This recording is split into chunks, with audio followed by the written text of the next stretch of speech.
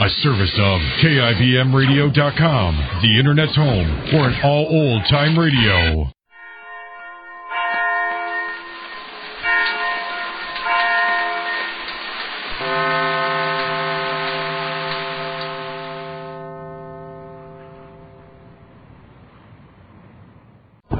And now, the life of Mary Sothern. When Max, that lovable old rascal, makes a decision, things are bound to happen. And things did happen yesterday when he made up his mind that Cheney, the gambler who was wanted by the Sanders police, must give himself up. Some time ago, Cheney involved Max in a gambling syndicate, and when the police raided the gambling rooms, Max was arrested as one of the gang, although he actually had intended to aid the police. Cheney escaped, and the district attorney was forced to release Max on bail until Cheney would be recaptured. Those of you who have been following Mary Sothern's story know that Cheney has made several mysterious visits to Sanders, but Mary and Max did not report this to the authorities. However, last night, they decided, should he return again, they must do the right thing. Well, he returned that evening with the startling proposition that Max take his gun and pretend to capture him. Max refused, and as the chapter ended, they were having a heated argument.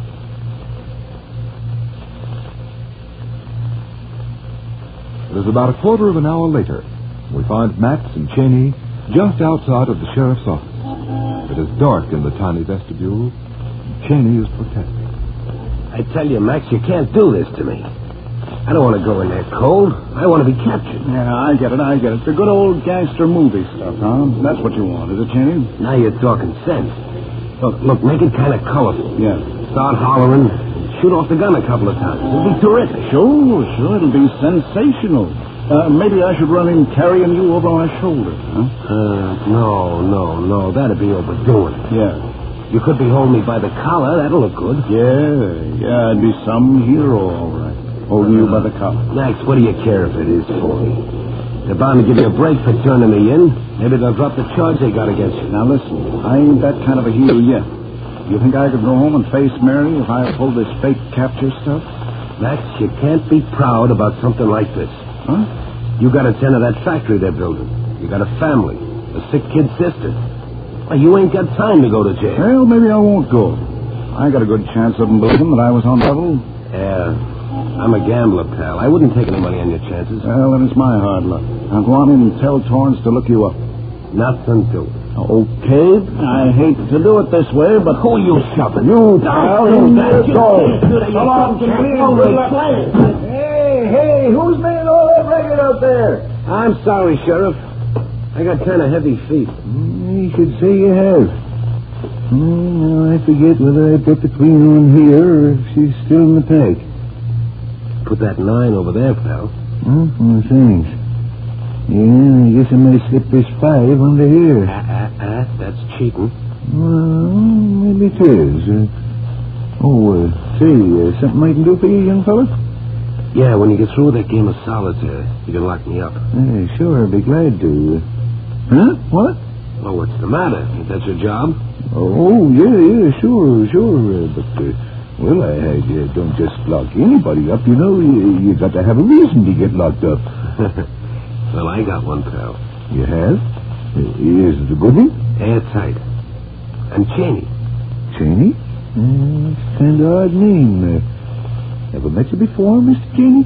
Well, he had a quick gander at me once or twice before I took a run-out powder. Well, would you mind sort of translating that, Mr. Cheney? I never could get onto that new thing, the jitterbug talk. I mean, you saw me a couple of times before I beat it out of town. I was mixed up in that gambling outfit at the hotel.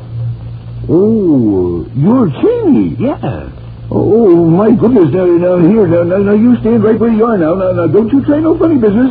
Let's see. Now, where'd I put those handcuffs? Thank you, Sheriff. Take it easy. Nothing to worry about, Sheriff. Can't take it easy. You're a desperate criminal. District attorney said so. I did, eh? Yeah. I'll have to ask you to come along inside. It's my duty to lock you up. Well, that's what I dropped in for, Sheriff. Which way? Right out here. You walk on ahead now. I can't take chances of you changing your mind and escaping. I wouldn't dream of it, Sheriff. Hope you ain't fooling. Watch your step on that door sill. Don't stub your toe. I won't. You like this, dear Mr. Cheney. I tried to make it feel home-like. Yes, I can see that. We ain't very crowded now. In fact, we haven't any guests, so you could just take your choice of cells.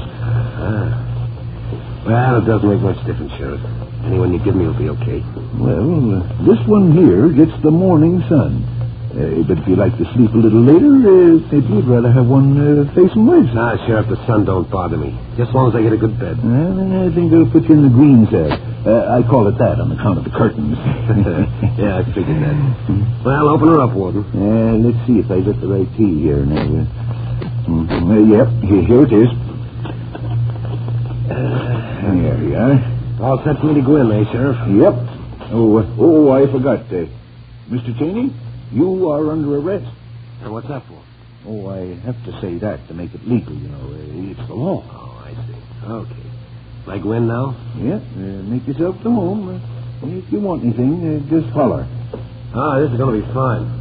Why don't you hang around, chew the rag for a while? Well, I can't right now, you see. I have to call the district attorney and tell him you're here. Give my love to the DA. Oh, I will. I will.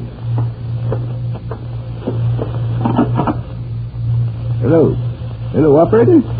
Hillside 428. Yep, make it snappy, too. This is Sheriff Barstow, and I'm calling the district attorney. Hello. Is this the district attorney's home? Well, this is Sheriff Barstow. Will you tell him I just captured a dangerous criminal? Yes, sir, single-handed. And I got him locked up in a cell. What? Who? Oh, yes, he's the fellow you've been hunting for. Mr. Cheney. Why didn't Max come over with you tonight, Mary? He had someone to see on business, Phyllis. Said he'd stop by on his way home. So you better watch out for that guy, Mary. He probably had a date with a blonde. No, Max likes redheads. So does Danny. Well. When I get out of this wheelchair, I'm going to dye my hair. Just let me catch you doing anything like that, young woman. Men are all alike. They admire something on another woman, but just let their own wife try it. That's definitely the truth. Oh, you two girls are ganging up on me. We wouldn't dream of doing that, Danny. Oh, I'm going in and fix your bed, sir. Oh, there's no hurry. It's still early. Well, I just feel like doing something. I can't sit still. See, you got the jitters tonight, Mary. Something on your mind? Huh? Oh, no, nothing new. Toss me that blanket, Danny, and I'll put it out on the bed. Oh, this pillow goes in there, too, dear. I'll bring them in for you, Mary. All right, Danny. There, thank you, Danny. Now go out so Phyllis won't be alone. Now, Mary, what's up? There's no use telling me nothing because I can tell there is something. Cheney's in town again tonight, Danny. Oh, for Pete's sake, what the dickens is he doing this time? I think he's going to give himself up. He was in the hotel, and Max went down to talk to him. That guy is a pain. I'd like to tell him so. No, he's not, Danny. He wants to serve whatever sentence he'll receive and start in all over again. You think he means it, Mary? I'm almost sure he's sincere. He's proved himself on several occasions. No, You two, I'm getting chilly. Now, Danny, don't breathe a word of this to Phyllis. Oh, I should say not. New worries would be the worst thing in the world for her. I'm coming, darling. What were you two plotting about in there? Why, I was teaching Mary how to make a bed. That must have been something. Did I hear Danny making remarks about my chambermaid ability? Why, I didn't say a word, did I, honey bunch? Well, you... Danny, did you hear that? Why, it's probably a mistake. Oh, get a paper, Danny, please. I guess you might as well, then. Okay, well, I'll be right back. Mary, what do you suppose will happen if they really have captured Cheney? I don't know, dear, but don't worry about it. You're worrying. I can see it in your face. I wish... Oh, here comes Danny. Well, no news. It just says they caught Cheney, nothing else. Let me see the paper, Danny. Well, May I see it, Danny? Mary, I see the headline. It says... Oh, Danny, you might as well read it out loud. I've seen part of it. Read it, Danny. Well, it says District Attorney's Office orders immediate return to custody of Max Sanders, who was out on bail.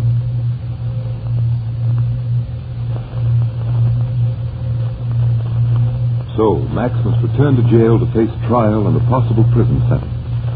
Will Mary be able to keep her home together and provide for her family in case the worst does happen? And what effect will this have on Phyllis? The crippled girl needs an untroubled mental state if Dr. DeRoy's treatments are to help her. We know it will be only human nature for her to worry about her brother. Let's hope in all this nerve-wracking upset there will be some possible solution.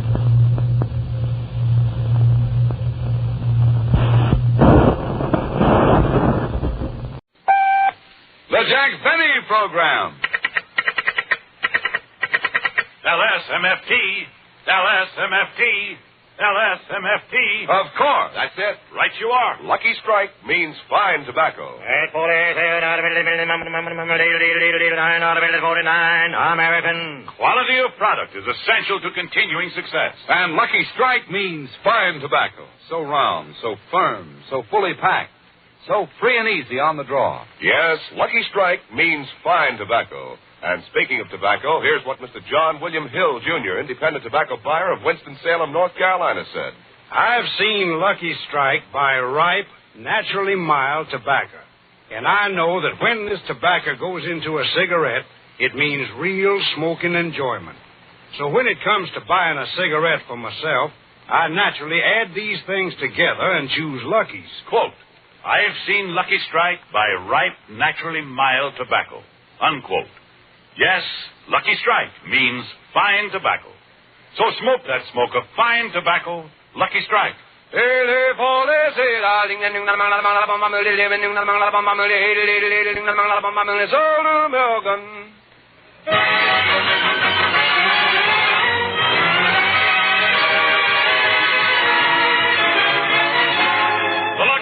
Program starring Jack Benny with Mary Livingston, Phil Harris, Rochester, Larry Stevens, and yours truly, Don Wilson.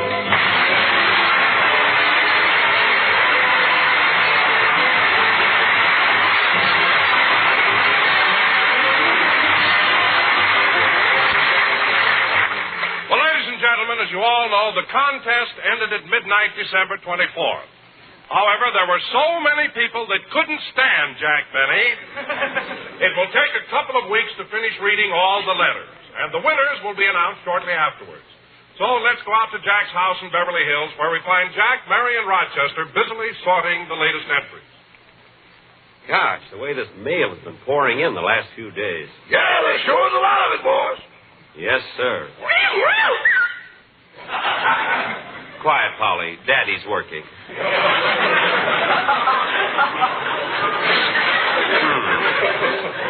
Look at this mail. It's absolutely amazing how many people can't stand me. Yeah, and Jack, look at this pile of letters over here. 48,000 of them are all from St. Joe. Now, wait a minute, Mary. There must be some mistake. They love me in St. Joe. You remember when I was there last year, they put up a statue of me in the public park. Well, they're sending it back. There's a hunk of granite in each envelope. No, Mary, you're just making that up. No, I'm not. Here's a note in one of the letters. What does it say? We're sending back all of Mr. Benny's statue except the ears. We're keeping those for bird baths.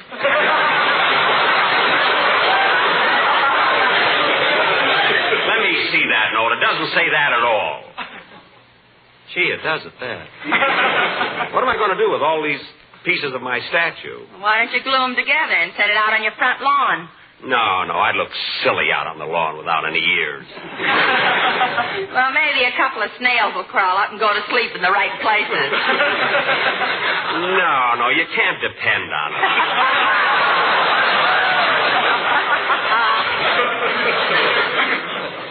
Well, come on, let's try. Merry Christmas, Merry Christmas.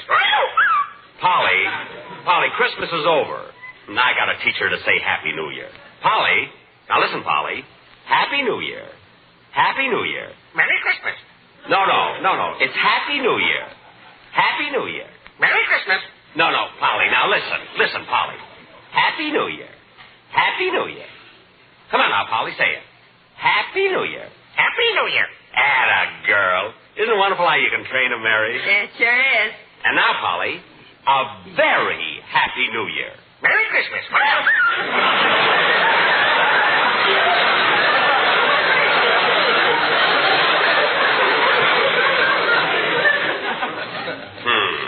Smart parrot. Well, she's just a little nervous since I told her that the carrier pigeon she's engaged to is coming back from overseas.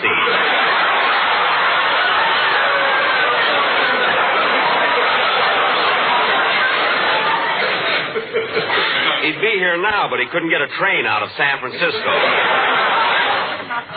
He may have to fly. Now, let's see. We got to finish sorting the... Rochester, why did you tear up that letter? This one was a mistake, boss. It says, I can't stand Rochester. Who signed that? The gas man. Well, we haven't heard from him in about 5 years. Mary, what are you laughing at? Get this letter. I can't stand Jack Benny because he plays the violin. Signed, a dead cat. That's probably from somebody. Probably from somebody who doesn't like me. Could be. Certainly. Huh? Oh, boss, you won't believe it. What is it, Rochester? Here's a letter from the Big Three. The Big Three? Well, what does it say? We couldn't stand Jack Benny before the contest. Signed Anaheim, Azusa, and Cucamonga.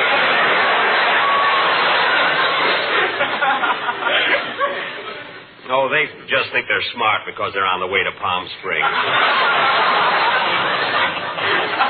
Anyway, there's the phone. No, Rochester, you stay with the mail. I'll have Nottingham answer it. Nottingham? Jack, have you still got that English butler around here? I thought you only hired him for last week to impress the Colemans. Well, we're so busy with the mail, I kept him on to help out. Nottingham, answer the door. Isn't he classy? He even puts on his coat to answer the phone.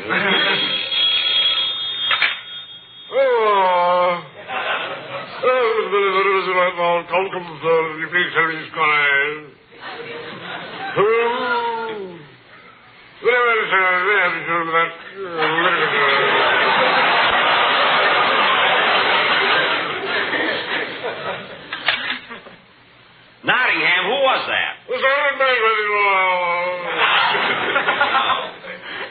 All right, Mary, now we'll have... Jack, what did Nottingham say?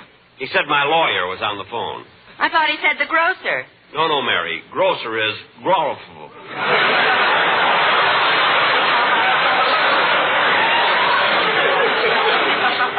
You used to confuse me at first, too. Hiya, Jackson. Hello, Livy. Happy New Year. Happy New Year, Phil. Glad you came over. Say, Phil, did you have a nice Christmas? Well, Liv, I got a lot of presents. And look at this.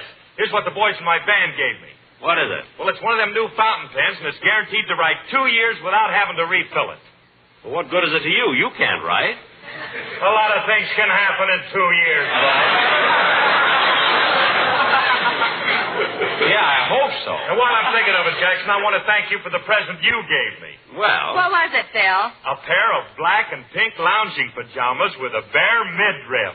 And they're a little snug, but I wore them all day. Yeah, those were for Alice. A bare midriff. Phil, surely Alice must have known those pajamas were for her. Yeah, but I looked so cute in them, she just hated to tell me. Oh, brother. Say, Livy, what did Jackson give you for Christmas? I gave her a fur muff. There it is, over on the chair there. It's sable. It's rabbit. It is not. It's sable. Rabbit. I wore it at the farmer's market yesterday, and it snapped at a head of lettuce. Well, a lot of sables are vegetarians, too. Believe me, Phil, the muff I gave Mary is sable. It's rabbit. It is not. It's sable. Rabbit. I wore it at the farmer's market yesterday, and it snapped at a head of lettuce. Well, a lot of sables are vegetarians, too. Believe me, Phil, the muff I gave Mary is sable. It's rabbit. Would I pay $19 for rabbit?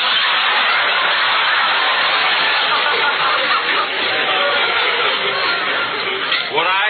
You wouldn't pay $19 for $20. I would, too.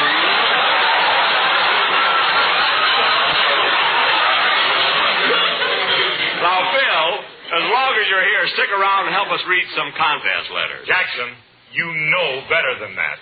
All right, then open the envelopes. At least you've got muscle. Come on, open the envelopes.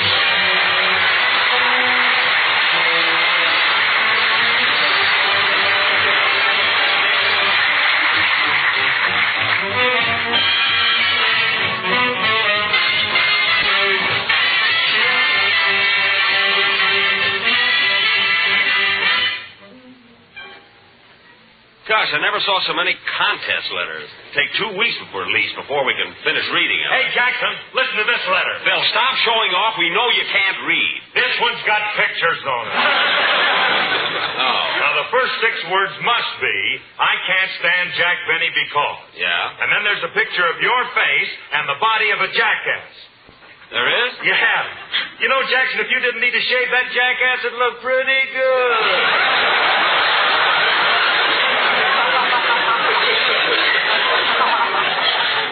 Oh, yeah? Oh, boss. What is it, Rochester? Nottingham would like to see you. Well, have him come in here. He can't at the moment. He's indisposed. He's standing in the kitchen in his shorts and socks. My goodness, what happened? Well, after lunch, we decided to idle away a few minutes in a game of chance. Rochester, you didn't gamble with Nottingham. I won everything but his English accent. What? I'd have got that, but he wouldn't open his mouth. Well, I think that's awful. Imagine leaving him standing there in his DVDs. I got an IOU on those. Well, I want you to go in there and give Nottingham his clothes back. Okay. Imagine anybody doing Hiya, that. Rochester. Hello, Miss Wilson. Hey, Don! Hello, everybody. Happy New Year. Happy New Year. Merry Christmas. No, Polly. Polly, it's Happy New Year. Happy New Year. Happy? That's it. Happy? Happy? Happy what? Happy what?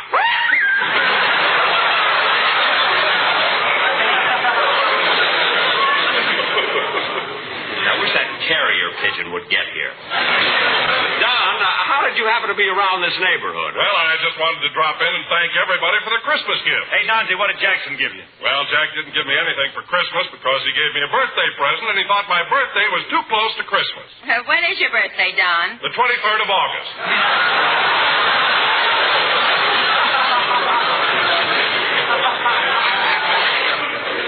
Well, what did Jack give you for your birthday? A rabbit's foot. No wonder my muff limps.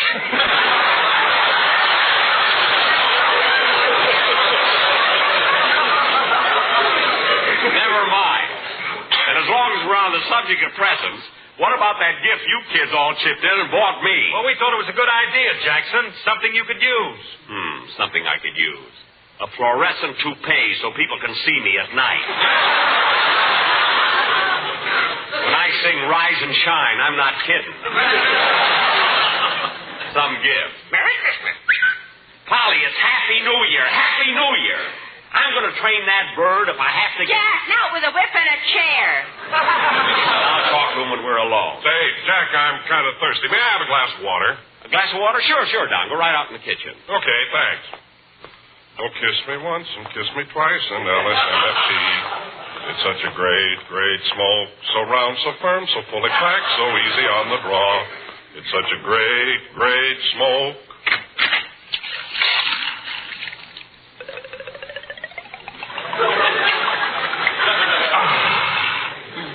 Lucky's have tobacco that is milder.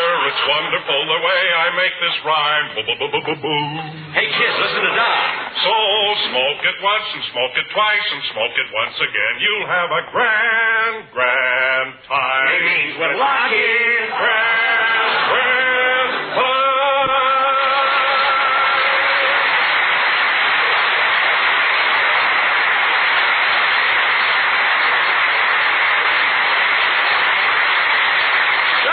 Don, that was wonderful. I didn't know you could sing like that. Hello, everybody.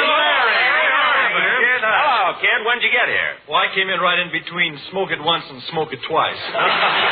Well, I'm glad you came over. You can help us with the mail. Well, I have to run along. I just dropped by to wish you a Happy New Year. Oh, same to you, kid. By the way, Larry, I got a lot of compliments on your song last week. Well, thank you. I've got another one I'm working on for next week. You have? Well, come on, let's hear it. Yeah, sing it for us, Larry. Come on. Okay. Smoke it once, smoke it twice. Holly, Larry's going to sing now.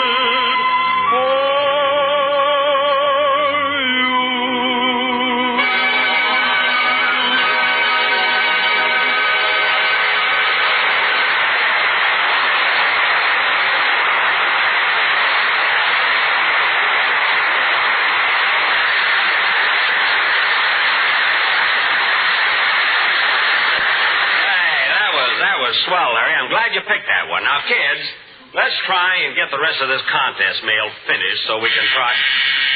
Nottingham, answer the door.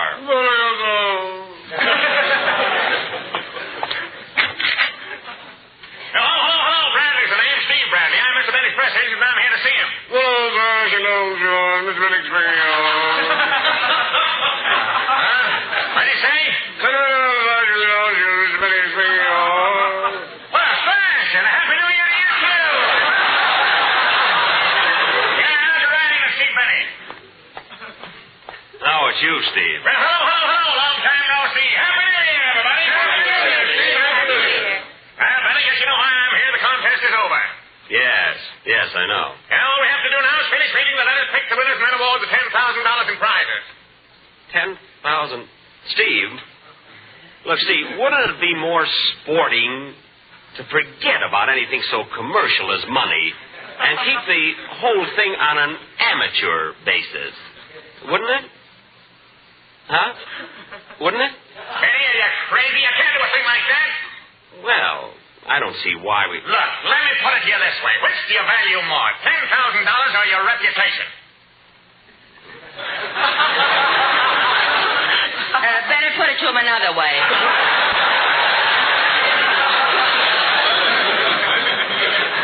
Oh, well, all right. Boy, Benny, now just hand me over that $10,000 and I'll buy the victory bonds for the prizes. But, Steve, we don't know the winners yet. We still got mail to read. Yeah, I know, but you don't want anything to hold us up. I gotta go out now and buy those bonds and have them ready. Okay. I'll have to go down to my vault and get the money. But before I go, I want you all to repeat the oath after me. I promise not to reveal that Jack Benny has a secret vault hidden in his home. I promise not to reveal that Jack Benny has a secret vault hidden in his home. And if I should tell anyone, either consciously or unconsciously,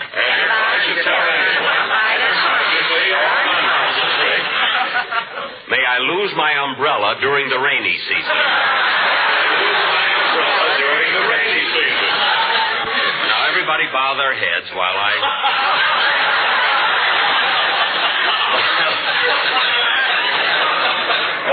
out in the fall.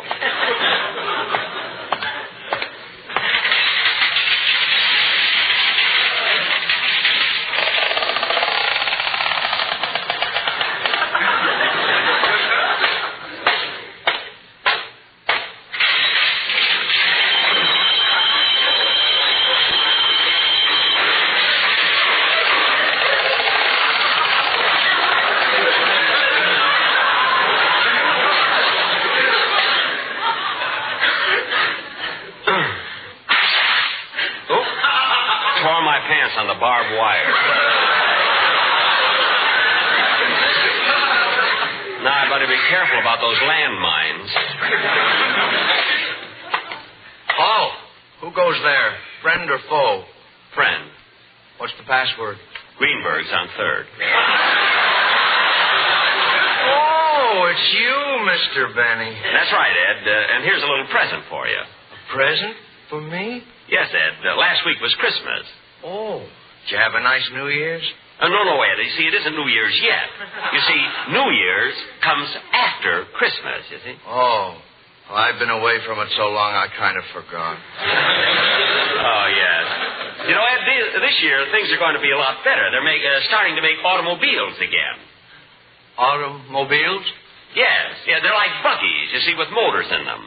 You know, you drive them down the street. Well, won't they frighten the buffalo?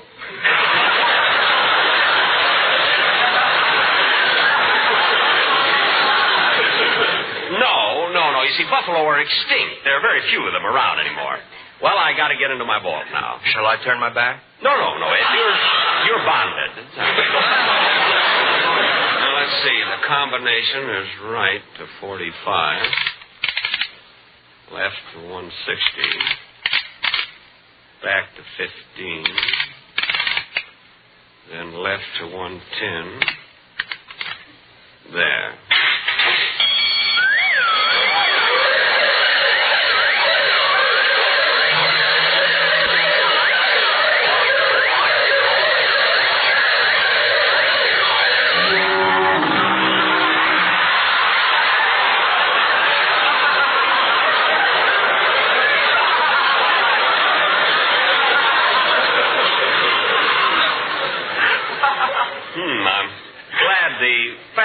Reconverting. Now I'll be able to buy a louder burglar alarm. Mr. Benny, how much money are you putting in? I'm not putting anything in, Ed. I'm taking some out. My, this is thrilling.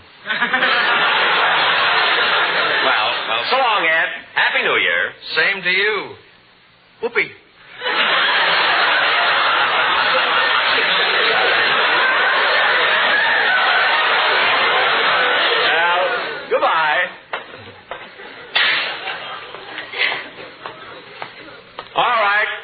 Steve, here's the money for the prizes. Thanks, Benny. See you next week. Happy New Year, everybody. Happy New Year, Steve. Happy New Year. Well, kids, that's that. Just think, another year almost gone. Boy, how they roll around. Imagine, it'll soon be 1946. I wonder what the new year will bring. I wonder what new things will come out. Science is certainly wonderful. Heliocopters, jet propulsion, atomic energy. It's amazing. I wonder what they'll... it's kind of late. I wonder who that can be. Oh, hello. Hello, you're Jack Benny, aren't you? Why, yes, little boy. Who are you? I'm the New Year. The New Year? But all the other little New Years have always come on January 1st. You're early. Maybe he's trying to pick up a couple of tickets for the Rose Bowl game. Don't be silly, Phil. Maybe there's something wrong with our calendar. No, I came early because 1946 looks like it's going to be a good year. And I'm raring to go. Got a lot of work to do. Automobiles, prefabricated houses, vacuum cleaners, fluorescent toupees.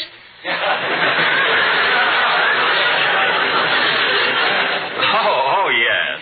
How about nylon stockings? There'll be plenty of those. Oh, good. I was lucky to get this pair I'm wearing. They make my legs look so nice. See?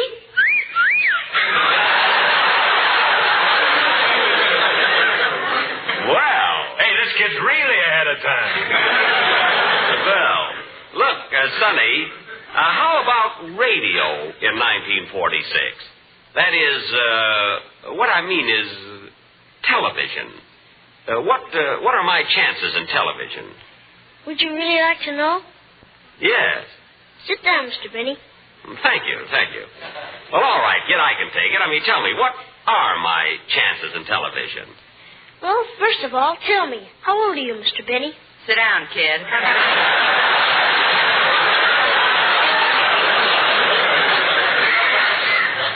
Quiet. What did you say, Sonny? I said, how old are you? 37. 37? That's a joke, son. It is not. Now, what were you going to say about... Oh, Jack, look out the window. There's an old man coming up the walk. Yeah, and he looks like Father Time. Father Time? What is this, anyway?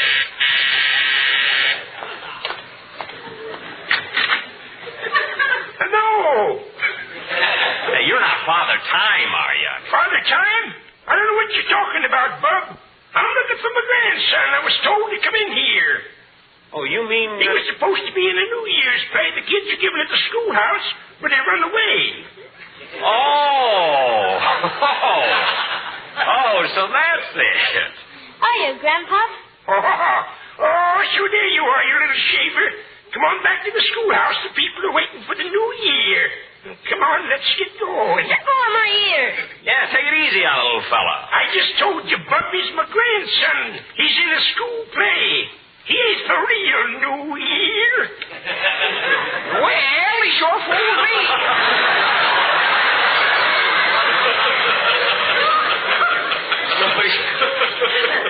So he's going to be in the school play, huh? But isn't he a little old to be wearing those diapers? He just got out of the army and he can't buy any clothes.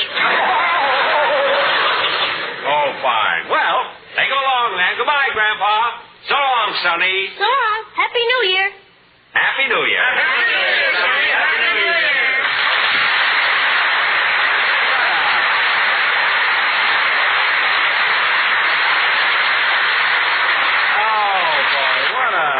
What a cute kid. Gee, I remember when I was his age. I was in a little New Year's play at school, too. You know, I was so good. Well, so long, Jackson. I got to beat it. Yeah, me too. Happy New Year, Mr. Benny. Happy New Year. Happy New Year. Anyway, Mary, I was so good in this school play that I held the audience spellbound. In fact, just recently they made a picture of it, you know. I'll never forget how cute. I'll never forget how cute I was in that play. In fact, you know, that's what gave me the idea that someday I'd... Well, I gotta go. Happy New Year, Jack. Happy New Year, Mary. Anyway, I'll never forget it. Yeah, I walked out on the stage wearing a little pair of wings, and across my chest was a banner saying, Happy New Year, 1912.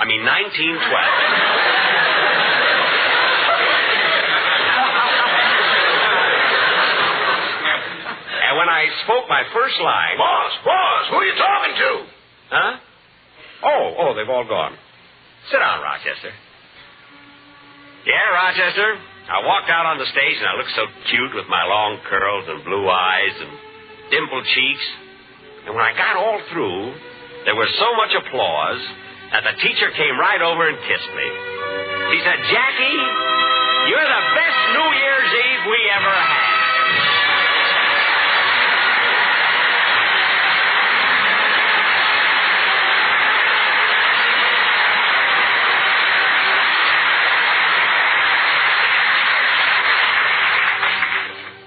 Ladies and gentlemen, while history will point to 1945 as the year of victory, 1946 will be the start of a new era.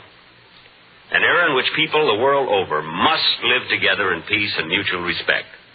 We want a lot more than just battles in this war. We want a realization that all men everywhere want to live out their lives in peace and freedom. While there are many different points of view of how this peace should be secured, the important thing is that all mankind wants it, and it will be accomplished. There's no place for hate, greed, suspicion, and prejudice in a world that has the atomic bomb. The old era is dead, and 1946 is the beginning of the new one. The era of Wendell Willkie's One World. Happy New Year, everybody. Ladies and gentlemen, you all know the contest is over, but on account of the vast amount of letters that still have to be read, we will announce the winners as soon as possible. Now, Jack will be back in just a minute, but first, here's my good friend, F.E. Boone. American. Remember this. In a cigarette, it's the tobacco that counts. And Lucky Strike means fine tobacco. That's right. LSMFT. Yes, Lucky Strike means fine tobacco. The finer, the lighter, the naturally milder Lucky Strike tobacco. This fine Lucky Strike tobacco means real deep-down smoking enjoyment for you. Sure thing. LSMFT. So smoke that smoke of fine tobacco, Lucky Strike. So round, so firm, so fully packed, so free and easy on the draw. The famous tobacco auctioneer's heard on tonight's programmer, Mr. F.E. Boone of Lexington, Kentucky. At 49, American. Mr. L.A. Speed Riggs of Goldsboro, North Carolina. Basil Rysdale speaking for Lucky Strike. LSMFT. LSMFT. LSMFT. In a cigarette, it's the tobacco that counts. And Lucky Strike means fine tobacco. So smoke that smoke of fine tobacco, Lucky Strike. Happy New Year to everybody all over the world from all of us. This is the National Broadcasting Company.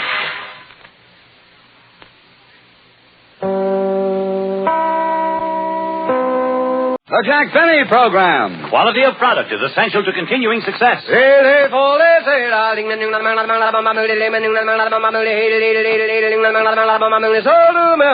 Lucky Strike means fine tobacco. So round, so firm, so fully packed, so free and easy on the draw. LSMFT. LSMFT. LSMFT. Of course. You said it. Lucky Strike means fine tobacco. So round, so firm, so fully packed, so free and easy on the draw. At 49, American. Year after year, at market after market, independent tobacco experts present at the auctions can see the makers of Lucky Strike consistently select and buy the finer, the lighter, the naturally milder Lucky Strike tobacco. Ripe, rich tobacco, fine Lucky Strike tobacco. That means real deep-down smoking enjoyment for you. Profit by the experience of tobacco experts. Remember, in a cigarette, it's the tobacco that counts. So smoke that smoke of fine tobacco, Lucky Strike.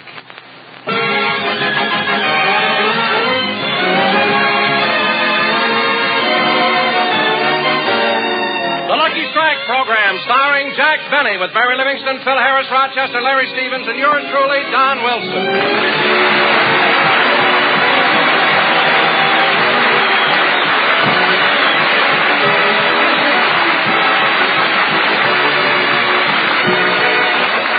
And now, ladies and gentlemen, since this is our first program of the new year, I'd like to bring you a man who has made two important resolutions.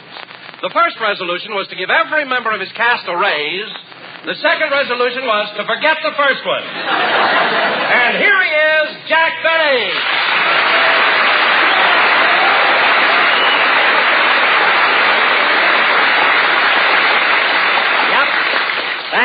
Thank you. Hello again. This is Jack Benny talking. And Don, I thought that was a very unfunny introduction. Oh, yeah? Yeah. Well, I happen to think it was very funny. Well, I don't care what you think. You know, you may not know this, Don, but you can get brand new, shiny 1946 announcers without waiting for Detroit to make up its mind.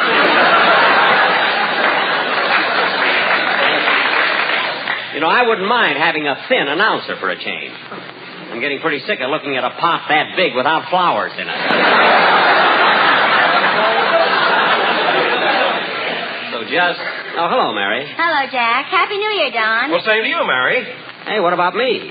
Aren't you going to thank me for the swell time I showed you New Year's Eve at that nightclub? Yeah, but next time, let's not go home at 11:30. Now, Mary, you know very well that we didn't get home till daybreak. Boy, was I raring. You should have seen him, Don. Jack drank one bottle of Coca-Cola, jumped up on the chandelier, beat his chest, and yelled, "Look at me, I'm Tarzan." Yes, sir. And he fooled everybody if he hadn't opened his shirt.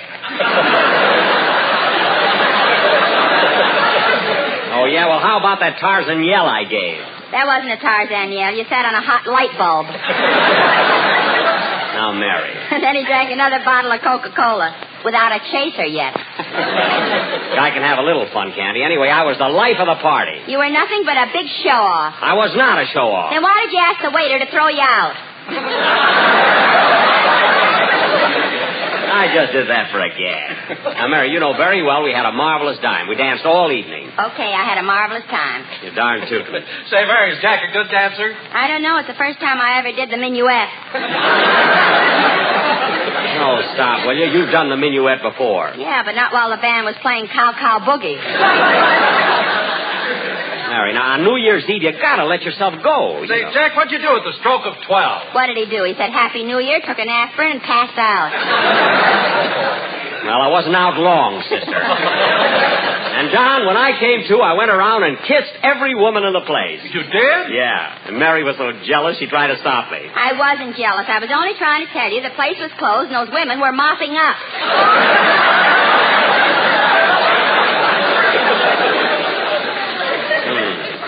I was wondering why they all wore upsweep hairdos. Anyway, let's forget about me. How about you, Don? Did you have a good time New Year's Eve? I sure did, Jack. At the stroke of 12, I crawled out of the fireplace and filled all the stockings with toys. Phil, the stockings with toys? On New Year's Eve? Don, you were 7 days late. I know. I was stuck in the chimney.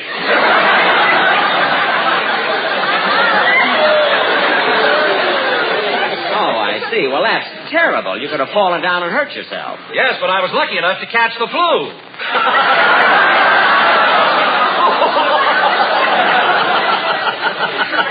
Well, I'm glad you what? I was in the chimney, but I was lucky enough to catch the flu.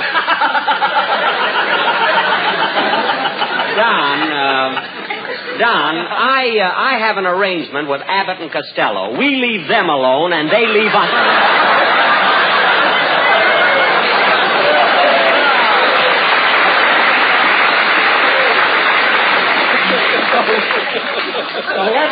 So let's try it. Well, hello, Larry. Happy New Year. Same to you, Jack. Jack? Why, Larry, what's come over you? You've always called me Mr. Benny. Well, don't you remember? On New Year's Eve, you said I could stop calling you Mr. Benny and call you Jack. When did I tell you that? Right after your second Coke. You mean before the aspirin tablet? Well, Larry, I still like the idea of you calling me Mr. Benny. I mean, it adds a little dignity to the program and shows you have respect for me. Do you want me to call you Mr. Benny, too? No, that won't be necessary, Mary. Gee, I can call him Jack. And now, folks... Wait till the girls at the May Company hear about this. Now, wait a minute. Don't get smart, Miss Livingston. Oh, do call me Mary. Now, cut that out! Come on, Larry, let's have your song. Now, Mary, you behave yourself, will you?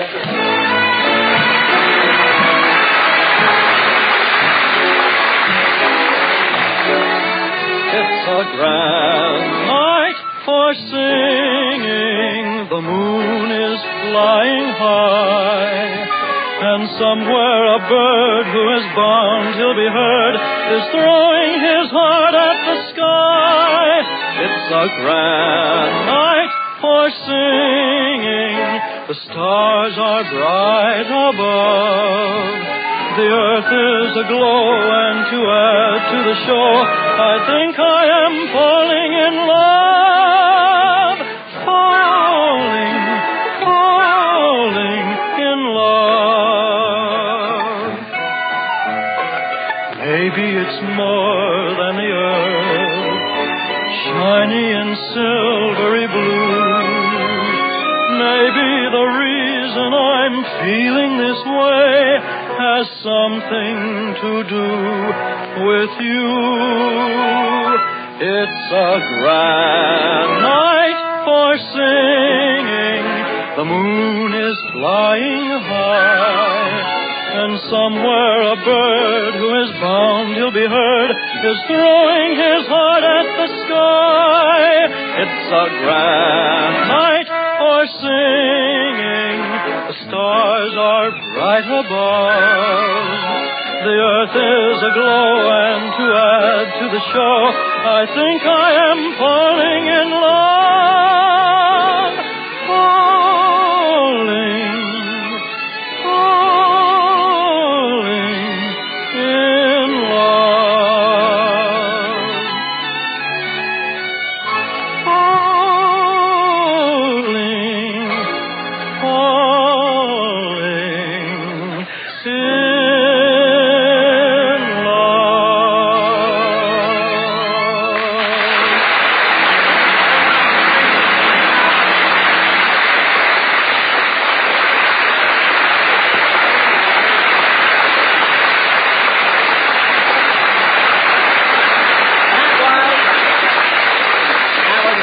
Grand Night for Singing, sung by Larry Stevens. And very good, Larry.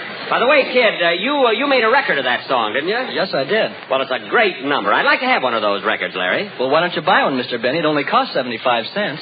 Well, I thought about buying one, kid, but you see, I just wanted your song, and the record has something else on the other side, you see, so I didn't feel like paying for both sides. Maybe they'll slice it for you.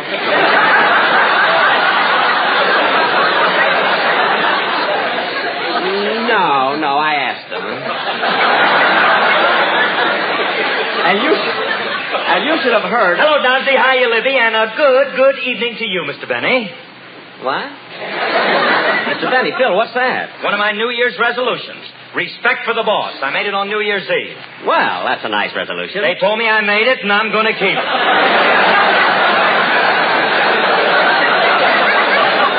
I thought so. Phil, I never saw a guy like you. You keep going to parties, but you never know what happens. You can't even remember if you've had a good time. Jackson, when I get up the next morning, brush my teeth, and the bristles fall out of the toothbrush, I know I had a good time. Oh. Hey, look, how about you, Jackson? Did you have fun New Year's Eve? Yes, Phil. I went over to the... That's all, Jackson. If you can remember, you didn't have fun. Well, I can't remember all of it. And, Phil, as long as you're making resolutions, you could have made another one. During this new year, why don't you learn something about music? You mean I should be like Stokowski? No, Phil. No.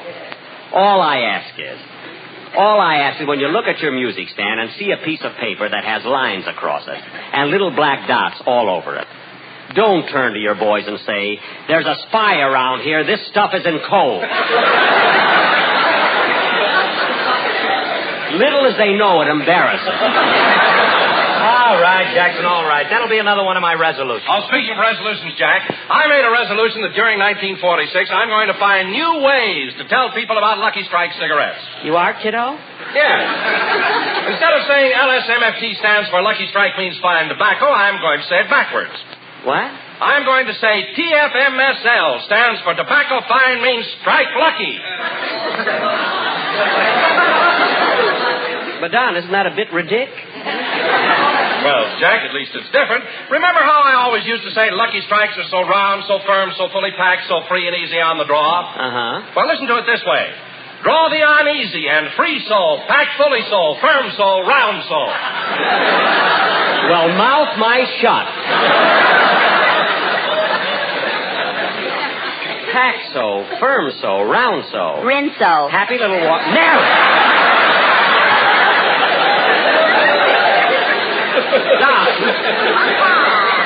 Don, if I were you, I'd forget about doing the commercial backwards. Just do it the regular way. Well, okay. And now, ladies and gentlemen, we will have a number by Phil Harris and his orchestra who will play it not backwards, not forward, but in their usual manner.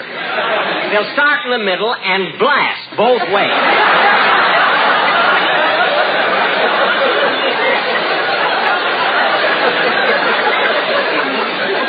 All right, Phil, let's... Oh, wait a minute, Jack. What is it, Mary? I meant to tell you that the way over here I stopped off at your house, and while I was there, Fred Allen called. Fred Allen, huh? Well, what did the dead end of Allen's Alley have to say? I haven't heard such language since Mama stepped on Papa's bare foot with her track shoes on. Well, Mary, Allen didn't have to use that kind of language, even if he was talking about me. It wasn't his fault, Jack. He was reading one of those contest letters. No.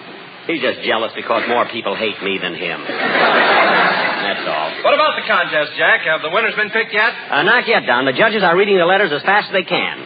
But on Sunday, January 27th, 3 weeks from tonight, we'll announce the winners. 3 weeks from tonight. It won't be very long until I'll be paying off the prize. Hey, Jackson, as long as you're paying off, how about that little bet I won from you on the Rose Bowl game?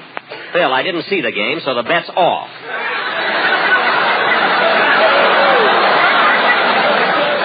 I mean, how do I know that USC lost? Huh? Are you kidding? The score was printed in every newspaper in the country. So what? Last Wednesday I picked up the newspaper on my front lawn and it said no rain today. Paper was so wet I could hardly read it. So don't be too sure about USC losing. Jackson, are you crazy? 90,000 people were at that game and saw Alabama win. I don't care if 100,000 people saw. I'm not taking the word of a lot of strangers.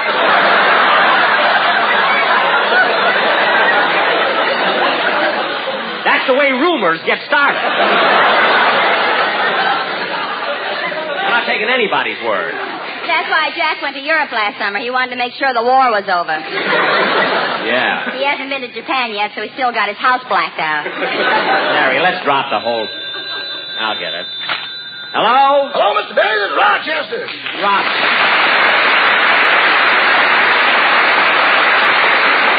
Rochester, you know I'm on the air. What did you call for? It's about Nottingham, your new English butler. He must be crazy. What's the matter now? When you left the house this morning, did you tell him to take the Christmas tree off the grand piano, cut it up into little pieces, and burn it? Yeah, did it fit in the fireplace? Oh, but the keyboard.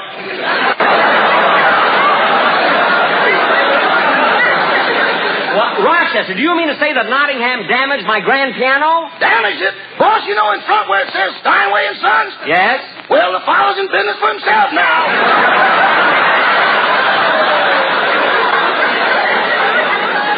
Oh, my God. Rochester, why didn't you stop him? Stop him, smart him. He wouldn't listen to me. Well, my grand piano, it's ruined. I told you I saved the keyboard. The keyboard? Why would you just save that? Boss, you know how I feel about ivory. I should have known. Well, Rochester, did anything else happen? Not until the fireman got there. The fireman? Yeah, when Nottingham threw the piano in the fireplace, the flames shot up all over the roof. Well, did the fireman put it out? They sure did. I went outside and watched them. They climbed up a ladder, stuck a hose down the chimney, and turned it on full force. Uh-huh. And, boss, I couldn't understand how a chimney could hold so much water till I opened the front door. What? That tide hit me so hard I thought Frank Thomas was coaching it.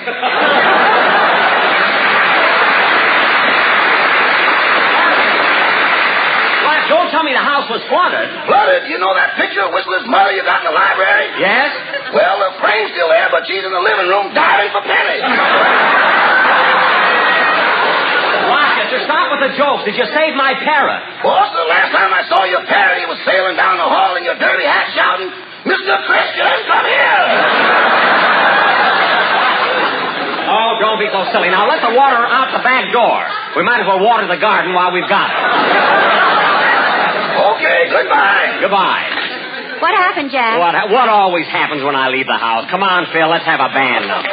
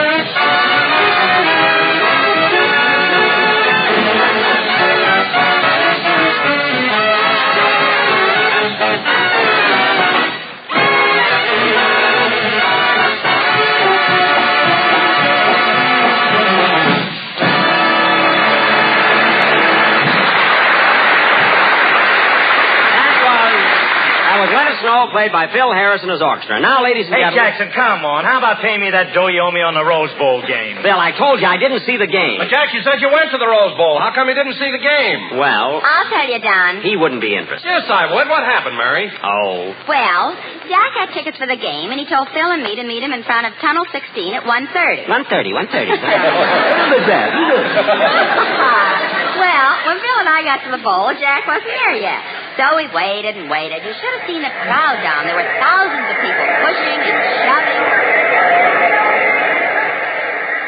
Come on, Phil, let's go in. We can't, Libby. We got to wait for Jackson. He's got the tickets. Why didn't he come with us? Well, you know how romantic Jack is. He's bringing his girlfriend, Gladys Zabisco, to the game. Yeah, she's a pretty cute kid when she's all dressed up. You know, I think Jackson's kind of stuck on that little waitress. Yeah, but he's getting indifferent now that meat rationing is over. You know him. Hey, Mary, look. Here comes Jackson and Gladys now. Gee, Gladys, I never saw you look so nice. You're sure pretty when you get all dolled up. Thanks, Speedy. I mean it. Boy, am I lucky I met you. Ain't it the truth?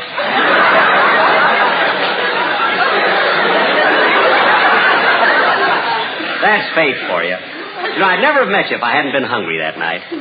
Yeah, I'll never forget. I was driving along looking for a place to eat, and I drove right past Ciro's and the Trocadero and the Macambo. And it was just fate that made me turn into Simon's Drive-In. And there, like a vision of loveliness, you came toward me. Gee, you smelled so good. Yeah, it was chicken gumbo night.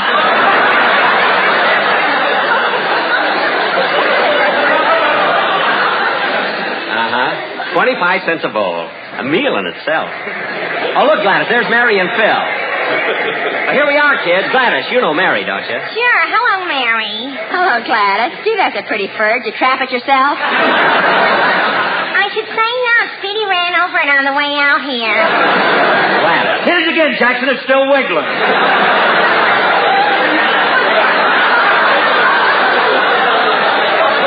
Don't be funny. Gladys meant that it slipped off her shoulder and ran over it accidentally. Didn't you, Gladys? You tell him, big boy. You got the lips for it. Yeah. Come on, kids. Here's our gate. Let's go in. Tickets. Hold your own stubs, please. Here you are. Oh, hello, Gladys. Hello, Eddie. What's the special tonight? Beef soup and boiled potatoes. Oh, come on, Gladys. Forget business for a while. Okay, Speedy. Here's tunnel 16 over this way, Jackson. Now, let's stick together. Say, Gladys, you still working at the Shamrock Cafe? No, I'm back at the drive-in. Speedy thought I ought to be outside where it's healthier. Darn right. What's the use of being in California if you can't enjoy the sun? Yeah, but I sure wish I could get off the night shift.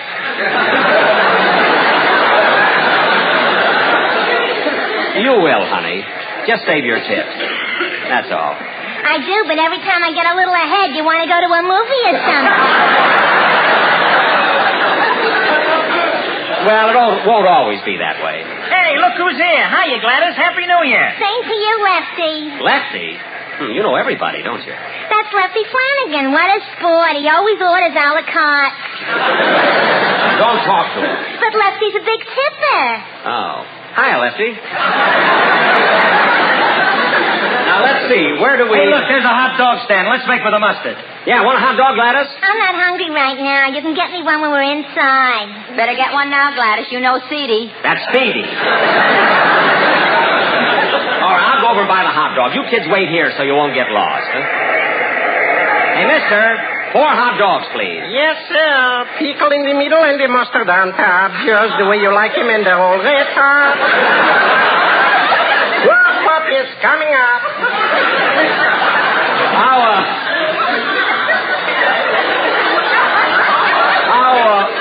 How much are they? 3 cents apiece. 3 cents? Uh-huh. Why do you sell them so cheap? Taste them.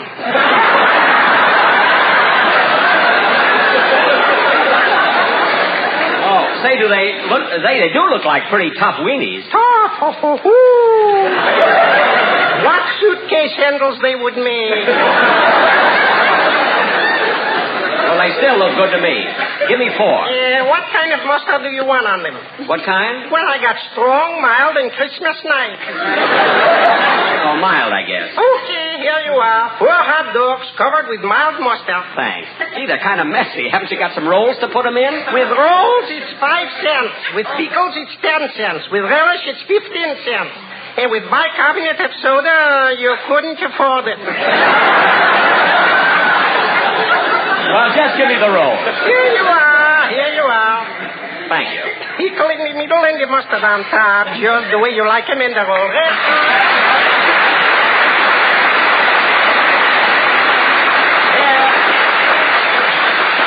Here you are, kids. Take your hot dog. Thanks. Gee, I'm thirsty. What are we going to drink with our hot dog? Here you are, Gladys. Put that back in your pocket.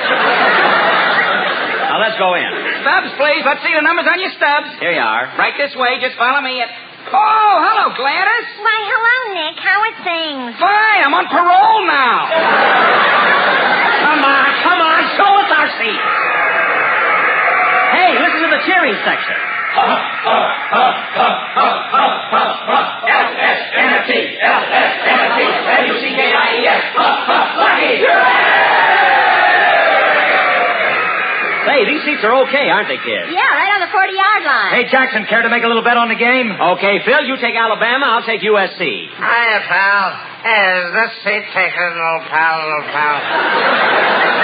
Oh, great. Look, mister, how about sitting someplace else? No, thanks. I'll never touch it. This would happen to me. How much dough you want to bet, Jackson? How much dough? Any amount you say, brother. Just name it. Okay, $50. $50? Okay, it's a bet.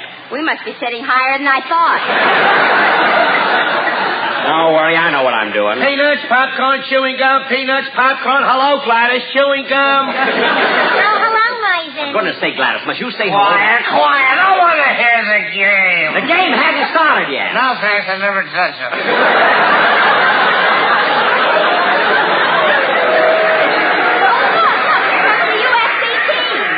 Gee, they're a husky bunch of fellas. Yeah, listen to that crowd. See, they come running right past us. Gladys! Now, look, Speedy dear, the boys on the USC team always eat at the drive-in. They voted me Miss Pigskin of 1945. I don't care what they voted. Gosh, what a crowd. Yeah, I bet there's 90,000 people here. Oh, that's terrible. 90,000 people without a home. What are you talking about? This housing shortage is terrible. Look, they've got homes. They're here for the game. Oh, you're just saying that because I'm your pal. You're not my pal. I never saw you before in my life. No, thanks. I'll never touch it.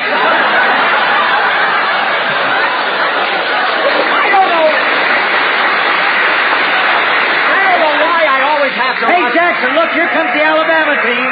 Hey, those Alabama fellows look pretty good, don't they, Gladys? They sure do.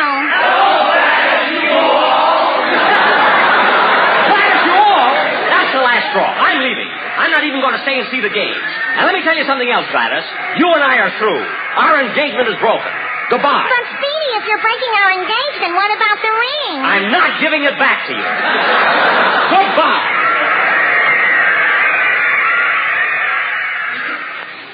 So there you are, Don. That's exactly what happened at the Rose Bowl on New Year's Day. Remember, ladies and gentlemen, 3 weeks from tonight on January 27th, we will announce the winners of the I Can't Stand Jack Benny contest. Now, Jack will be back in just a minute, but first, here is my good friend, L.A. Speedy Riggs.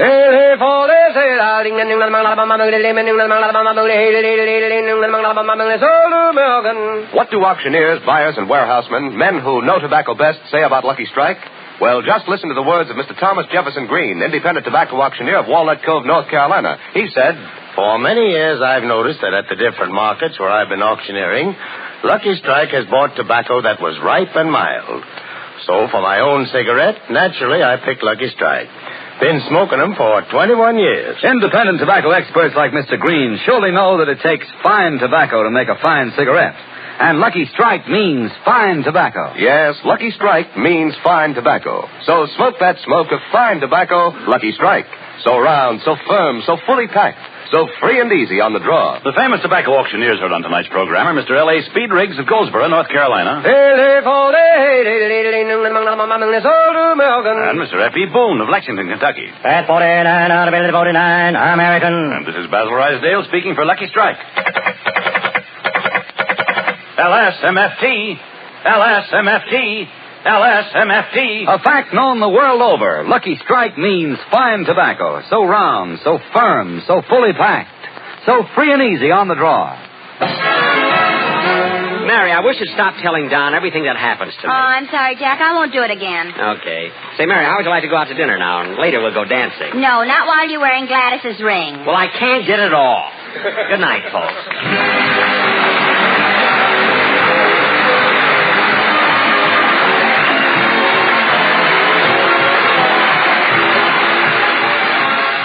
This is NBC, the National Broadcasting Company.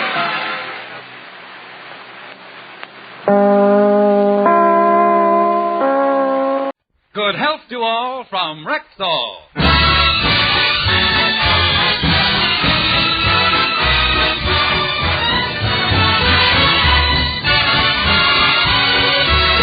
Yes, it's Sunday, time for the Phil Harris Alice Faye Show, presented by the makers of Rexall Drug Products and your Rexall family druggist.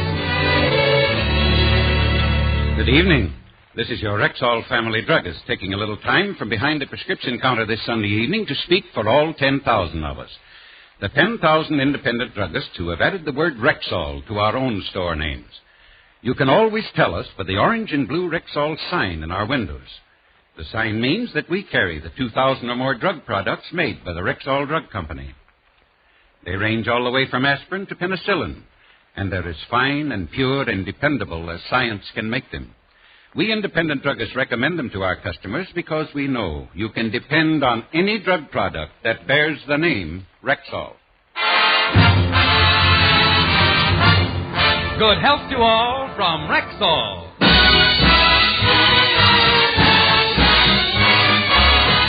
And now your Rexall family druggist brings you the Phil Harris Alice Faye Show, written by Ray Singer and Dick Chevrolet, with Elliot Lewis, Walter Tetley, Robert North, Walter Scharf in his music, and starring Alice Faye and Phil Harris.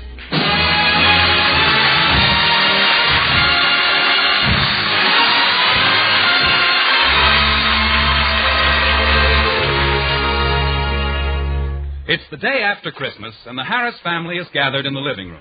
Alice is watching the children play with their toys. William is checking over the gifts. And a puzzled Phil is examining the fireplace. I still don't understand it. Frankie and the kids said they saw him standing right here. I didn't see him, and yet I... Hey, kids! Are you sure you saw Santa Claus standing here? Of course we did, Daddy. He was standing right where you are when he ate the cookies and drank the glass of milk Uncle Frankie left on the mantel. Yeah. Yeah, the cookies and milk were gone. Hey, Alice, did he ever return the glass? Oh, Phil, stop trying to figure it out. You know, honey, I've been looking at all the toys the girls got. Why don't we pack some of them up and send them to children who didn't get as much? Hey, Alice, that's a swell idea. Hey, kids. Yes, Daddy? Look, you girls got so many toys, we think you ought to take half of them and give them to other children. It'd make them very happy. Gee, Daddy, giving our toys to other kids is a wonderful idea, and it would make them very happy, except for one thing. What? We ain't gonna do it.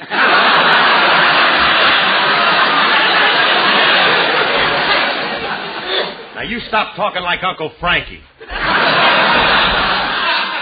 We ain't gonna do it. What do you mean we ain't gonna do it? Well, gee whiz, Daddy. We don't mind giving them away. But can't we play with them a little while? We just got them. Well, that's not the right attitude. You gotta learn to share things. Now, you girls run along while we pack some of them. Phil, maybe we ought to wait a little while. No, we gotta teach them to be generous. Toys aren't that important. Let's start packing them. A kid has to learn to share every... Alice, don't touch my electric train. Phil,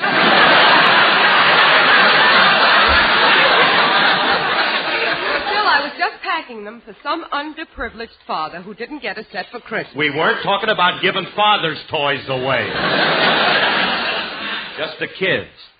We got to teach them that the true spirit of Christmas is to share, and that it's better to give than to receive. Don't you agree, Willie? Willie? What are you figuring up there? Well, as your business manager, I'm taking inventory of your Christmas presents. Philip, you managed very badly. What do you mean? Well, you spent $342.73 on presents outgoing, and on presents incoming, you only received gifts valued at $325.22. In short, Yuletide has left you $17.51 in the red. Well, heavens to Betsy, I'm ruined. Don't stand there, Willie. File me a petition in bankruptcy. Get going. Holla help. Do something. Willie, there's a limit to being a bookkeeper. But does everything always have to balance? Well, I just happen to be a firm believer in equitable exchange. Yeah. You always have to get your money's worth. When Phyllis was born, you wanted us to have her appraised before we paid the doctor bill. Exaggerating, Philip. I'm proud of the fact I'm a practical man. But look, Willie, what I'm trying to tell you is you can overdo it. Like the present you gave the kids for Christmas. And what's wrong with a porcelain umbrella stand?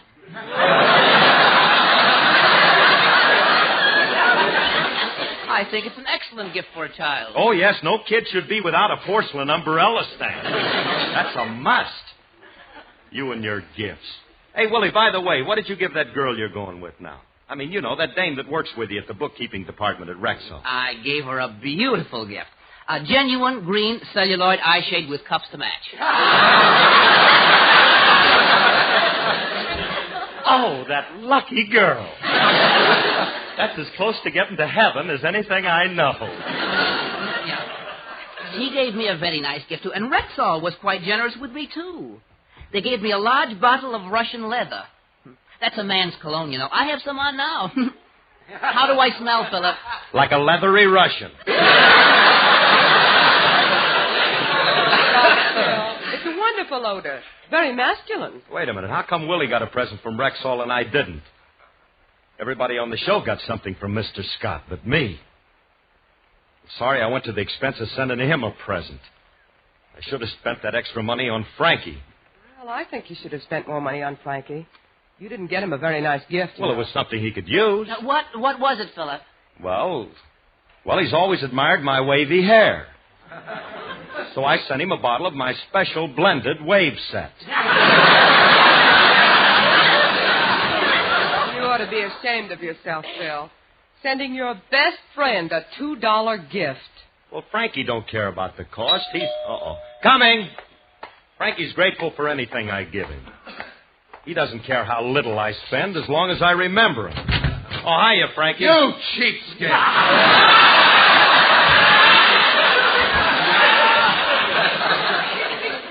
Frankie, what's the matter with you? A $2 Christmas present. Frankie. Shame on you. That's not the Christmas spirit. The important thing is that I gave you something. It's not the value of a gift. It's the thought behind it. It's just as easy to have an expensive thought as a cheap one. That wave set ain't cheap. I get it for $2 a bottle only because I buy it in bulk. 2 tank cars at a time. Not only that, it has a wonderful odor. Did you smell the stuff? Yeah. Well, how'd you like it? If I didn't have a strong heart, the pull motor squad never would have revived me. Don't be so funny. I'll have you know that my hair preparation is made of some of the finest ingredients that money can buy. It contains imported lanolin with an Arabian coal tar base, the purest Italian olive oil, all of which is skillfully blended into an aromatic pomade. Well, la-di-da!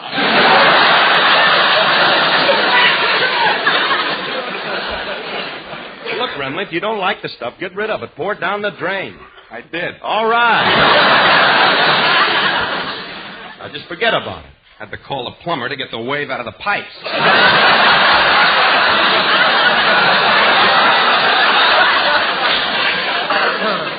Look, Remley, forget it. My block has the only zigzag sewer in town. I'm glad I got some decent presents from other people. I got a swell gift for my girlfriend. Nice present for Mr. Scott of Rexall. And a beautiful... So you got nice presents for... Rexall? Mm-hmm. You got something from Rexall, too? Well, yeah. They sent me a magnum of Russian leather. I tried some. You know, it's wonderful stuff. Oh, you like it, huh? Much better than vodka.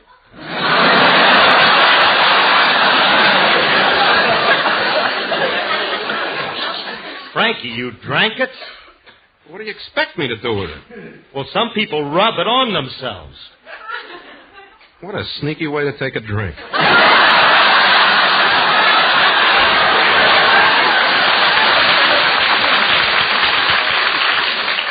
Look, let's start all over again. Do you mind? What I'm trying to say is I can't understand why Rexall sent you a present. Well, why not? They realize how important I am to their program. More important you are, the bigger the present. What'd you get, Curly? Nothing. That figures. Phil, I just thought of something and I want... Oh, hello, Frank. Hi, Alice. Hey, honey. Hey, Frankie got a present from Rexall, too.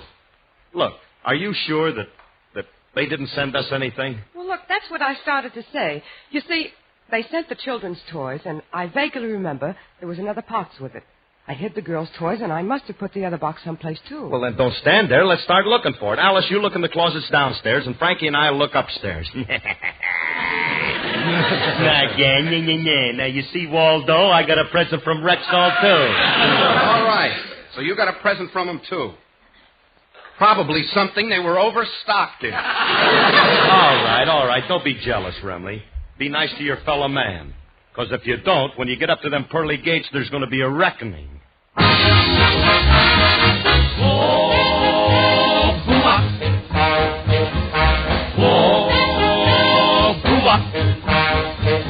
I hear them angels calling loud. Keep in the middle of the road. They're awaiting there in the great big crowd. Keep in the middle of the road. I see them standing round the big white gate. We must travel along before we get too late. For it ain't no use for to sit down and wait. Keep in the middle of the road.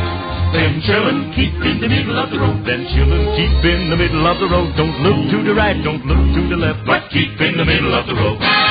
Look at that guy coming down the road. Yeah, man, he's sure in a hurry. Hi, bud, what's all the rush? Why are you in such a hurry? I ain't got no time for to stop and talk, cause the road I'm rough and it's hard to walk. And I ain't returning to my abode, cause the coast is tough in the middle of the road.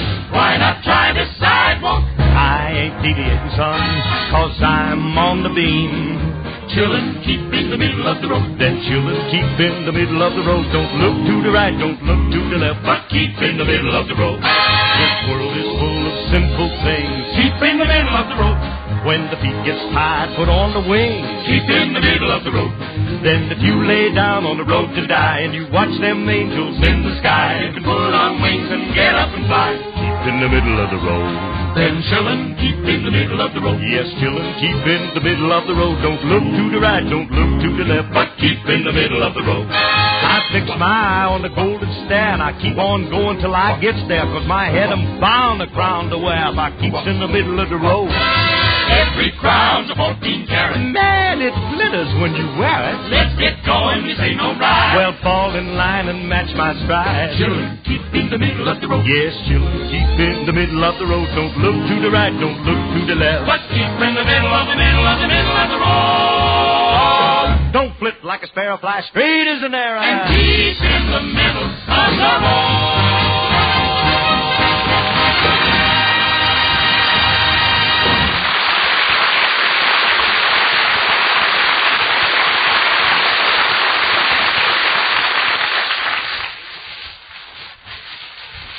There. It's all packed, Alice.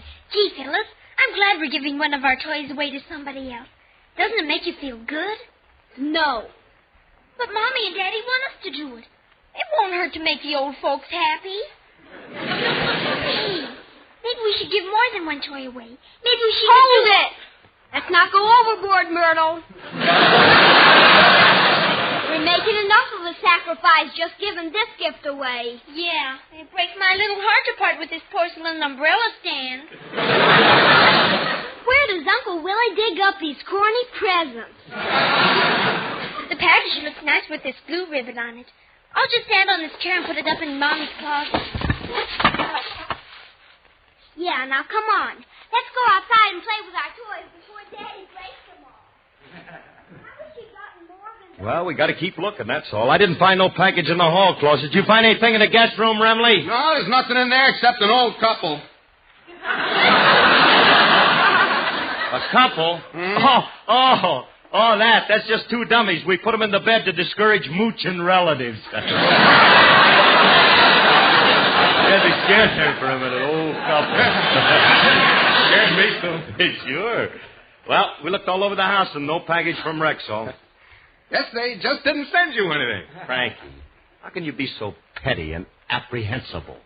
Hey, wait a minute. I haven't looked in Alice's closet yet. Come on. All right. Well, look, if Alice put it away, that'd be the most likely place. Oh, man, I hope it's in here. Hey, there it is. There it is. I knew they wouldn't forget me. Look up there, Revney. Look at it. And all tied up in a pretty blue ribbon. My present came in a much bigger box. Come on. Now, come on, help me. I'll hand it down to you. Okay. If this present costs more than mine, I'll kill myself. Here you are, Frankie. Come on. Now, handle it carefully. It might be breakable. Please, Curly, I know how to handle a package. Just give it to me. All right, I got it. Let go. Whoop! Oh, Remley, you dropped it. Well, Butterfingered old me. Listen to me, Frankie. You did that on purpose. Curly, your unwarranted accusation cuts me to the quick. Oh, Remley. Now I'll have to go through life with a cut quick. Wonder what's in here. Well, whatever it is, you smashed it to pieces. When Alice finds out about this, you're going to be in for Fellas, what happened? I heard a Oh, Phil, you found the present. Oh, I'm so anxious to see what it is. Don't stand there, Phil. Open it. Oh, no, we can't do that, honey. Well, why not? Well, it says don't open until Christmas. We have 364 days to wait. Give me that box. I'll open But, it. honey... I can't wait to see what's in it. Oh, I'm so excited. Oh, just what we needed. Tissue paper. Oh, what a lovely gift. You go down and write him a thank you letter, honey, and I'll... Oh, stop it. I haven't gotten to the present yet. I'll just reach in and get... Ouch! Ooh, there's something sharp in there. Oh, you better let me take it out for you. I just turned the box over and dumped...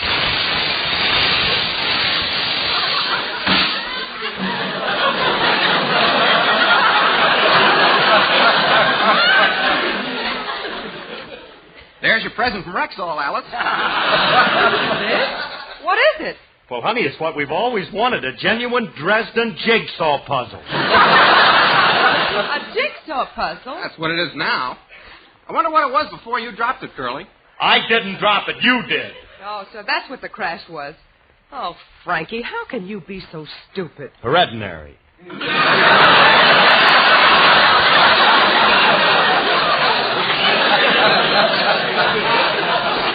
I was born that way.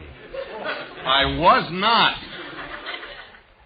Took years of study and self-denial. Oh, you two dead-end kids cause more trouble. Mr. Scott sends us a present, and you two go and break it before we even know what it is. Well, what are you getting excited about? It's probably something very cheap. No. Mr. Scott wouldn't send us anything cheap. It must have been an expensive vase or figurine or maybe even a Chinese urn. Hey, Curly, what's a Chinese urn? Beg pardon? I said, what's a Chinese urn?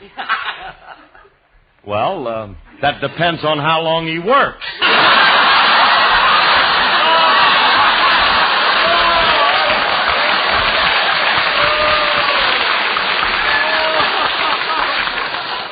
Hey, wait till I tell that one to Jackson. He'll move back to NBC.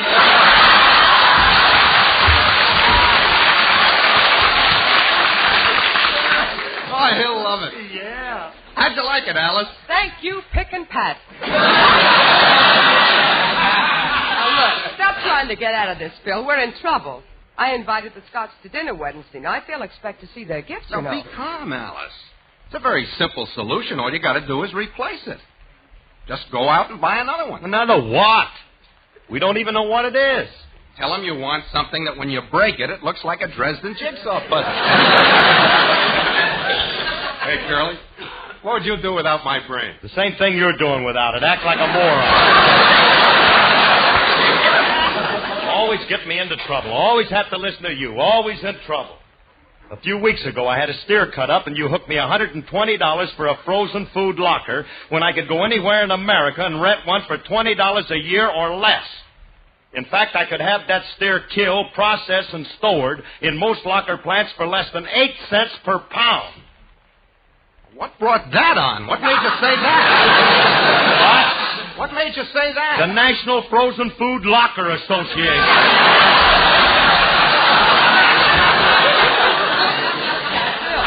Phil, never mind that. We have to find out what Mr. Scott sent us so we can replace it. Yeah, but how are we going to find out? Clyde Scott's the only one who knows what he sent. Hey. Huh? I know. What? I'll call him and thank him for his gift, and then I'll keep fishing around until I found out what he sent us. All right, Phil, but be subtle. Don't let him know that we don't know what he sent us. Leave it to me.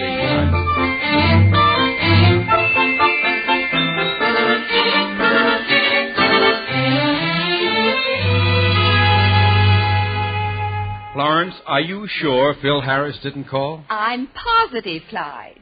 That ingrate. I sent him an expensive Christmas present, and he doesn't have the decency to call and thank me. I knew we should have hired Ozzie and Harriet for our program.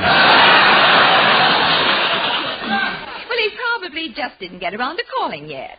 Besides, dear, you didn't call to thank him for the present he sent you. I should thank him for that. Fine present. A picture of himself. Of all the egotistical, conceited, self-centered... Now, control yourself, Clyde. I think his picture's rather cute. He's very attractive with his broad smile and gleaming white teeth. Attractive. It looks like sunrise over a picket fence. If you like his picture so much, why did you take it off the piano? I had to. The waves in his hair were making me seasick. Well, his face wasn't doing me any good either. Maybe they didn't like the gifts you sent them. Well, how could they help liking them?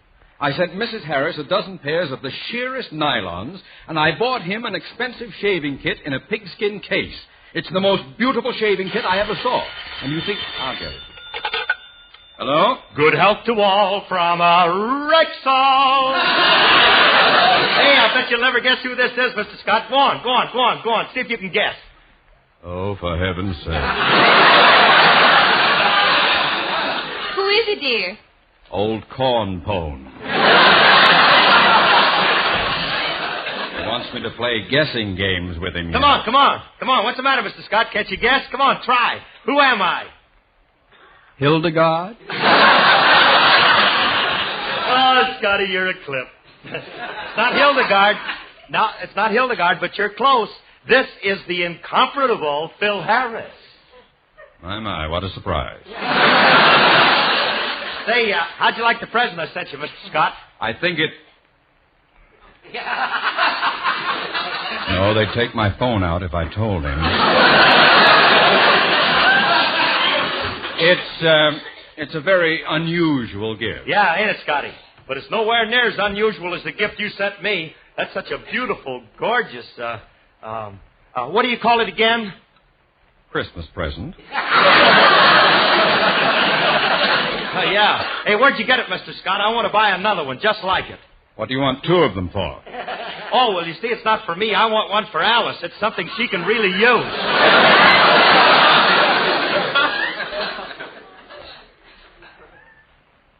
Yes.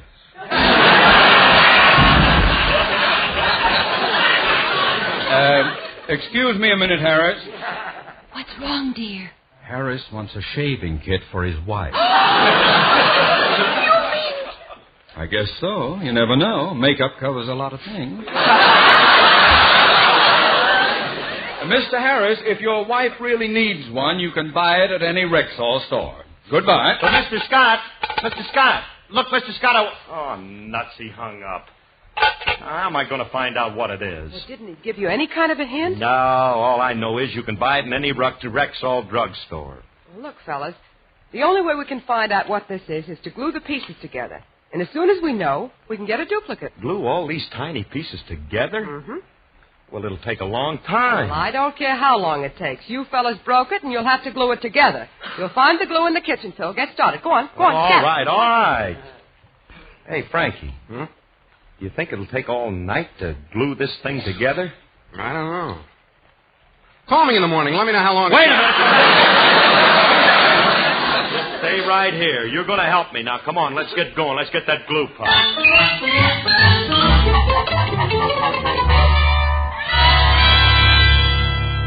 Hey, Curly, it's almost midnight. We've been at this thing for 4 hours. What a messy job. Glue all over everything. Yeah, but we're doing all right, Franklin. Hey, we got this thing almost finished. Yeah? You know, it's starting to look like it might be a vase or something. Well, how much longer do we have to hold this thing together? My arms are getting tired. Well, look at the glue. It looks hard now. Go ahead, you can let go to your side. Well, thank goodness. I'm...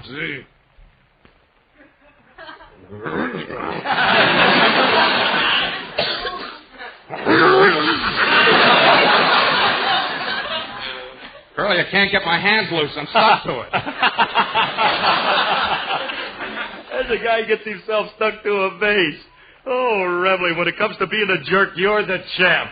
All right, stop laughing. Let go of your side and help me. Okay,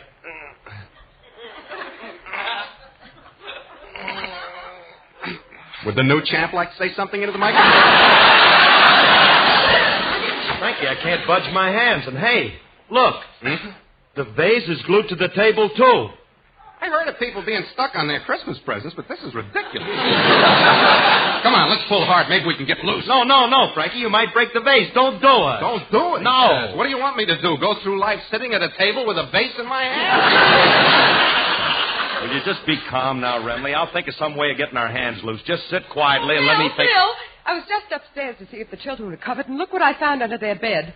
It's our present from Rexall. Honey, please don't bother me now. You found our present from Rexall? Well, if that's the present from Rexall, what's this thing Frankie and me have been working on half of the night? Let me see. Oh, Phil. Phil, don't you recognize that? That's the porcelain umbrella stand that William gave the children. Porcelain umbrella stand? Oh, no. Well, boys, now that you know what it is, you can stop working on it. I'm going to sleep, Phil. You'd better go to bed, too. Good night, Frankie. Good night.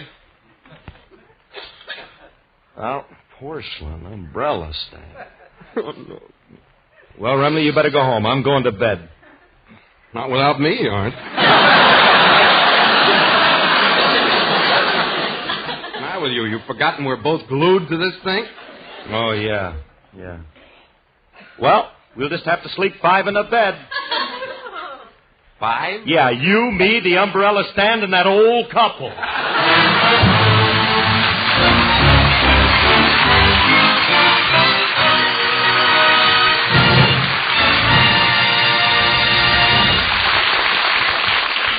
Alice and Phil will be back in just a moment. Right now, here's a conversation that could have taken place in almost any home today. You know, Mary, with all the tummy aches and headaches the family's apt to get during the holidays, I'm glad I've got some good, reliable drug products in the medicine cabinet. Gee, Nancy, how do you decide which brand to buy? That's easy. I use Rexall. Why? Well, our family druggist first recommended Rexall, and I asked him the same thing. He told me... Ma'am, we'd be here till closing time if I tried to tell you all the reasons, but here's just one. Every one of the 2,000 or more drug products made by the Rexall Drug Company undergoes 5 basic quality checks before and during their manufacture. And during some of these 5 basic checks, as many as 10 separate tests are made. And this goes on and on from the time the raw material is received until the final product is packaged, labeled, and sent to our stores. That's one reason why we independent Rexall druggists tell you can depend on any drug product that bears the name Rexall. Say, where do I find these products? Only at Rexall drugstores. Just look for the orange and blue Rexall sign in the window. Good health to all from Rexall.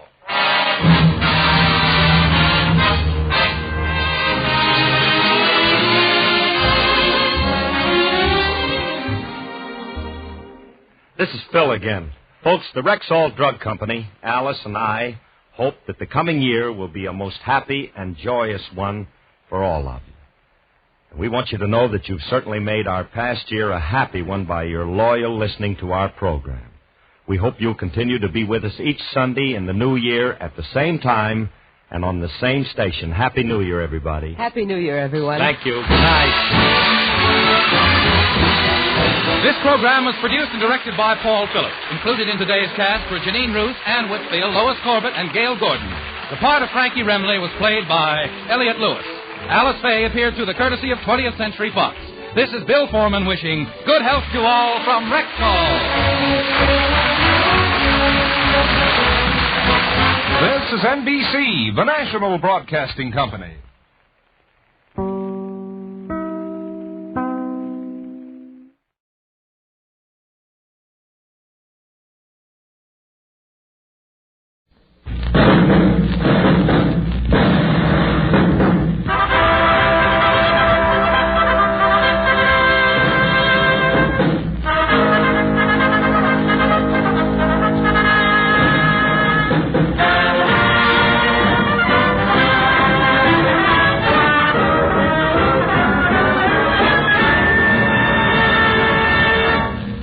Performance USA, the greatest entertainers in America as requested by you, the servicemen and women of the United States Armed Forces throughout the world.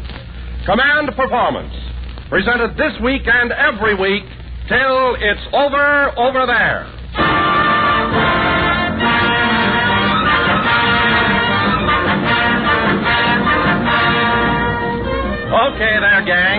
Time to rustle the rump around the rostrum and reel in some ribald raucuses in answer to your request to Command Performance, Armed Forces Radio, Los Angeles, USA. Incidentally, this month marks the 5,000th hour of broadcasting from the AES at Tehran in the Persian Gulf Command.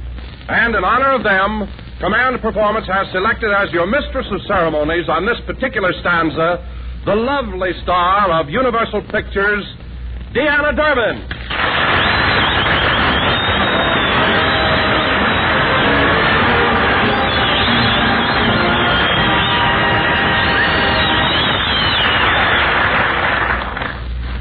Thank you, Don Wilson, and hi, fellas. Pardon me, Deanna. What is it, Don? Well, Deanna, I hate to bother you, but something has just come up, and I think you ought to know about it. Really? Yes, you know, Jack Benny's on the program tonight. Yes, but not till later in the show. Well, he didn't understand it that way. You see, he's been a master of ceremonies so long, he assumed he was going to run things tonight. Oh. Well, where's Jack now? Well, he's backstage mumbling to himself and writing down with Deanna Durbin on all the dressing room doors.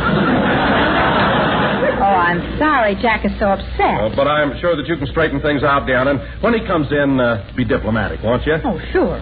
Here he comes now. I must be tactful. Yes. Gentlemen of the AEF, meet the great comedian who has entertained you in person in almost every theater of operations, Jack Benny.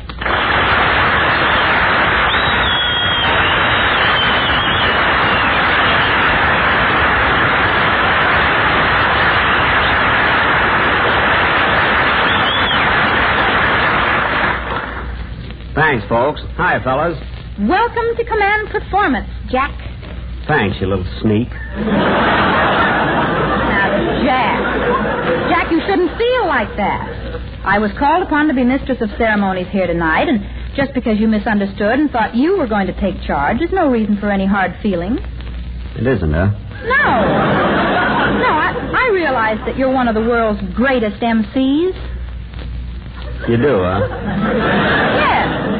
And I also realize that you've just returned from an extensive tour of our bases in the South Pacific. And they loved me in New Guinea. Well, I understand that they loved you everywhere. But I should think that after a trip like that and with all that work, you must be awfully tired. Oh, I am. I'm exhausted. Then why don't you go over in the corner and sit down? Now, just a minute. I'm not that weak, young lady. Besides, if you think I came all the way down here just to sit in the corner, you've got another thing coming. Tell you, I don't know what's happening to all the young girls nowadays. Well, naturally, you don't get around them much. Now, listen, Deanna, topping me will get you nowhere. If you want to be mistress of ceremonies, run the show. It's all yours, Miss Durbin. Thank you, Mr. Benny. As you know, on these command performances, we aim to answer all the mail that comes our way. One of the names we come across over and over again is Martha Tilton. And since her recent tour to the South Pacific, that mail has really piled up. So now... You see, the mail has really piled up. I mean, there's no cleverness there. Jack, please. You need vaudeville training to introduce people right. All right, Jack. I'm willing to learn. How would you make the introduction? Well, I'd try to use a little ingenuity. I'd say something like, a funny thing happened to me on the way to the studio.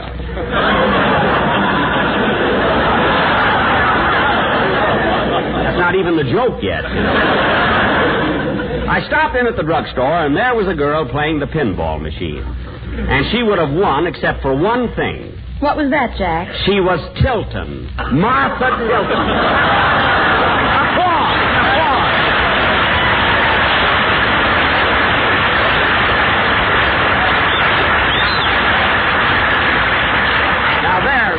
There's an introduction. Don't you think so, Deanna? Well, you could never throw your brain out of joint thinking of it, but it was all right. I thought it was dynamite. How about you, Martha? Well... Now, there's a girl who knows. Gee, Martha, you're looking swell. Well, thanks, Jack. You know, I haven't seen you since we both got back from the South Pacific. What's the good word? It's still no.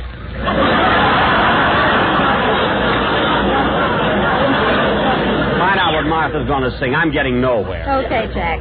What's for the boys, Martha? Lots of requests for I Walk Alone, Deanna.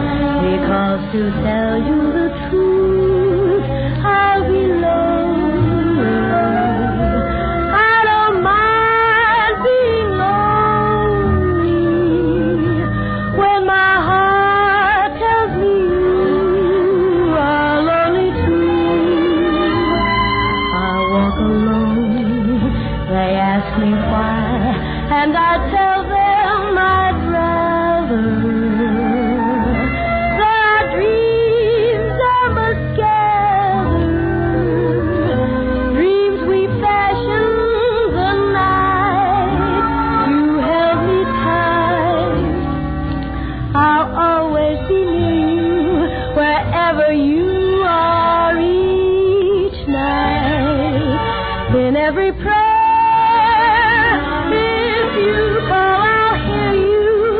No matter how far, just close your eyes, and I'll be there. Please walk alone and send your love and your kisses to guide me. Till you're walking beside me, I'll walk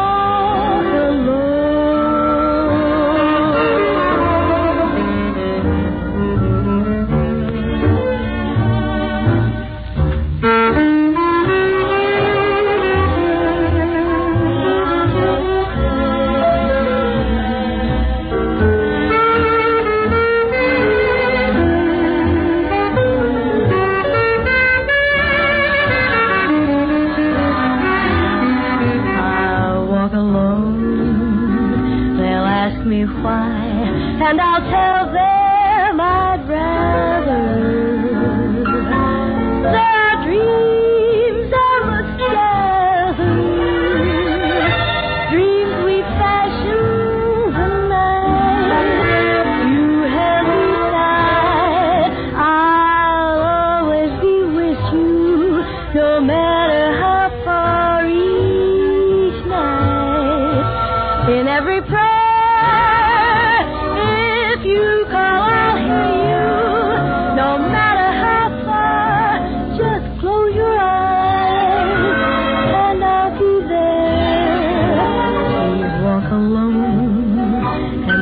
your love and your kisses to guide me till you're walking beside me. I'll walk alone. I'll walk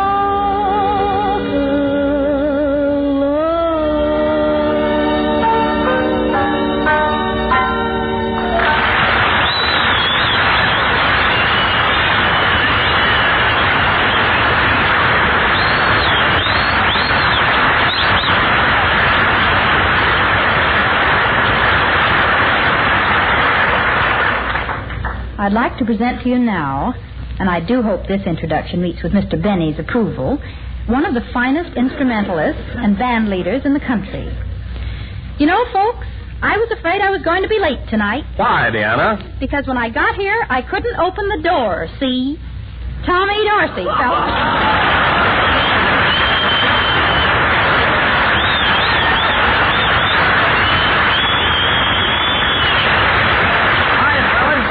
Thanks, Deanna. Tommy, I'd like to explain that introduction. You see, it comes from the Jack Benny School of Comedy. Jack Benny? I remember him. He used to be a very funny guy. I'm still funny, Junior. Oh, hello, Jack. What are you doing here? Up to now, nothing. What are you doing here, Tommy? Oh, I'm going to take some and leave some with the boys. That's right. The fellows overseas have sent in lots of requests for an all-American jam session. Good idea. So we've invited the best in the West to beat it out. In addition to Tommy Dorsey, we have Count Basie at the piano, Buddy Rich at the drums, Illinois Jack Cat on the tenor sax, Lionel Hampton on the vibes, Artie Shaw on the clarinet, Sergeant Ed McKinney on the bass, Sergeant Ziggy Elman on the trumpet, and Les Paul on the guitar. Come on, boys, let's go.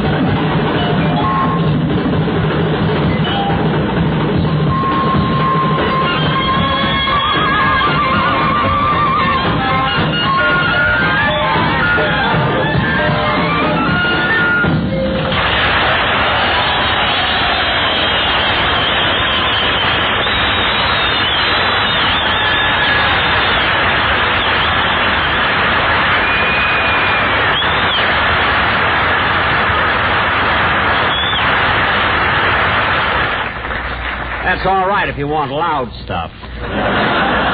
Fellas, let's give Ida sweet as apple cider.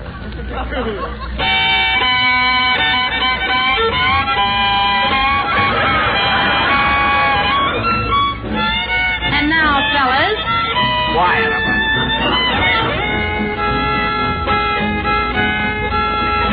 Get this. Boy, am I hot. I got it, haven't I? I don't know where to put it.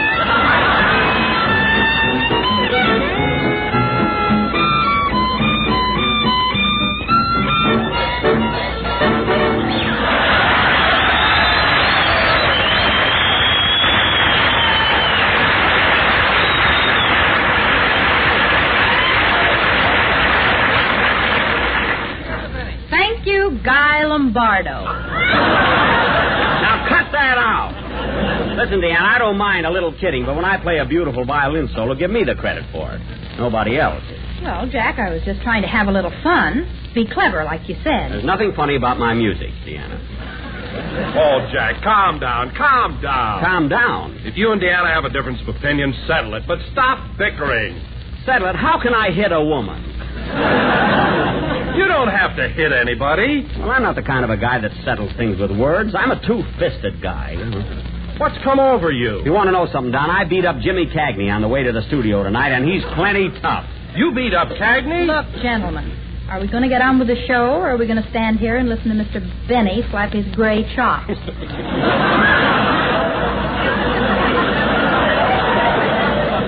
Oh, if you were only Cagney.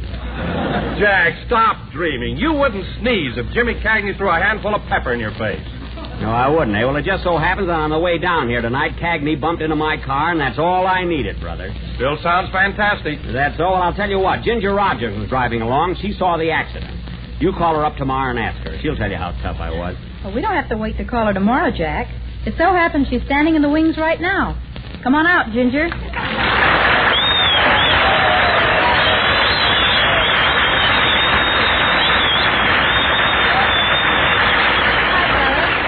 Hello, Deanna. Hello, Ginger. Trouble with this show, everybody's on it.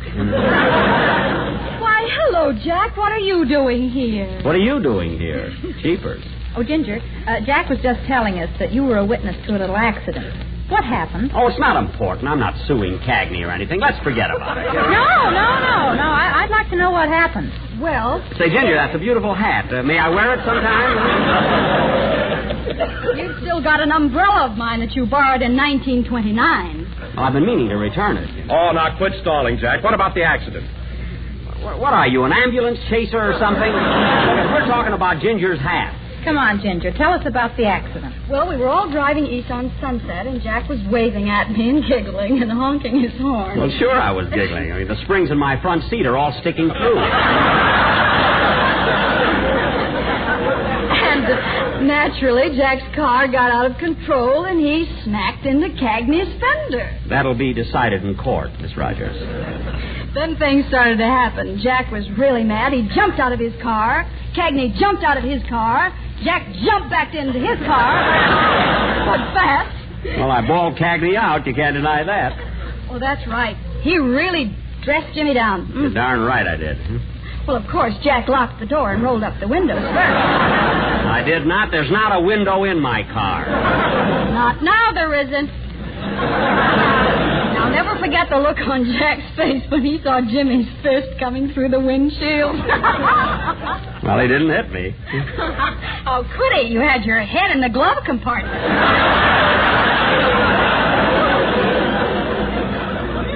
I was looking for my tear gas fountain pen. Lucky for Cagney, I didn't find it. Believe me, if he ever opens his mouth to me again, I'll fix his wagon. You will, huh? Yes. Well, Jack, what would you say if I told you that right now Jimmy Cagney was standing right in back of you? Well, that's just... Yikes! Jimmy Cagney, fellas.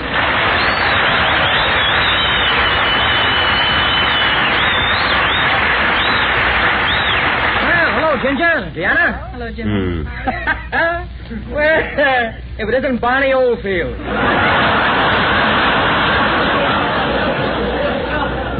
I know someplace I've got a laugh here. I don't know where it is. Listen, don't try to laugh it off, Cagney. You scratch my fender, it's going to cost you about $300 to have it touched up. Who's doing the painting for you, Rembrandt? That happens to be his name, Morty Rembrandt. 1820 Temple Street. Open evenings. I'll have Morty send you the bill. Look, Jack, you better drop the whole thing, or I'll start an action against you to collect for the damage to my car. You'll have some job getting anything out of me, brother. I'll get some dough out of you if I have to dig up your whole front yard. You can dig all you want, but if you haven't got the map, you're a dead duck. Besides, Cagney, I've got a witness. She saw the whole thing, Ginger Rogers. Why, I couldn't testify for you, Jack. After all, you bumped into Jimsy. Jimsy? Jimsy? I can see where I stand here. Well, I think Ginger's being very fair. Fair meaning she's not a brunette. Listen, Ginger, you can look at this accident any way you want to. Look, Jack, you're acting like a little boy. Yep, an old, broken-down little boy. Jack, once and for all, let's drop the whole thing, or you're going to pay for my fender. Oh, I am, eh? Well, I can see there's only one way out. We'll settle this man to man. Do you fight? Quite a bit. What else do you do? I dance. Well, let's dance and settle this. I hate to break up these beautiful hostilities, but we've got to get back to command performance. There's a letter here addressed to Jimmy Cagney from the Brooklyn gang at APO 885. It seems that Gowanus Gus, Flatbush Flanagan, Demi-Tass McGuire of Borough Hall, Left Field Louie from Ebbets Field, and Sandflea Phil from Coney Island have a special request. What is it, Deanna? Well, they say they haven't had a chance to see you in pictures lately, but they sure remember some of those tough guy parts you used to do. So they want you to pick somebody on command performance tonight and punch them in the jaw.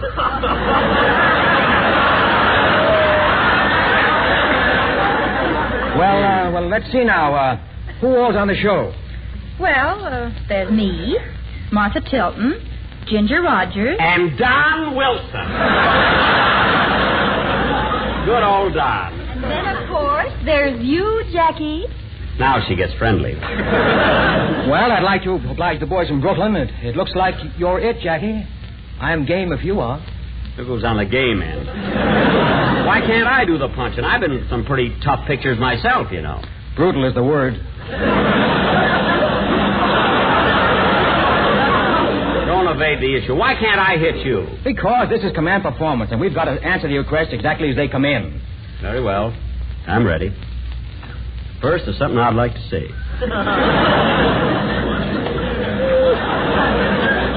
Gentlemen, I regret I have but one jaw to give to my country. Also, that you ever took your head out of that glove compartment. Please, Ginger, there's no time for levity. Go ahead, Jimmy, and remember, I'm not a kid anymore. Well, here goes. No, can't do it. I can't do it. Come on, you coward. Come on. Okay. Ow! Ow! Thank you, Jimmy Cagney. And will the gentleman who caught Mr. Benny's toupee kindly return it to the stage? Jack, are you all right? No, I'm not all right. You were supposed to fake that punch, Cagney, and you really let me have it. Now it's my turn, brother. Oh, take it easy, Jack. Take it easy. Take it easy, nothing. Put up your dukes. Now take that. And will the gentleman who caught Mr. Benny kindly return him to the stage?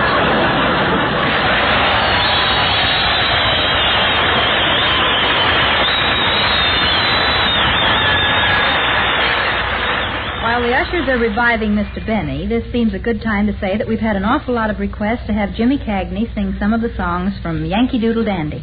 How about it, James?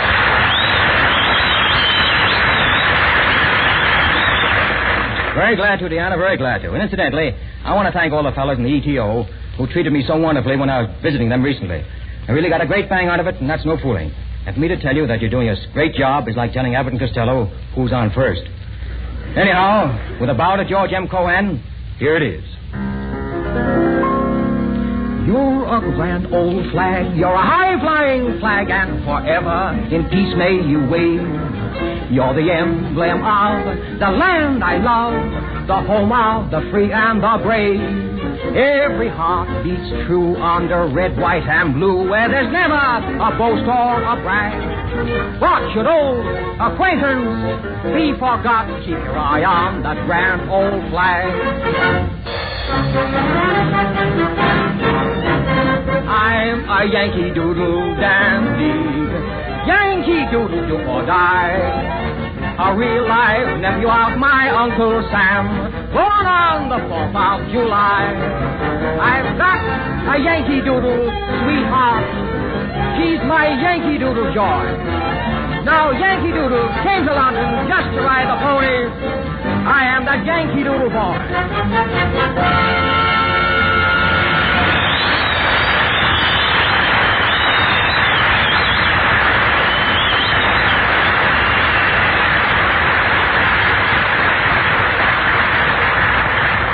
Well, gang, that kind of wraps up another bundle of whatever you want to call it. Incidentally, we'd like to hear from you if you have any extra special people or things you'd like to hear. We got that note from you guys down at the Atterbury Hotel in downtown Guadalcanal.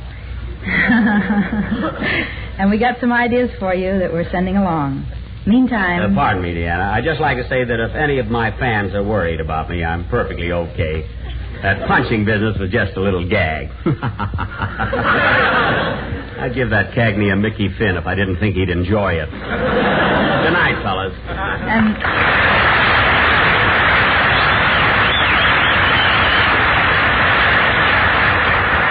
And this is Deanna Durbin saying, the best of the best from the USA.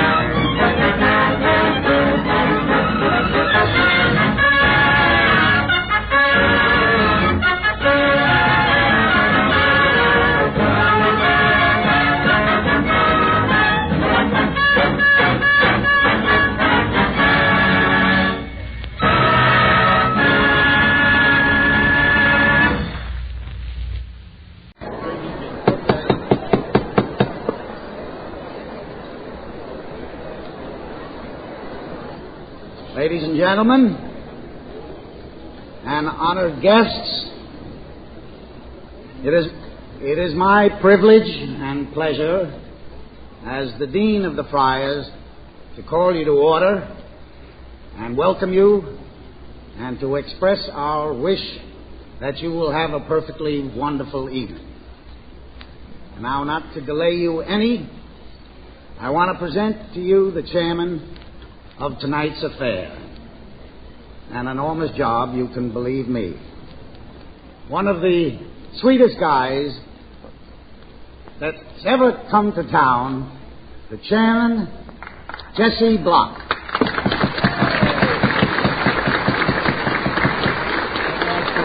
Okay. Thank you very much. Thank you. As chairman of this affair sponsored by the Friars Club, it's a pleasure to welcome you. That's 2 welcomes you got. It's gratifying to see so many people gathered at this dinner to pay tribute to our guest of honor. Few men in or out of show business have so completely captured the American imagination as Jack Benny.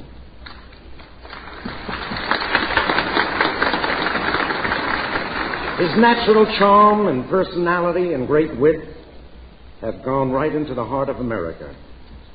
And I'm proud to have been a participant in commemorating Jack's 20th year in radio.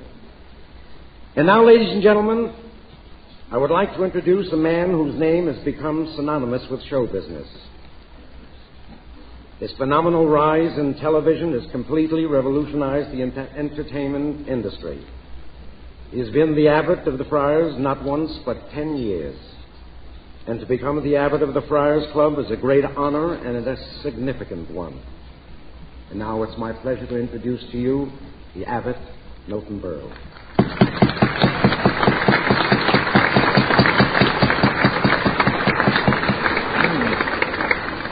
Thank you, Prior.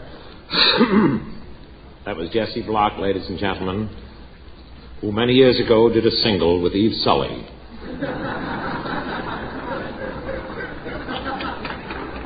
And we will have no lights on the punchlines.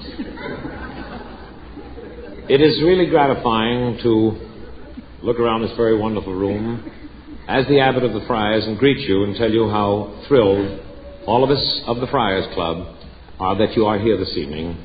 So many distinguished guests for such a very well-loved guy as our dear Jack. Really, this is the biggest crowd I've ever seen. I'm not kidding. This looks like the Yankee Stadium with mink faces here tonight.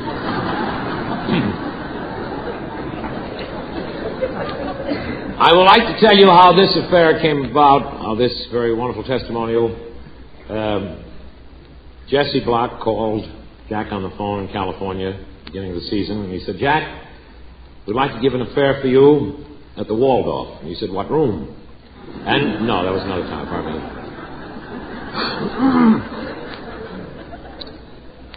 There are so many very wonderful comedians on the dais here tonight. They're going to tell some very, very funny things that you will hear again Tuesday night. That I don't... But I want you to know that I'm very thrilled that I am the first speaker as the abbot. I think it's very, very gratifying and thrilling that I'm the first speaker to get up to apologize for Jack's 20 years in radio. 20 years in radio. That's like doing one television show. But I don't know how old Jack is, but I heard that he's the first one that ever had a birthday printed by Mick Kenny.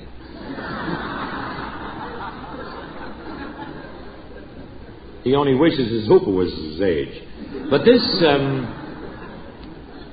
is really a very, very great thrill for me, ladies and gentlemen. I want you to know, as I look around the room tonight, and it isn't very easy, that I must make an apology for the management here at the Waldorf. If you do see the room a little bare, there's some fixtures missing. Elizabeth Taylor took them during the settlement, you see.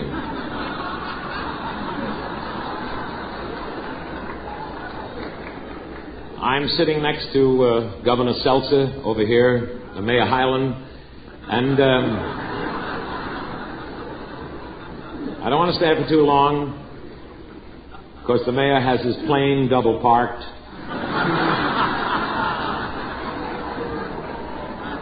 I hear that he may run for mayor of Chicago so he can live in New York.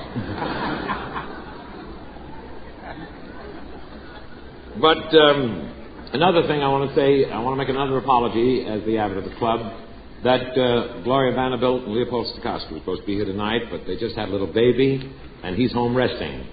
So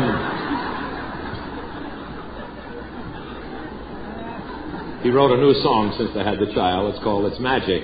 And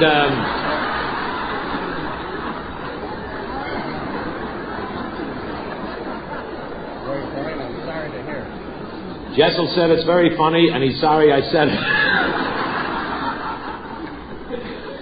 All right, George, you keep punching, you'll hit yourself. I do want you to know this becomes the very appropriate time, ladies and gentlemen, for me to introduce to you your favorite Toastmaster. Burl introducing Jessel is like Winchell giving an orchid to Sullivan. We love each other, George and I. We do have our tiffs and our tuffles, but we do get along. And tonight, ladies and gentlemen, of course, I must say something about our Toastmaster. These past years, he has been with 20th Century Fox making pictures, and he's made a fortune for MGM. He has appeared and spoken at so many dinners. He does not use Vaseline on his hair anymore. He uses chicken fat. But he's very happy this evening, our Toastmaster, because he became a proud uncle Xanax polo ponies had a baby. And so without further ado, it is with a great deal of pride and pleasure that I present to you, and I must add this, ladies and gentlemen, it's an old saying, and if it's an old saying, Burl has said it, that this guy is a workhorse. This past month, he has done 24 consecutive testimonials and spoken at 24 dinners. 4 of them were for him. So, without further ado, it's my pleasure to introduce to you the Toastmaster General of the United States, George Jetzel, ladies and gentlemen.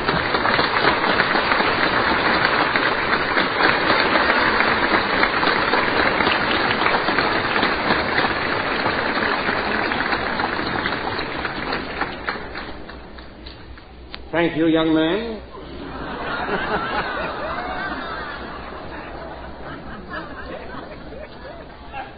The Abbot of the Friars, His Honor the Chief Magistrate of the City of New York, His Excellency the Governor of Illinois, in whose state this uneventful incident began,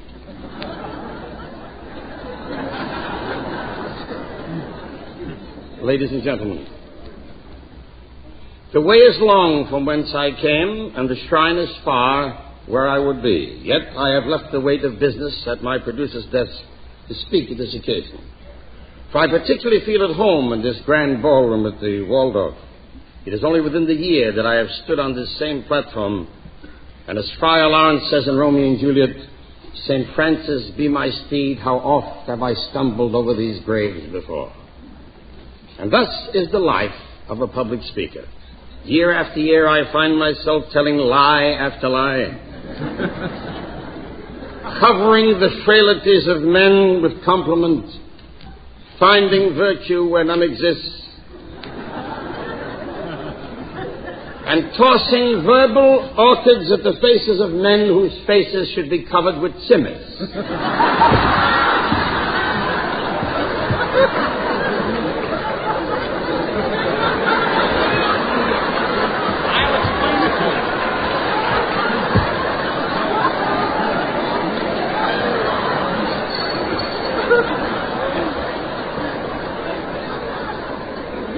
And this year, working in the southern state of California, I have functioned at every known affair that was given. I have run the gamut. I have spoken at the launching of a destroyer in the harbor of San Pedro to a bris milah in Glendale.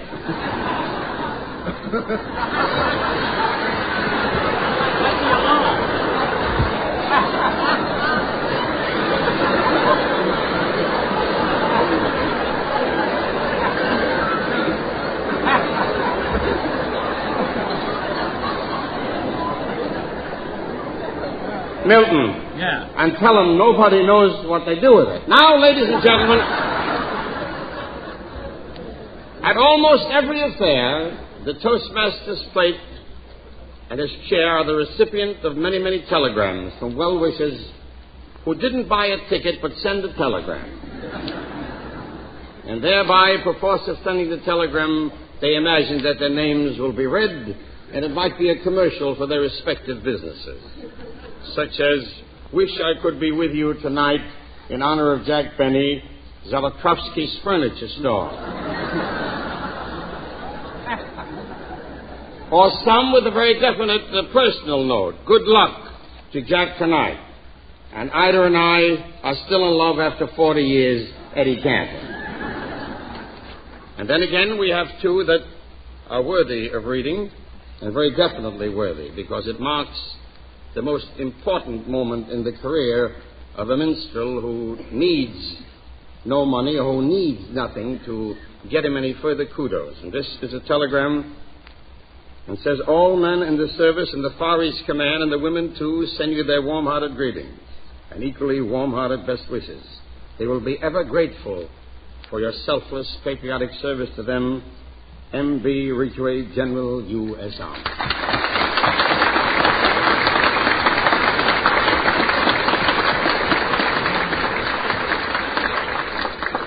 And the other from a man who is sometimes challenged because he doesn't send telegrams but writes letters.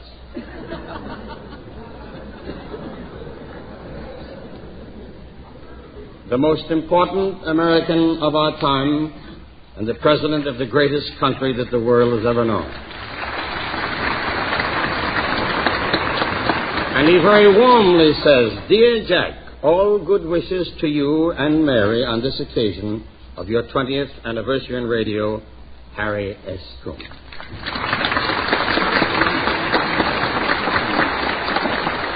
And so with all this evening is indeed one to remember and a memory to conjure with. I used also this phrase, "at the battleship and the Bismillah."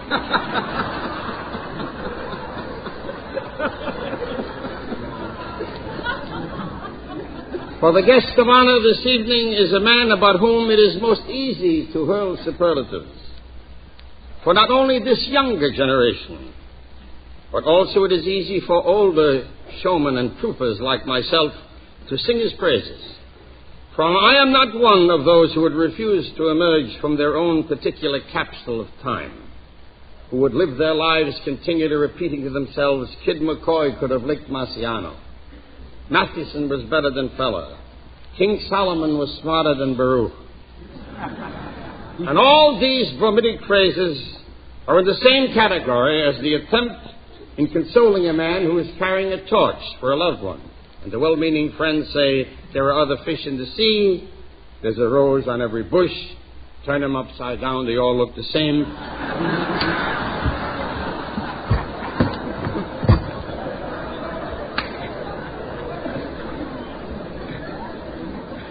Also, there are the older men who live in the past and stay married to a lavender yesterday, who believe that there is only charm in that which can never return. No, I believe that Jack Benny would have held his own at any time in the history of the American theater. I don't say that he might have been mentioned in the same milieu or the same aura as Richard Mansfield, Henry Irving, or E.H. Sothern. I don't say that he would have been talked about in the same way as we talked of Warfield, Sam Bernard, Hitchcock, Eddie Foy. I don't think that people would have put him in the same class as Tinney or Fields or Joe Cawthon. But I think he would have held his own with Harry Zup Welch, Smiling Betty Watson, or Lou, "Wow, here comes a woman" Fink.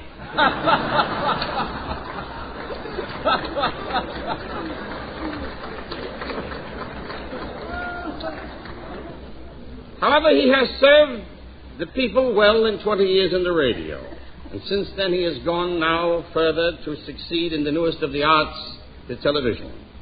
And we find ourselves under these most happy circumstances breaking bread in his honor. I will pause for this guest.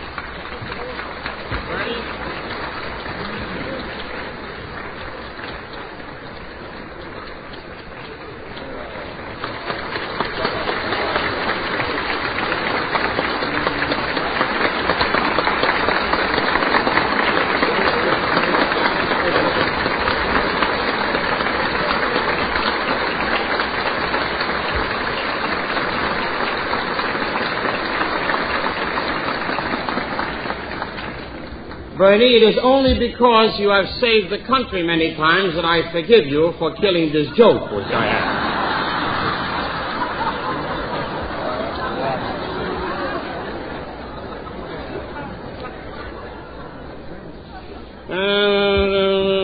Nothing. All right. Therefore...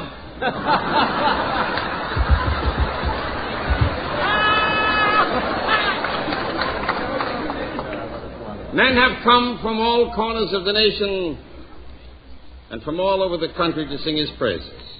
Groups of distinguished gentlemen to applaud him and toast him for the past and continue to applaud him for the future.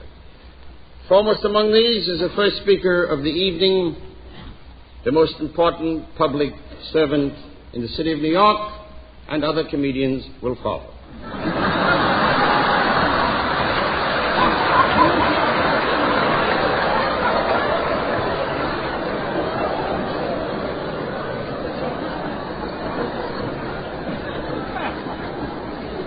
This is only in the order of the evening, Mr. Mayor. I have had the privilege and the honor to know the present Chief Magistrate of the city before this evening, and echoing the sentiments of the majority of New Yorkers, I can rightly sing his praises. He has kept his promises, and this is a strange thing in the world of politics. For the promises of men in politics are likened to the robes of the mythical princess Penelope in Greek mythology, of whom it is said her robes were woven in the morning and unraveled at night. This is a line from David and Bathsheba, which I did.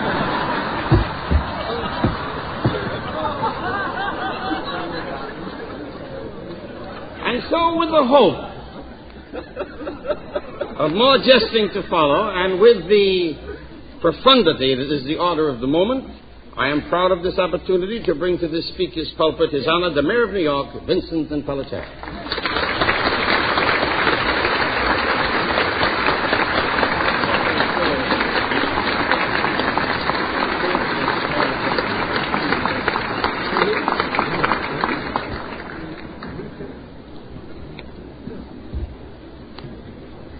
Toastmaster, our guest of honor, Jack Benny, ladies and gentlemen, now that you've made a Simus out of the whole thing,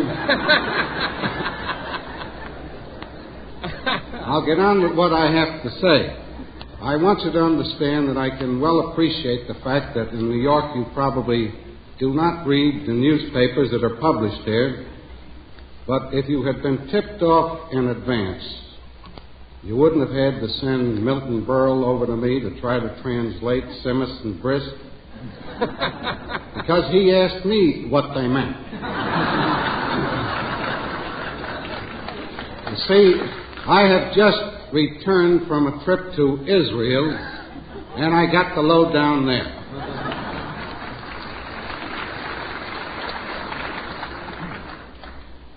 I'm very happy indeed to join with so many nice people at this Friars Club dinner, celebrating Jack Benny's 20th year in radio, and as your chairman, Jesse Block, confidentially informed me before the dinner started, also celebrates Jack's 39th birthday. For a man of such tender years, Jack has compiled a most noteworthy record of accomplishment, not only in radio, but in the theater, and most recently in television.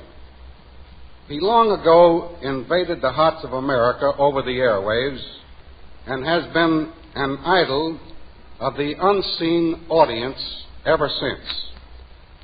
I personally remember how much I was impressed the very first time I listened to his program as a very young boy in short pants.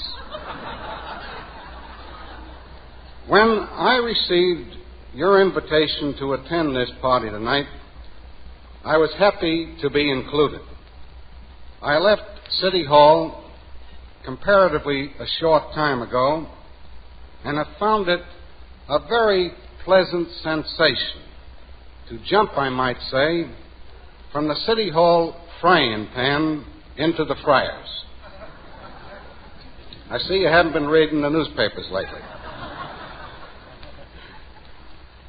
On an occasion such as this, which not only honors a great personality, but also supports such a very worthy cause, it is very gratifying to see such a tremendous and influential turnout. I understand that the proceeds of this affair go into the welfare fund of the Friars. It is good to know that for a change, the money from a benefit is going to help the needy members of the theatrical profession. Usually, it is the other way around. Time and time again, actors giving of their time and talents for the benefit of others.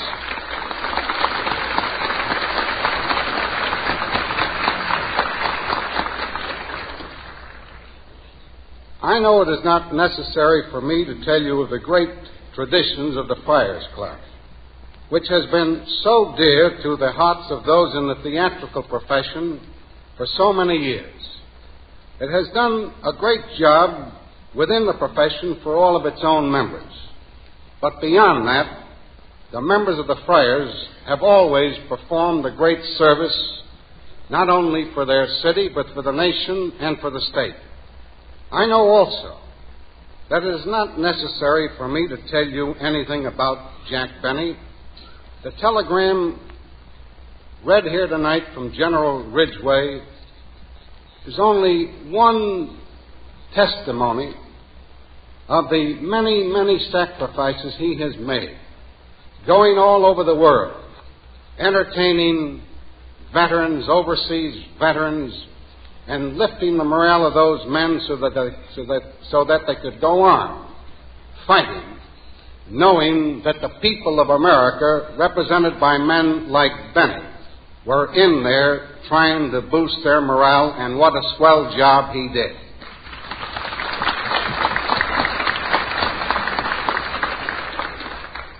His influence has been felt universally. Back in 1932, he made his debut in broadcasting in the difficult touch-and-go early days of radio. Vaudeville was going out at that time. Big-time radio was coming in, and Jack Benny came in with it in big-time fashion. And now television is coming along, and Jack is giving it a great big assist. Jack Benny was a sensation from the start, and he has remained at the very top ever since. We all know that in private life, Jack is the exact opposite of the penurious, protesting character he plays on the air. His familiar manner and friendliness have made him one of the most popular figures in Hollywood, and I am certain that his popularity is of equal measure right here in the city of New York and wherever else he travels.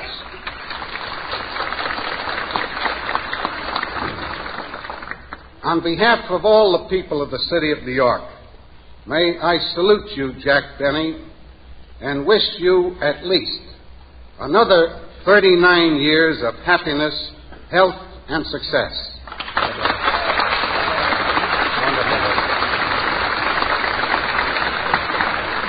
The next speaker is one of the two great presidents and heads of the world's foremost broadcasting systems. There are some men who are to the amusement world born. There are others who should never have been born at all. But it seems to me that this handsome young man, who is actually much younger than the guest of honor, lies about, has gone further in the shortest space of time of almost anybody that I know. His entree into the radio world comes in a very direct way, as it actually stems from the theater. In the long ago, his beloved father and grandfather lived in Philadelphia and were inveterate theater-goers. They never guessed that years later their son and grandson would provide entertainment for nothing. They happily paid for their seats at the Chestnut Street Opera House in Philadelphia. And they were particularly intrigued by a play called Mrs. Wiggs of the Cabbage Patch.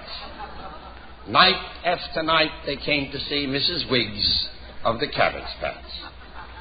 And after watching and being emotionally stirred by the scene in which Mrs. Wiggs gently picks the cabbage, they decided to manufacture the cigar La Polina.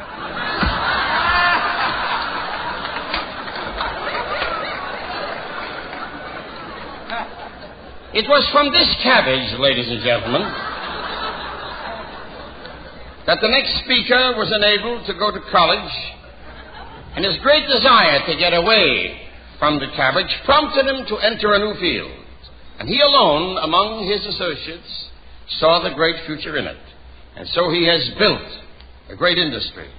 And because of his personal contribution, his integrity, and his warm personality, even NBC, spelled backwards, comes out Columbia Broadcasting System.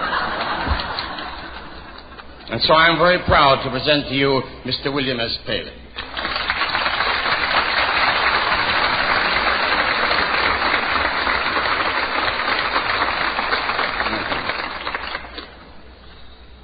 Mr. Toastmaster, honored guest, Mr. Mayor, avid borough, ladies and gentlemen, I must admit at the outset that I'm rather unnerved.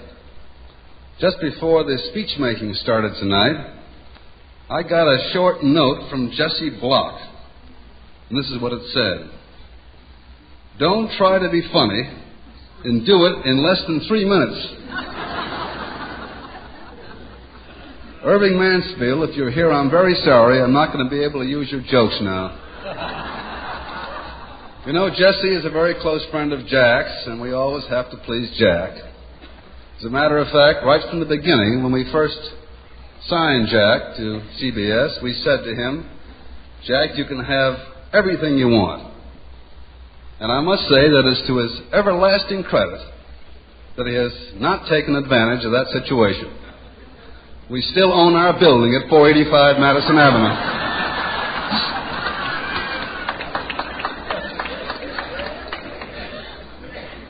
Seriously, though, I'm very happy to have this opportunity to say a few words about our honored guest. As we all know, Jack has many sides. For one thing, he's the darling of Mr. Nielsen and Mr. Hooper and all of the other rating service personalities. They will tell us, I'm sure, that during any given month, Jack Benny is heard by more people than have ever voted for any president of the United States.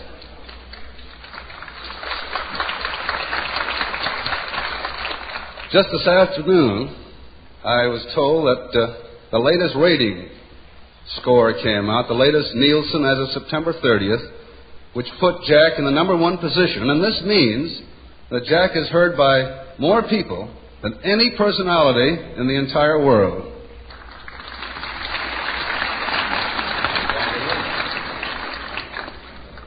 And there, again, is Jack, who is the man of the listener, the man, woman, or child who every Sunday afternoon can lean back and get that wonderful, comfortable, warm glow from hearing the laughter that comes as a result of the foibles of an old friend. I have the feeling that by now Jack has made his imprint on the character of America. He certainly must have made some contribution to make it possible for us to laugh at ourselves more easily and to put our difficulties and our deficiencies in a better perspective. On the other hand, we have a Jack who is the trooper going to all parts of the world to play for our soldiers overseas. And he's always on the go to sell defense bonds or to work for the Red Cross, March of Dimes, never saying no to any cause that is worthwhile. As thrifty as Jack seems to be on the air, he is always unsparing in his efforts to do his very best for his country or any other cause that comes along.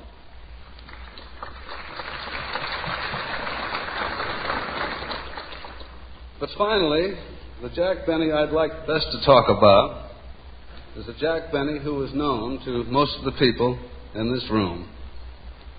He is the one who, as we all know, is a wonderful friend and one of the most generous and warmest guys alive. I don't know whether you've noticed it or not, but when he speaks of his fellow performers, it's always in the most attractive and complimentary manner. He's always telling you what a great guy so-and-so is and what a great performer he is. Here he is at the very top of his profession. And believe me, there's no better audience in the world for any other performer. George Burns, for instance, only has to say, I was walking down the street, and this guy is down on the sides saying, please stop. George Jessel only has to open his mouth, and you can hear Jack's yawps about 4 blocks away. And these are not exaggerations. I've actually seen them happen time and time again. But ladies and gentlemen, every time I have used the name or have spoken the name Jack Benny, I hope you have heard the echo, Mary Livingston.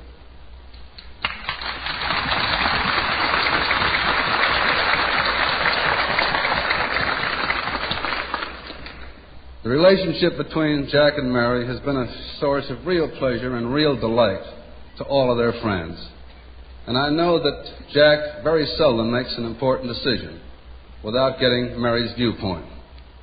As a matter of fact, her viewpoint is so good, and I know this from experience, that I feel pretty sure that hadn't Mary become Mrs. Jack Benny, she'd certainly be running the May Company today. And better still, you know, if that hadn't happened, I think our genial and very attractive Toastmaster would be saying yes, sir, to Miss Livingston instead of to Darrell Zanuck. But, Jack, I want you to know that we at CBS are understandingly very proud of you. Very seldom does any effort maintain a high degree of quality over a period of 20 years. And yet in you, the American listener has found a performer whose characterization, whose taste and standard of humor has endured at a very high level for all of this time. And finally, Jack, I want to say that I have come to value most highly the wonderful friendship that has developed between us. I have for you the highest affection and admiration, and I hope our warm relationship lasts forever. Thank you.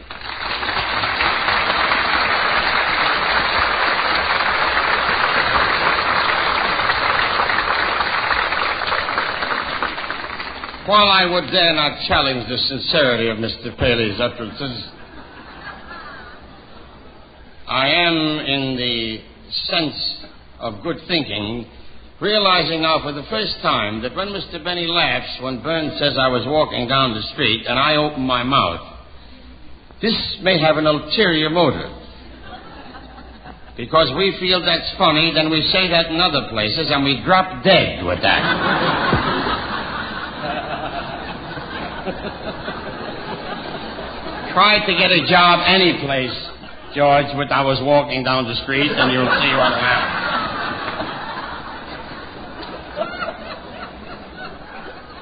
The next speaker, ladies and gentlemen, is an old and beloved friend of both mine, the guest of honors, and the American public. And regardless of any contrived feuds that he might have had with the guest of honor, these, my friends, are the stunts of a smart press agent. This is an interesting and a strange man. Because of his great wit and his personal goodness and whatever idiosyncrasies he is said to have, he can have them because his genius overshadows them. He began his career in a most romantic way in the theater. He was a little boy in Boston, and he acted in the mob scene of a play called Kismet, the Arabic word for fate. And the principal character of this play is a man called Hajj, a beggar and a juggler. And the symbolic impact of this character in the play is the fact that the juggler practically says we are all pawns in the hand of fate, who keep the balls leaping willy-nilly without knowing or caring which one shall fall to the ground. And I'm sure that this philosophy of Hajj, the beggar, in the play Kismet, had his effect on this little boy who will soon speak to you, now grown to full manhood. For after seeing this play, he immediately set upon a career as a juggler in the vaudeville business. His name was not the one that we know him by now. His right name was John Sullivan. But this evidently sounded too Jewish, so he changed it.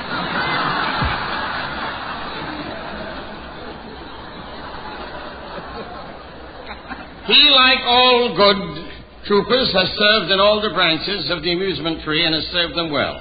I never believed this feud between he and Jack, because why should they be on bad terms? Economically, they are practically both the same. It couldn't have been a fight about sex, because the only reference to sex that he ever had on his program was when Howdy Bub said, "I got a cow with a big tail."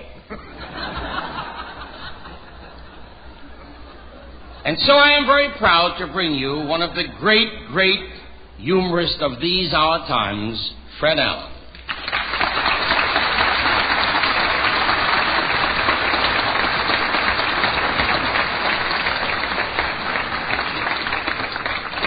thank you very much. I can't possibly live up to all that Georgie has said. I'll try to live up to a fragment of it and meet you by appointment some other time to live up to the rest of it. But I hope you don't mind me putting these on. I have so much aspic in my blood, I have to keep my eyes under glass. But I hate to wear them in public. I'm always being mistaken for Russell Knight, which is quite embarrassing. But, ladies and gentlemen, I didn't think I would be able to appear here tonight. There was a rumor that there were two people in the audience whose names were in red channels. And for that reason, we thought the actors might have to walk out for a change. But I am happy to be here, and I think we all should be happy to be here. Because back when the world began in the Garden of Eden, if Adam had been a chorus boy, there would have been no human race.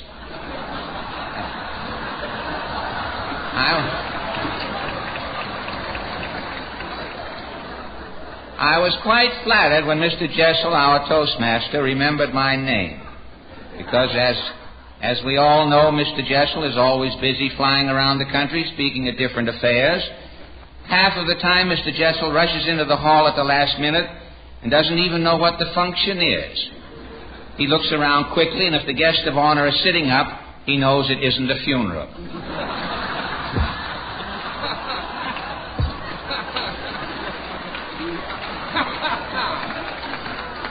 Tonight, of course, the guest is sitting up.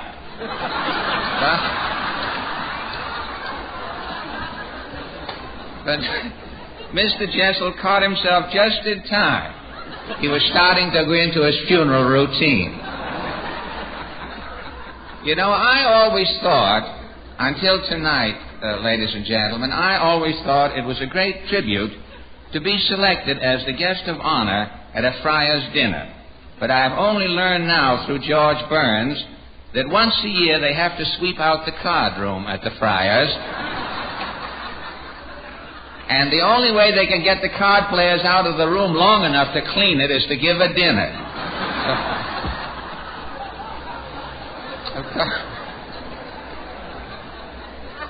Of course, I must say that I was insane to come here tonight. The main dinner course is steak, and today is Friday. Fortunately, there is a man from Lindy's in back of the dais who is bootlegging sturgeons to Catholics there.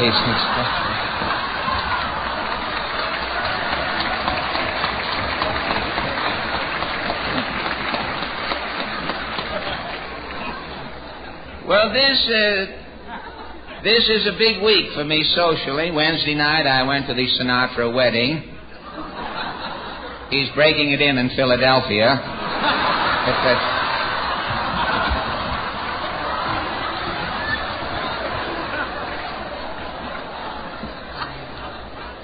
If the marriage turns out okay, he'll probably bring it into New York later in the season. But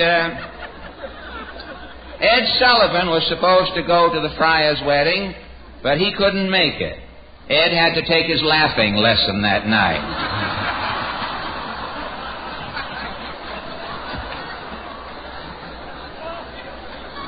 It is customary, I know, for a speaker to make a few flattering remarks about the guest of honor. Now, you've heard the mayor, and you've heard Georgie and Mr. Paley speak so flatteringly of Jack, but there is another side of Jack. He is not one-sided, as he may seem to you now. He's not like the buildings and the sets in Hollywood where you go around behind him and there's nothing there. But he does. I know him from the performer side for many years. I first met Mr. Benny many years ago in vaudeville. I was playing Centralia, Illinois, the big house. And Mr. Benny was appearing at a small theater in a suburb of Centralia. The theater was so far back in the woods, the manager was a bear.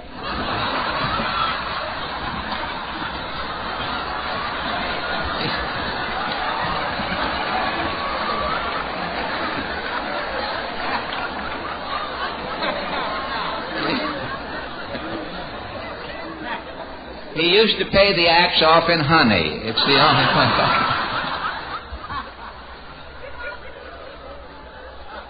And the theater really wasn't a building, it was a cave. And Mr. Benny's dressing room was a hollow tree. Variety didn't cover this theater. The acts were reviewed by the dramatic critic of Forest and Stream. Mr. Benny was next to closing on a 2-act bill. The feature act was a fire eater. You know, in those days there was no heat in the theaters, and managers used to book fire eaters. Before the show, the manager would chase the fire eater up and down the aisles. The fire eater would start breathing hard and heat up the theater. Well, this fire eater on the bill with Mr. Benny was a worrier. The first fire eater I ever knew who had an ulcer. It was a pilot light.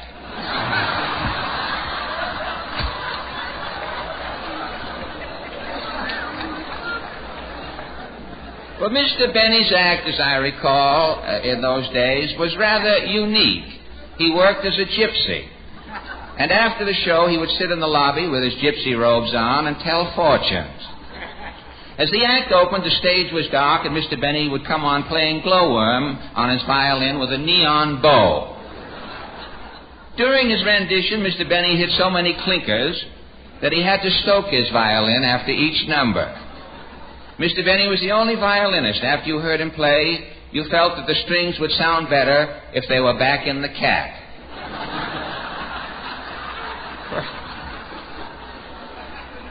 Mr. Brooke coming in again.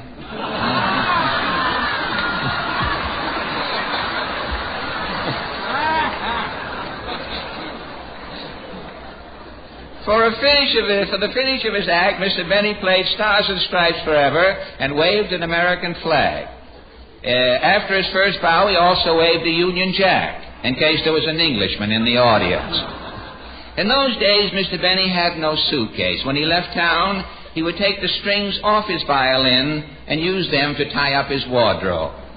Well, after this first meeting in vaudeville, since I only played the bigger cities, I didn't see Mr. Benny again for many years. Our paths crossed next during World War I. Mr. Benny was wearing a sailor suit. We, of course, all know his record in the Navy.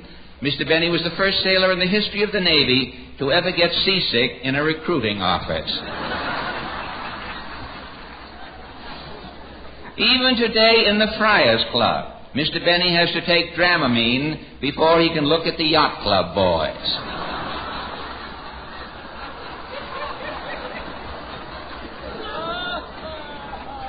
When Sailor Jack finally got on his first battleship, he thought every deck was the poop deck. They were giving it to him all over the boat. But after the war, Mr. Benny had some lean years. He used to lean against the front of the palace and wonder if he would ever get inside. Things got so bad when he practiced his violin, he was using his dandruff for rosin. For a time, he left show business and took a job in a health food store. He had an acid condition. He used to stand near the milk and make yogurt out of the milk by appointment. Then his luck... I may as well get a few laughs here. I get none in television. Of course, you know about it.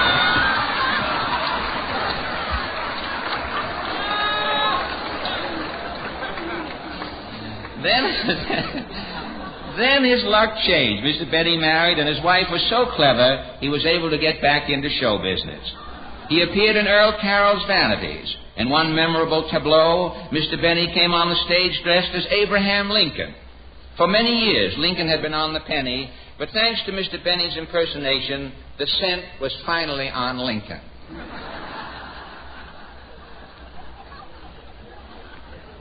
Well, Mr. Benny's record speaks for itself. He was in vaudeville until 1930. When vaudeville died, he appeared in Broadway shows and the theater declined. He went into motion pictures and the industry collapsed. He has been in radio, and radio is slowly disintegrating. This summer he went to Korea, and instantly the Communist Army agreed to discuss peace terms. After killing vaudeville, ruining the theater, causing the decline of the motion picture and radio, Mr. Benny has at last gone into television. Television may as well pucker its screen, for it is about to receive the kiss of death. But I have only been joking in a mild way, ladies and gentlemen. Jack is, as I know and we all know, the best liked man in show business today. And if our country was only fortunate enough to enjoy the status Jack enjoys, our country, too, would not have an enemy in the world. On this note, I close, ladies and gentlemen. There is only one friar living who would travel 3,000 miles across the country to get a free meal, and he is your guest of honor tonight.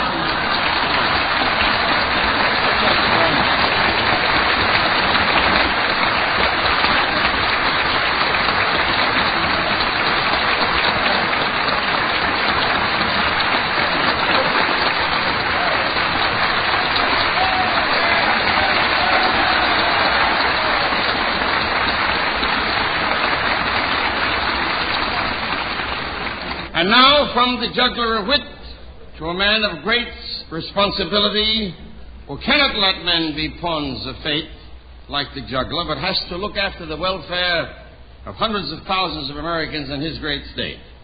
And I might add that since he has been in office in his particular state, the great city of Chicago has fared much better in the public eye than it ever has fared before. For if ever a city has been censored undeservedly, it is the city of Chicago. Some years ago, I remember playing at the Sam H. Harris Theater, and on Randolph Street, close by, a little boy fell off a bicycle and tore his overalls. This little boy was unhurt and laughing. He had other overalls. But the newspapers throughout America printed this headline: "Child mortally injured as gunmen rape the loop with machine gun bullets." Most of these things about Chicago, my dear friends, have been greatly embellished. Well, like me with girls, or so. And so I have an extremely warm feeling in presenting your next speaker, this distinguished gentleman, to you because he is a great Democrat, and I am also a Democrat. But, for fear of treading on anyone's political toes, I think there is one thing I can say honestly about the Republican Party. No one can challenge the sincerity of any member of the Republican Party. There isn't one member of it who does not want to run for the presidency of the United States. I am very happy to bring to you His Excellency, the Governor of the 7th State of Illinois, Governor Adlai E. Stevenson.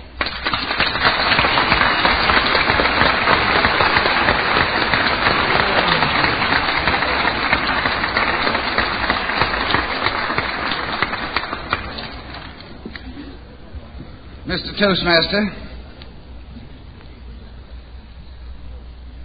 fellow townsmen of Mayor Impellitteri, just before the dinner commenced, I had the good fortune to meet Fred Allen. I asked him what he was going to say, and he asked me what I was going to say.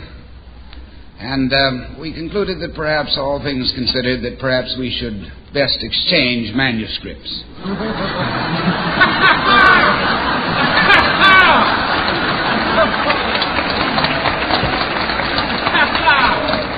You've just heard my speech, and for my part, I've lost his manuscript, and I can't remember a word he said. I came here, however, tonight to pay to Jack Benny the respects of the people of the state of Illinois, and of particularly the people of Lake County, Illinois, where he used to live and where I now live. And even more particularly, the homage of the people of Waukegan, Illinois. Waukegan was his boyhood home, and Waukegan, my friends of New York, is not an Indian reservation. It's a very flourishing city by the shores of Lake Michigan. And Lake Michigan is a large body of water that lies west of the Hudson. I believe, Mr. Allen, it was Sam Johnson who said that the Irish sprang from nobody at everybody. Well, Jack Benny sprang from Waukegan. Perhaps I should say sang or played his way out of Waukegan. At all events, that was a long time ago. But I should tell him here this evening that he is not forgotten there or in Lake County. And particularly, he is not forgotten by hopeful charities and philanthropies of all kinds. I was eager to come here tonight to New York for two reasons. First, because as an innocent, barefoot politician from the prairies, I rarely have an opportunity to meet so many distinguished and cultivated and accomplished people. Or, for that matter, so many friars. Except occasionally at Notre Dame football games.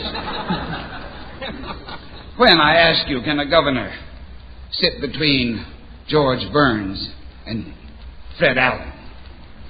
But I also came here to repay a visit that Mr. Benny made to me in Springfield, Illinois last summer. He said that when he heard on the West Coast that he was to meet Governor Adlai Stevenson of Illinois, that he bought and carried all the way to Springfield a large and beautiful corsage.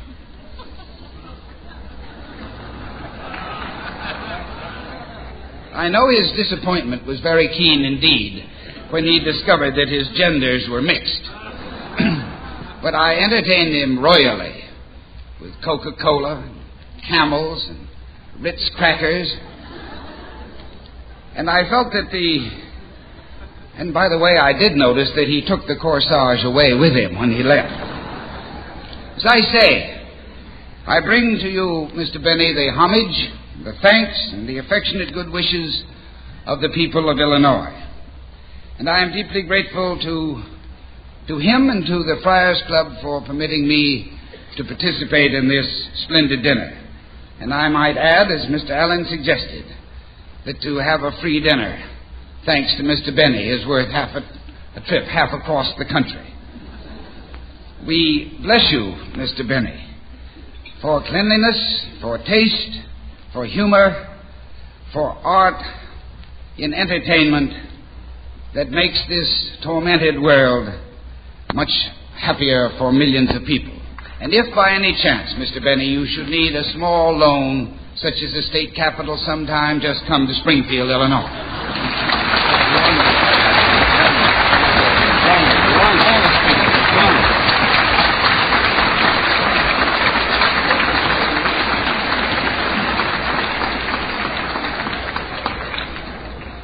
This proves again, when you become governor, you are no schlemiel, ladies and gentlemen.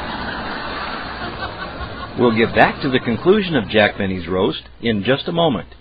But first, I'd like to remind you that all programs aired on Same Time, Same Station come directly from our CD masters. They are all available on CD or cassette. For more details on how to purchase these cassettes or CDs, you may go to our website at otrsite.com. That's OTR as in old time radio, site SITE, otrsite.com, or email Jerry at otrsite.com, or you may call area code 562-696-4387. If you missed anything, this information will be repeated at the end of the program. Welcome back to Same Time, Same Station, the best of old-time radio. And I'm your host every week at this time, Jerry Hendigas. And now let's get back to the conclusion of this most delightful Friars Club roast of Jack Benny, saluting his 20th year on radio from November 9th, 1951. And now, another straight man.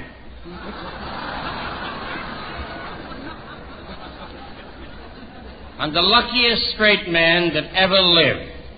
From his lips alone shall we hear the truth about the guest of honor, because he is his oldest friend.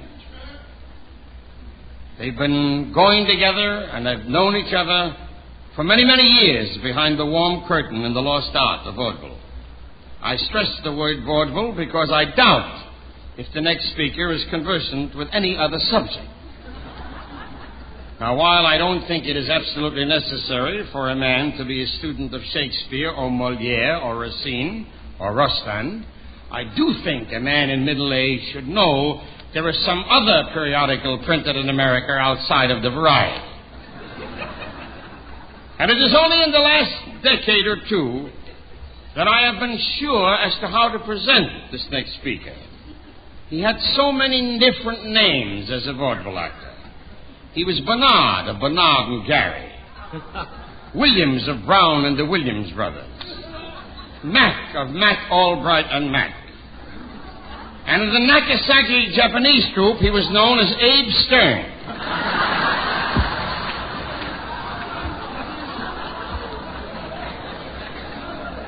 But after having known so many masculine partnerships, he felt if he would get anywhere in the world, he'd best find himself a woman partner. And later he did so well with this woman partner and broadened his earning power that he turned to the scriptures, wherein he found the proverb, "Man cannot live by bread alone. He must also marry a very clever woman." Then he read again in the scriptures, wherein a prophet, seeing one less fortunate, had said, "There but for the grace of the Lord go I." And so it is. A man who there but for the grace of Gracie would be still known as Abe Stern of the Nagasaki Cats. Of Burns and Allen, Mr. George Burns.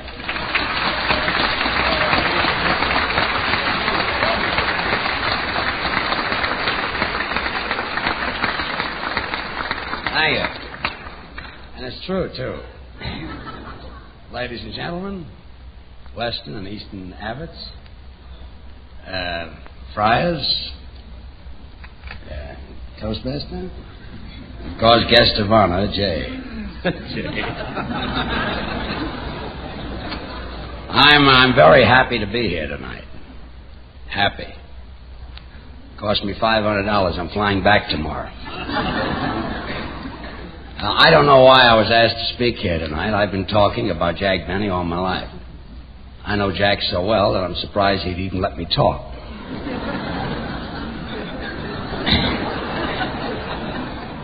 See, I make quite a few speeches. As a rule, I don't know the guest of honor.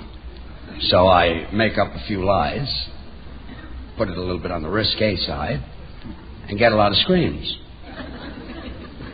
Tonight I'll have to tell the truth and settle for a few snickers.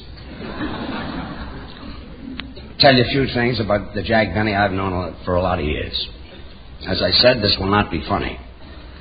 But I did travel 3,000 miles, so if you see a little opening and you can throw in a little snicker, I'll appreciate it.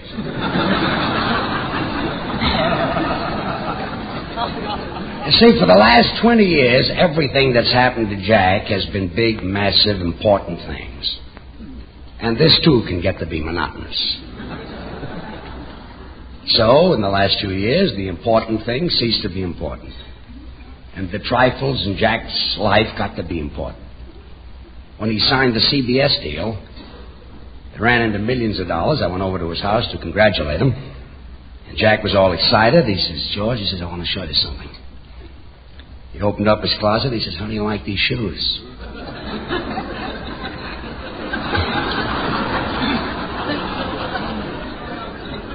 I said, "I think they're nice." He says, "They're not new, you know." "What do you think of them?" I says, "Fine." He says, "I just found out where you can get the greatest shine in the world."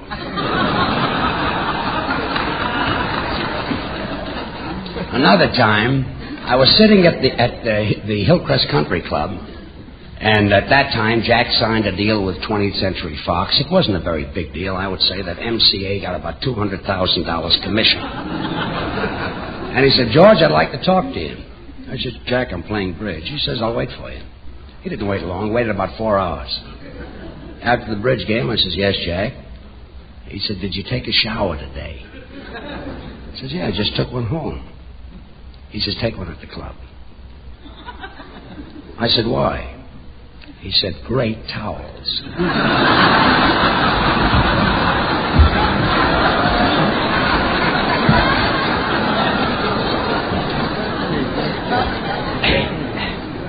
And of course, Jack has been laughing at me now for years. He thinks I'm the world's greatest comedian.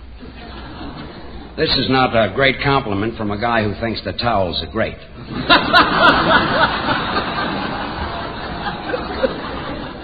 And it's not easy to make Jack laugh. You got to be subtle. It's got to be off the cuff. It's got to be sort of ad lib. For instance, if Jack is sitting in the room and I should walk in, if I close the door, this is about a 3-minute laugh.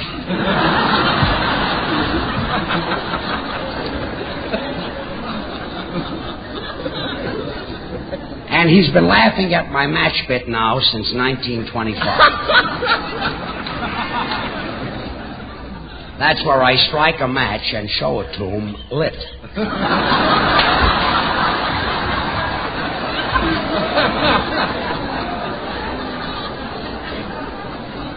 I'll try to do the bit now, but...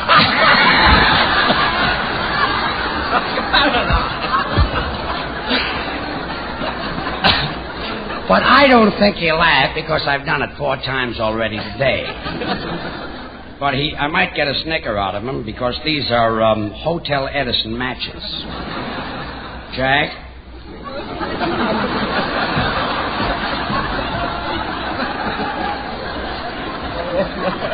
Well, 4 times is too much, I guess. And he also laughs at Danny Kaye. Danny Kaye shows him a glass of water, which kills Jack. I'll never forget I was sitting with him once, and I tried to make him laugh, and I ran out of matches. So I picked up this glass of water. Well, naturally, Jack fainted. I picked him up. I put him back on the couch.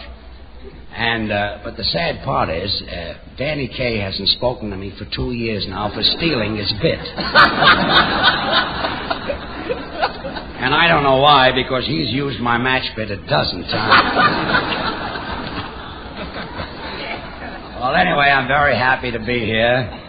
And I'm happy because Jack is happy. And just want to tell you, Jack, I love you. Thank you.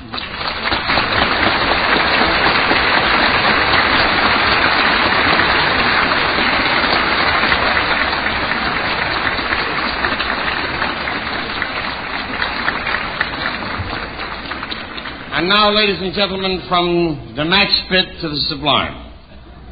A man not often seen in public affairs, and a man not told that he might rise and say a few words. Yet a man who has been called into public affairs when the nation needs him, and in these our times it has been necessary so often. And he has always responded.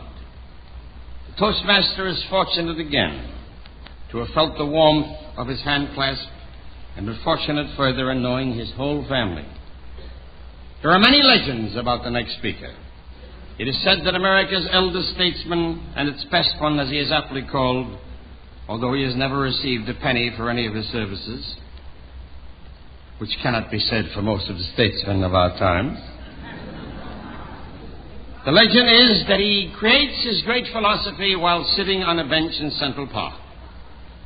This is apropos to the stories of the cherry tree, etc. I don't believe that philosophy comes to him because he is sitting in the park. I have an uncle who's been sitting in Montmaris Park.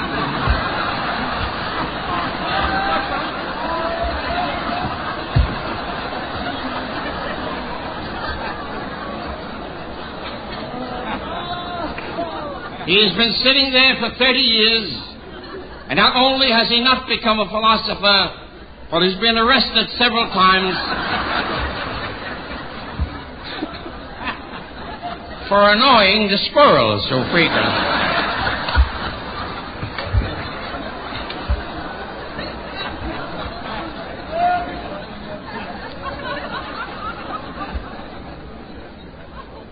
Your Toastmaster has always found it a problem in the budgeting of words in introducing a particular guest of honor that he has known through the years and has loved very dearly.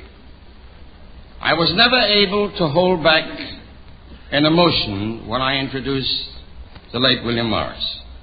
I was never to be able to not show that I was trembling when I'd bring to his feet George M. Cohan.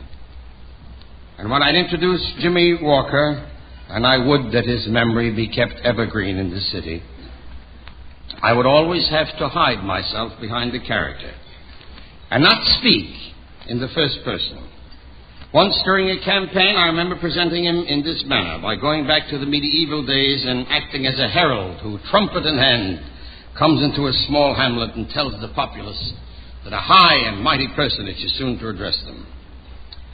And out in California, because I see Jack every day, just a few days ago I lunched, dined, and appeared with him on his radio show, I would like to dismiss myself in the first person and take on a character such as, let me say, of a lawyer who had to represent him in court. And thus, appearing in his defense, I would say, Your Honor, ladies and gentlemen of the jury, the American public, I wish to say about my client that I have known him throughout the years, and like these witnesses who you've heard here tonight, I also vouch for his character. That the record shows that from a most humble beginning, with the help of no one but himself, he has acquitted himself of any possible charge that might be brought against him in the amusement business. I would ask that the jury agree with me that for 20 years he has served the public honestly, and he has edited wisely the speeches of himself and the characters of his radio shows. That he has never said one thing in 20 years to offend the most sensitive boy or girl or man and woman in his great legion of listeners. He has in times of war left his home and his business to go to the farthest corners of the world to entertain the soldiers of our country. He has not only lately taken his life in his hands by bringing good cheer to the very peaks of Heartbreak Ridge in Korea. He's given up his time and his money to every good cause, even when I'm not called upon. He's a good father and a good husband, as good as he is a humorist, and I love him with all my heart. With your permission, Your Honor, and ladies and gentlemen, the Toastmaster rests his case and asks Jack Benny to come to the stand.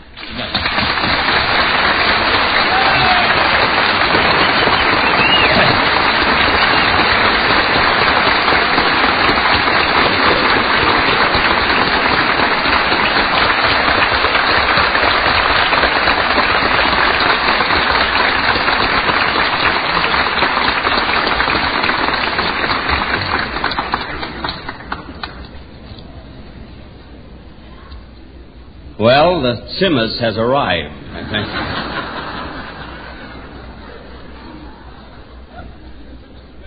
I'm so nervous tonight, I hope they don't give me another dinner like this for 6 weeks.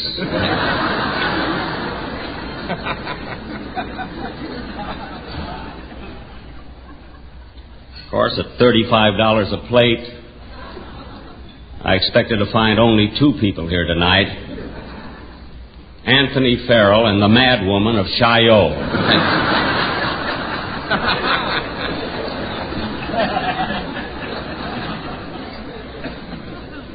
Mr. Mayor, Mr. Baruch, Mr. Burrell,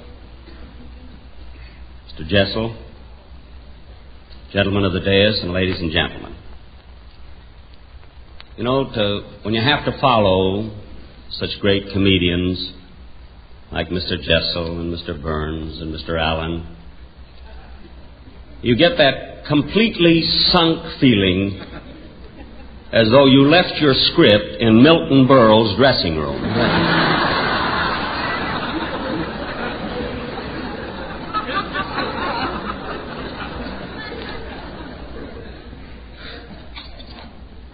Needless for me to say, ladies and gentlemen, that this is that this is the only pictures you'll see in the paper tomorrow morning will be Martin and Lewis.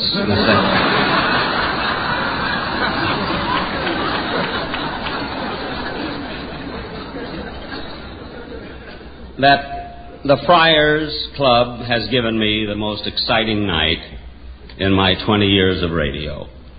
I'll go even further than that and say in my entire career in show business,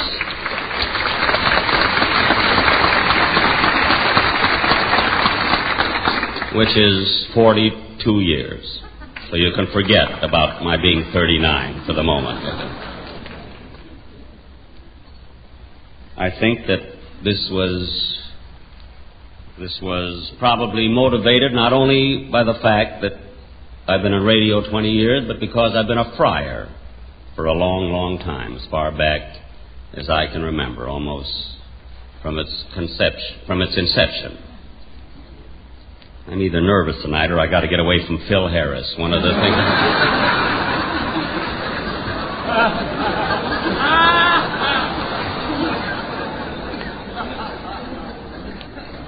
And I have been a friar from the time I first started in show business. I belong now to the Hollywood branch of the Friars Club. As a matter of fact, I'm an officer of that club. I'm known as the Dean of the Friars. This is a very, very important executive position. I would say that the Dean of the Friars Club is comparable to a choreographer for the Borscht Capades.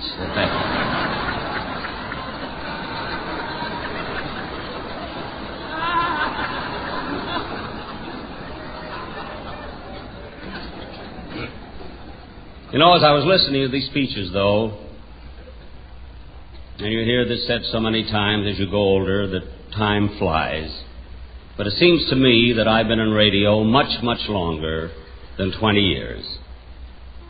I have a feeling that I went right from Ellis Island to NBC, this thing.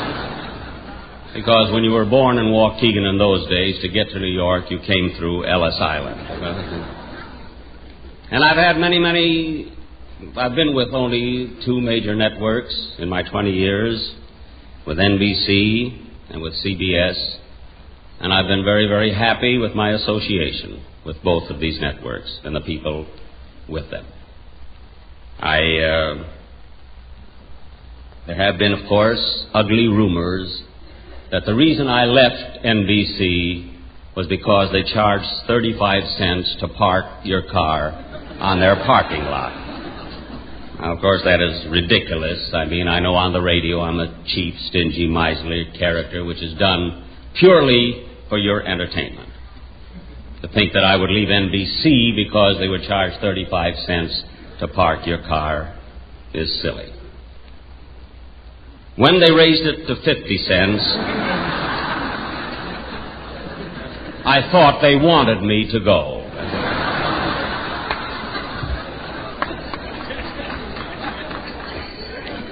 But I've had many compliments paid me tonight, ladies and gentlemen. I think one of the greatest compliments that I had paid to me this evening, in fact, it was a few weeks ago when Georgie Jessel said to me while we were both in Los Angeles, he says, "Jack, I'm going to fly to New York to be at your testimonial dinner." I said, "Georgie, that's awfully nice of you, but you know, if you do, you'll have to be the Toastmaster." He says, "Naturally." I don't know whether this is a great compliment to me or not, because he would fly to the Belgian Congo if they were giving a dinner to one of its natives over there, I am sure. But you know, Georgie and I... Let me tell you what I said in the Congo. There's a fellow... Go ahead. But Georgie and I, you know, we have sort of the same kind of a job in Hollywood. We are both asked to be Toastmaster and Master of Ceremonies at different benefits and banquets. As a rule, they ask Georgie first. Now, if he happens to have a date that night with Joan Crawford or Ethel Barrymore,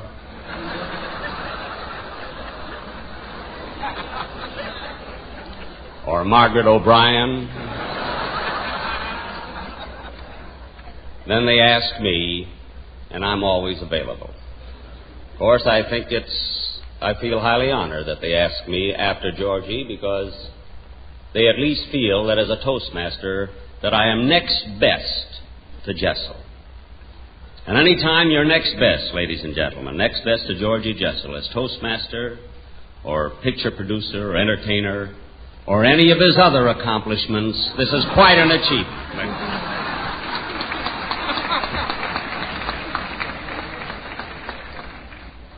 I'm also highly flattered tonight that many of my dear friends flew in from Hollywood to be here, just for this affair. Miss Claudette Colbert, Mrs. Danny Kaye. Danny is now in Korea. Governor Stevenson, who flew in from Illinois. Val Parnell, who flew from London to be here.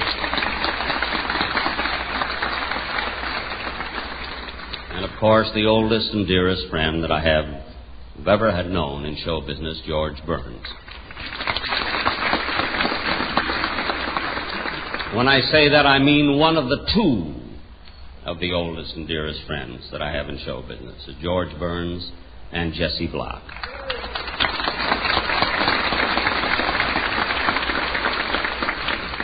I know that Jesse has worked very, very hard on this affair tonight, and I know he did it with great joy and with great anticipation because this dinner was given to me.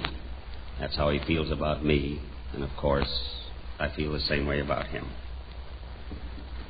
I have another very good friend here on the dais. As Georgie Jessel said, we've been feuding a lot on the radio. I've known Fred Allen many, many years. I knew him in the days of vaudeville. I knew him when he was a juggler. I knew him before he spoke a line on the stage. He just juggled these 10 pins and then balanced one on his nose. And he was very, very successful in vaudeville as a juggler until some smart aleck came along and taught a seal how to do it.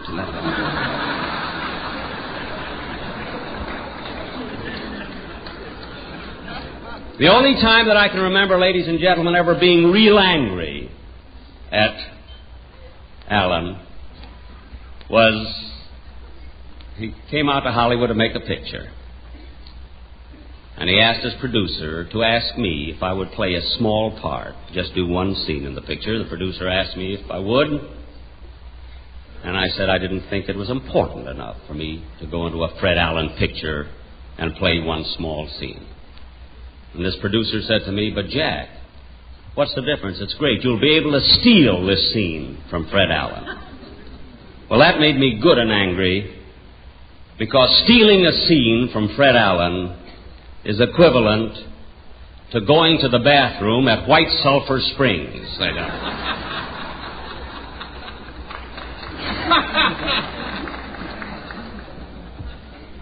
Before concluding my speech, ladies and gentlemen, I would like to say that I want to accept this tribute from the Friars Club on behalf of everybody who has been associated with me and my radio program for the past 20 years. Because no comedian, no star, no entertainer, I don't care who he is, can sustain for 20 years on radio by himself.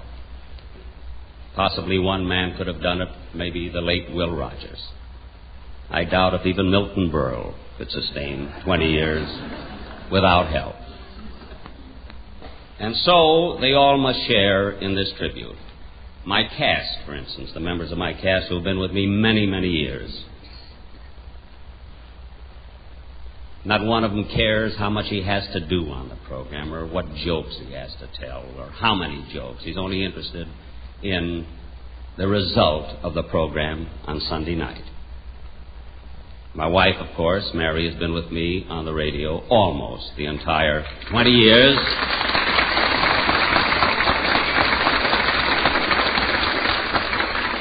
And we are celebrating our 25th wedding anniversary in January, and I'd like to have Mary take a bow, if you would.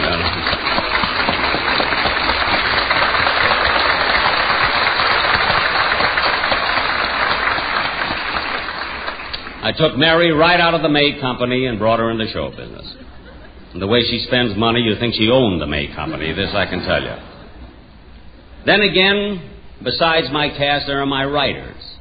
I've had my 4 writers with me now for 9 years, ladies and gentlemen. And I've had this experience with all of my writers, that not one of them cares whose joke stays in or whose idea remains in this particular broadcast. They're only interested in how is the show Sunday night. We've had never one argument in the 9 years. We've had the same thing with the agencies And now I'd like to get to my sponsor, the American Tobacco Company. I've been with them 9 years. You always hear a lot of people say, oh, the sponsor butts into this and butts into that. I'm going to cut out all the details and just say that I've been with Mr. Paul Hahn and the American Tobacco Company for 9 years, and I hope I'm with them for the rest of my life. Even if I'm through with television and radio, if I have to learn how to make cigarettes, I want to stay with them. I'm not saying this because Paul is sitting in the audience, because we have no options to discuss or anything. I call him Paul because he's younger than I am. But what's the difference? In a few years, he'll be older than I am. They've got to pass me sometime in this thing. So therefore, as I say, everybody associated with me must share in this great salute and this great tribute that's being paid to me tonight. Because when you get that kind of cooperation for 20 years with everybody, from everybody, and that kind of help from all of your associates, and I've got to go along with Irving Berlin, that there's no business like show business. Because if you haven't got that cooperation, then I just as soon play my violin at weddings and call it the day. Well, it's probably time for me to sit down. I do want to thank Friars Club, every one of its members, for this, the greatest evening that I've ever had in my life, and one that I'll certainly never forget.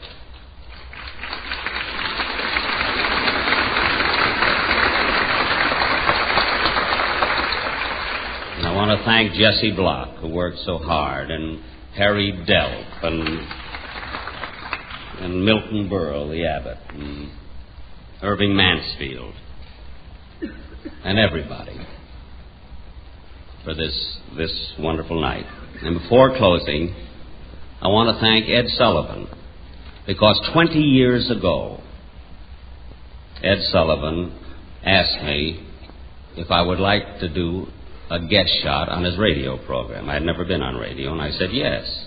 So Ed and I sat down, and for just a few minutes, we wrote a spot that ran about 8 or 10 minutes. And from this guest shot, which I may have done for nothing, I don't remember. Yes, you do. Because of this guest shot, I was offered my first sponsored program, and therefore we are all gathered here this evening. And so I hope I will remain in radio another 20 years, even with television. Thanks again very, very much, and thanks to all of you.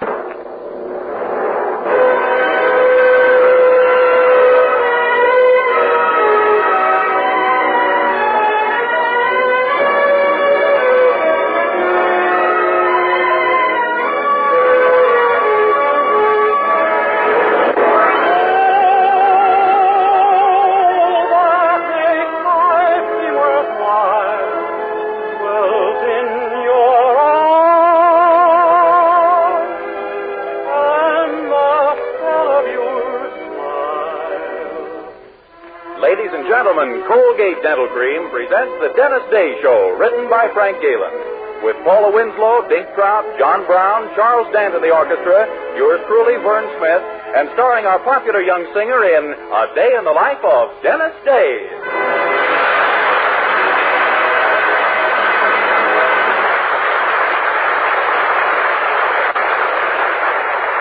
Twice a day and before every date, use Colgate Dental Cream to clean your breath while you clean your teeth.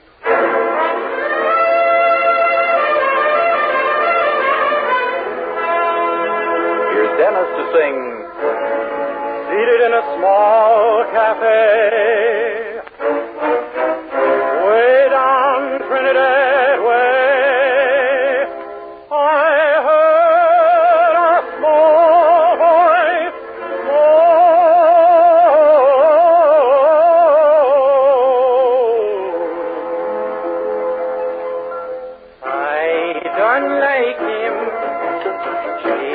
don't like you. Do I like anyone? I don't, but I do like you. I don't like milk. Spinach I am don't like too. I don't like anything that's good for me, but I do like you. Am I mad? No, just my attitude has always been very unconventional. Do I care? No, if you think I am strange, it is intentional. I don't like him. She, I am don't like too. I think that I don't even like myself. Maybe silly, but it's true. Baby, you're the one exception. I do like you. Baby, you're the one exception. 'Cause I don't like him. She, I don't like too. But I do like you. I do!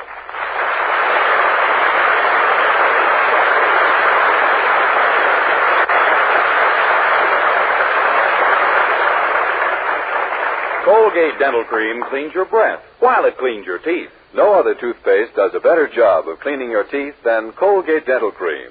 For Colgate Dental Cream has a safe polishing agent that cleans your teeth both gently and thoroughly, brings out their natural sparkle and beauty. And scientific tests prove that Colgate Dental Cream cleans your breath while it cleans your teeth.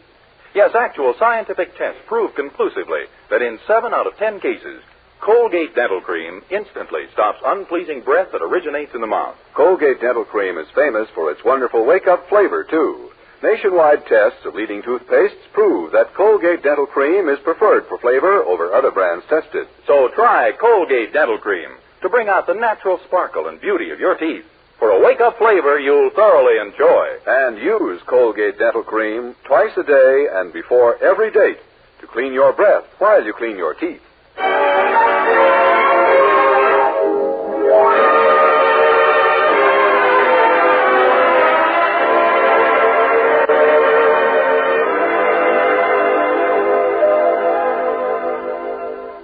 Well, April is awfully early in the year to be talking about summer vacations. And besides, Dennis Day has been working in Willoughby's drugstore for only 7 months. So imagine our young hero's surprise and delight when last night Mr. Willoughby offered him a summer vacation with pay. In fact, Dennis was so happy about it that he brought up the subject again the first thing this morning. Gee, Mr. Willoughby, I thought all night long about my summer vacation. Did you, Dennis? Yes, sir. It's just wonderful of you to give me one when I've only been here such a short time. And I can't tell you how I'm looking forward to it. Good. I just know it'll be the nicest day of my whole life. Well, I'm glad you're grateful, my boy, because there's a favor you could do for me in return. Oh? A problem has suddenly come into my life, and I want your help. A difficult problem? I'm coming to you with it, Dennis. Gee, practically hopeless, huh? Well, just possibly not. It concerns my own vacation, son. You see, my wife's old maid sister wants to take the missus and me with her on an ocean cruise to the West Indies. Boy, on a boat? Yes, she feels safer on one when she's in the middle of the ocean. However, I remembered my last sea trip. The third day out, I couldn't leave the cabin. I couldn't stand the sight of food. My face had turned green, and I wished I were dead. Oh, you may have been seasick.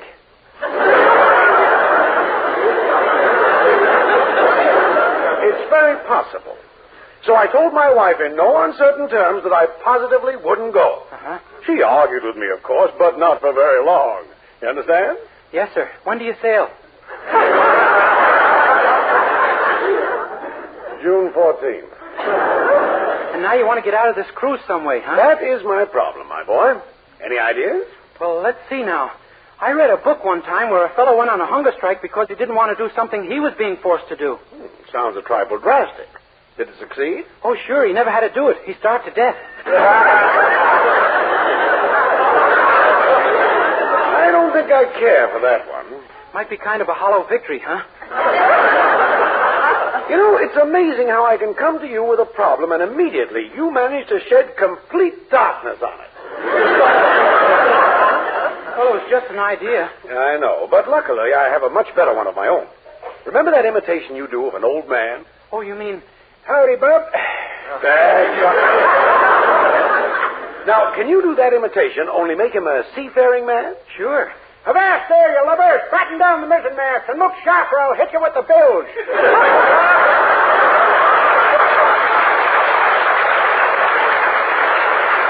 Well, that's fine. Stand by, folks. A freezing northeast is blowing off the starboard port. All hands in pockets.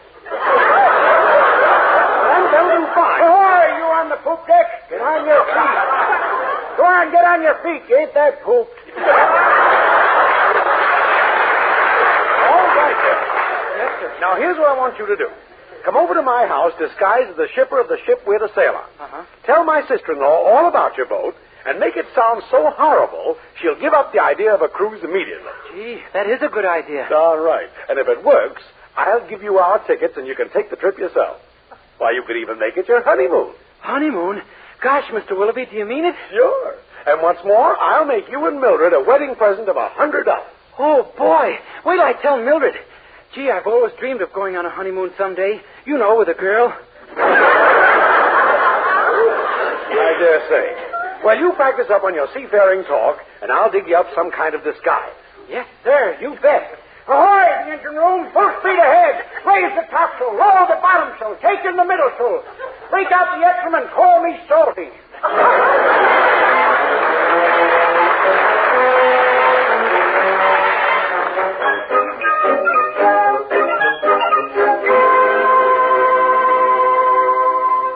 Oh, Dennis, I just can't believe it. Why, it means we can be married in a few months. That's right, Mildred. Have you asked permission from my parents yet? Well, no, but I will if I meet your mother on the street sometime. On the street? Well, why not here at home? Oh, gosh, no. I want to be outside where I can maneuver. Silly. Well, let's not worry about that now. Let's just sit here and think about us. Oh, Dennis. Mildred, you're holding my bare hand. What of it? We're going to be married, aren't we? Yeah, but let's not jump the gun. Oh, don't be such an old stuffy. Why, you might even kiss me. Right in the face? Well, of course. Gosh, you are modern. No, Mildred, we're not even engaged yet. Oh, come on. No. For goodness sakes, Dennis, what are lips for? We all have our code, Mildred. I resolved long ago that until I was engaged, nothing would touch mine except a fork. Well, have it your way. I'm too happy to argue. Golly, I can hardly wait to make plans for the wedding. Yeah, there'll be a lot of things to think about. And I'll have to get my trousseau. And I'll have to get my hope chest. Men don't get hope chests, Dennis. Oh, they don't? My father certainly didn't get one when he married my mother. Yeah, but for me, there's some hope.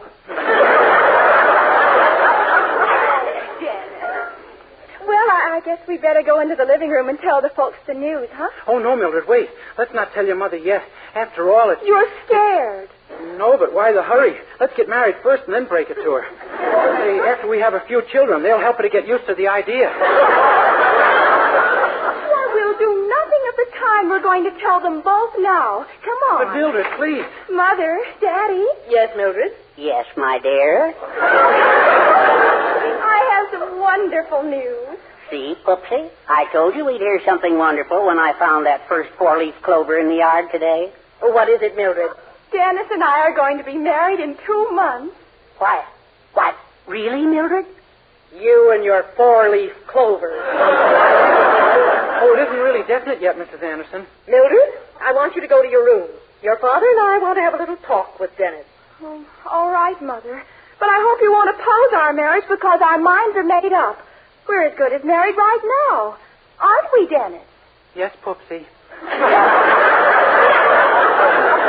just want to talk, Mildred. Go along now. Yes, Mother. Sit down, Dennis. Now then, what have you to say for yourself? Why, nothing.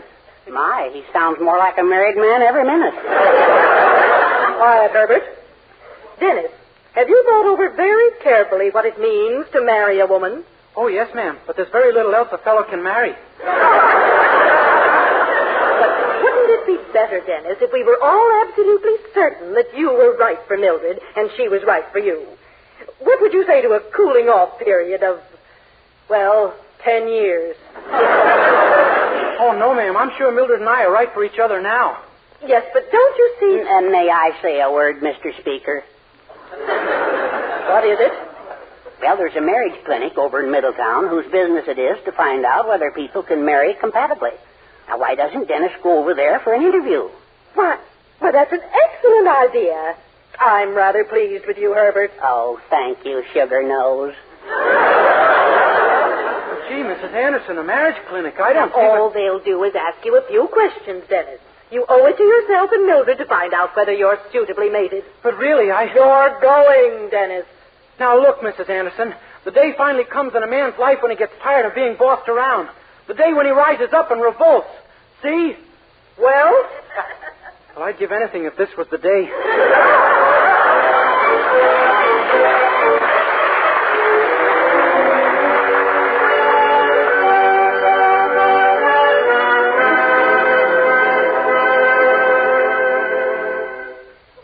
Now, there's nothing to be afraid of, Mr. Day. Just remember that I am your marriage counselor, and you must answer my questions frankly and honestly. Yes, ma'am. We'll soon know whether or not you're ready for marriage. Now, first, I want to know all about your parents. Why? They've already made it.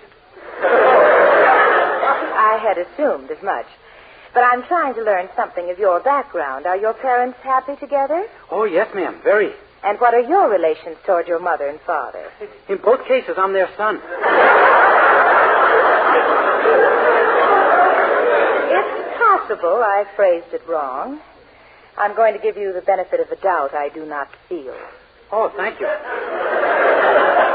Do you remember ever having any trouble with your brothers or sisters, Mr. Day? Oh, no, ma'am. Not at all. How can you be so sure without thinking? I haven't got any. Suppose we try a slightly different tack. Shall we? For heaven's sake? Okay. Do you feel yourself that you're ready for marriage, Mr. Day? That is, have you sown all your wild oats? Oh, I never touch him. I'm a Wheaties man. I know shorthand and typing, you know. Oh, really? Yes. I can quit this anytime and get a job as a stenographer. But I'm stubborn. So, on with the questions. Yes, ma'am. Now, what was it that first attracted you to your fiancée? Well, I think it was because I'm a male and she's a female. I mean, what specifically? Was it her eyes, her mouth, her nose, her figure? Just name it and she's got it.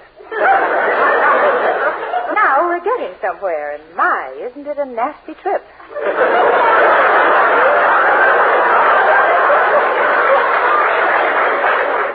Mr. Day, I have here a list of questions which are designed to show your maturity and ability to cope with adult marital problems. Shall we throw them away, or shall we waste our time? You mean you don't want to ask me them? Why not? Let's have fun.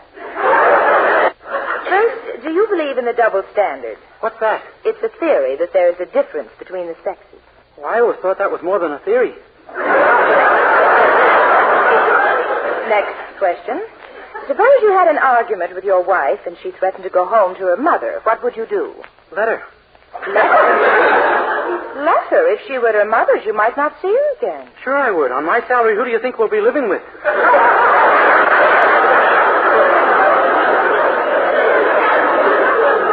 Next question. Suppose your 5-year-old daughter came to you and said, Daddy... No, we'll forget that one. No 5-year-old child of yours could possibly talk yet. Is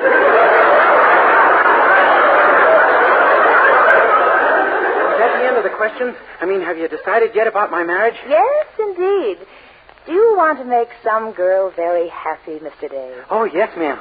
Then don't get married. Wait a little while, Mr. Day. You're too immature, too unsophisticated. But really, Mr. Day, I get all sorts of people in here, young men like yourself and old maids of 60, like the woman who was here before you and whom I advised to look for an elderly sea captain because she loves ocean travel so. But I don't want to marry an elderly sea captain. I have a girl. Don't marry her yet, Mr. Day. Wait. I know everything about marriage there is to know. Well, Okay. Thank you very much, Mrs. Parker, only it's not Mrs., it's Miss. Miss, you mean you're not... Certainly not. You think I'm crazy?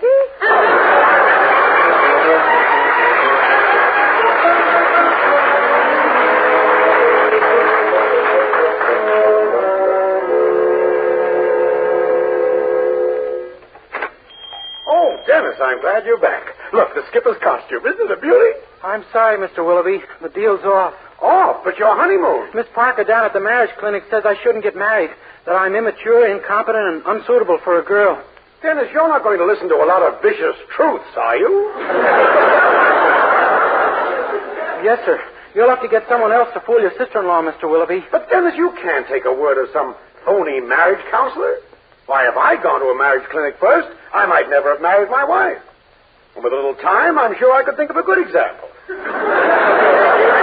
No use, Mr. Willoughby. I believe in Miss Parker, and I'm going to take her advice. You're not going to marry Mildred? Not yet. I must ripen first into a mature, suave, sophisticated man of the world. It could take weeks. All right, Dennis. If that's the way you feel, that's all there is to it. Better go back and clean up my office, my boy. It's pretty messy. Yes, sir. I'm sorry it ended like this, Mr. Willoughby. Well, desperate measures require desperate remedies. Oh, hello? Is this Mildred Anderson? This is Homer Willoughby, Dennis's boss. I'm calling about Dennis. Huh? Oh, you've heard? Well, that makes it easier.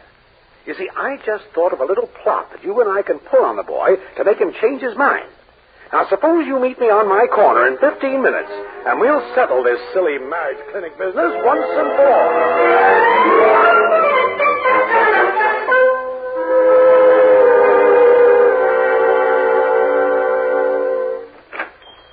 Oh, hello, Mr. Willoughby. Say, while you were out, Dr. Hopkins called and... Business! Who's got time for business, my boy?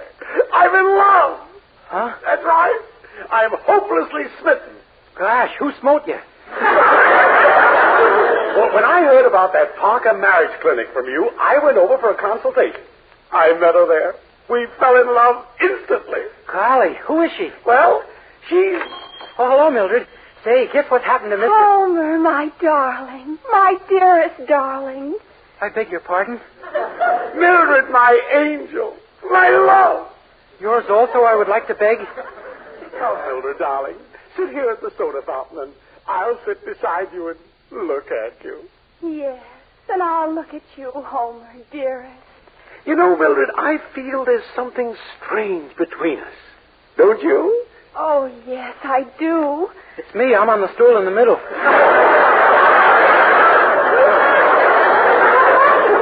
Oh, go away, boy. Yes, we'd like to be alone. Mr. Willoughby, this is your girl? Take a tip from a younger, less intelligent man. It'll never work out. Oh, quiet, you. Ah, Mildred, my soulmate. Where have you been all my life? For about 2/3 of it, she wasn't even born yet. Dennis, you're very annoying. Miss Parker says that Homer and I are ideally suited to each other. Miss Parker said that? She must be crazy. Miss Parker doesn't make mistakes, Dennis. Kiss me, Mildred. Just a minute, Willoughby. You're not going to make love to my girl. Dennis, please, control yourself. I'm getting pretty riled up, Willoughby. When I get riled up, my white corpse will start eating up my red ones, and my red ones start eating up whatever they can get their hands on. Believe me, I'm a mess inside. Oh, Dennis, please, don't strike me, please. Then leave my girl alone. This Parker woman is off her nut in your case, and I'll bet she's just as wrong about me, too. But Mildred shouldn't be your girl. You can't even offer her a honeymoon, Dennis. Oh, yes, I can. Just as soon as I talk your sister-in-law out of that boat trip. Good boy. Here's your costume. Huh? You've got to do it, Dennis, so you and I can be married. I repeat, huh? Quick, my boy. There's no time to lose. My sister-in-law's at my house right now. Come on. Okay, but I have the darndest feeling something just happened to me. And you two could be in trouble if I ever found out what it was.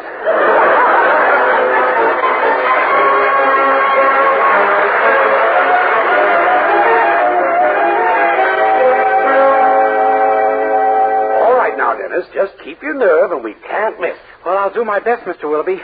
Do I really look like an old sea captain with this yachtsman's cap and white mustache? You look perfect. Now remember, tell her your boat's an old tub, and she's crazy if she takes a trip on it. Uh-huh. And your name is Captain Talbot of the sloop Planet. Can you keep all that straight? Oh, you know me, sir. Certainly. What do you think I'm so worried about? All right, ring the bell. I'll be waiting for you out here. Okay. Yes. Were you looking for someone? Howdy, ma'am. I'm Captain Talbot, the skipper of that there boat you're taking a cruise on this summer. You mean you're a real sea captain? Yep, and I'd like to tell you a few things about that boat of mine. Well, we got rats on her so big... Oh, Captain, I don't want to talk about your boat. I want to talk about you. Huh? This afternoon at the Parker Marriage Clinic, I was told that the perfect mate for me would be a sea captain. And now you walk into my life. Don't you see? You and I were meant for each other. Ma'am, we were talking about rats. Let's not get off into an unpleasant subject. I came here to advise you not to take that cruise, ma'am. I'll never give up the cruise now.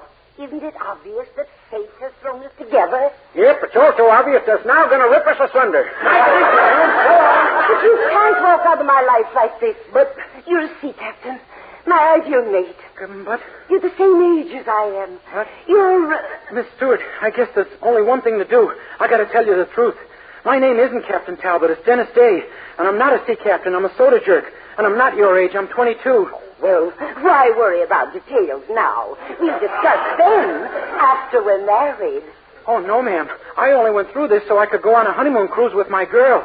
If I married you, she'd probably be so aggravated she'd stay home. We'd better forget it, ma'am. Goodbye. Well, Dennis, well, is the cruise off? Mr. Willoughby, let's go back to the drugstore. I want to show you something I know you'll be interested in. Show me something? Yeah. We just got in a big shipment of Mother Sill's seasickness pills.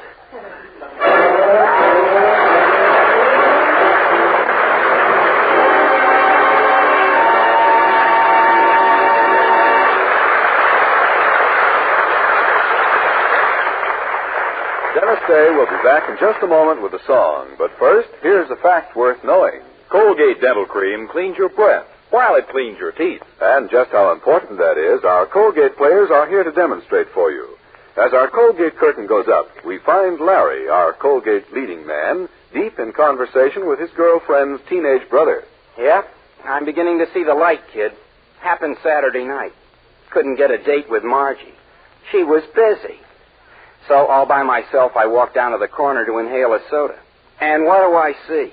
That fine sister of yours busy making eyes at some out-of-town wolf. Sure, I know. That guy's been hanging around Sis a lot lately. Yeah, well, what happened, kid? Gosh, things are pretty solid with Margie and me, you know. Well, trouble with you, Larry. You ought to steam on over to your dentist for the lowdown on the breath situation. And here's what Larry found out. Scientific tests have proved that in 7 out of 10 cases, Colgate Dental Cream instantly stops unpleasing breath that originates in the mouth. What's more, Colgate Dental Cream's safe polishing agent brings out the natural sparkle of your teeth, cleans them thoroughly and safely. Yes, Colgate Dental Cream cleans your breath while it cleans your teeth. And Colgate Dental Cream is famous for its wonderful wake-up flavor, too. In fact, nationwide tests of leading toothpastes prove that Colgate Dental Cream is preferred for flavor over other brands tested. So, to clean your teeth thoroughly and safely, for a wake-up flavor everyone enjoys, use Colgate Dental Cream. Remember, Colgate Dental Cream cleans your breath while it cleans your teeth.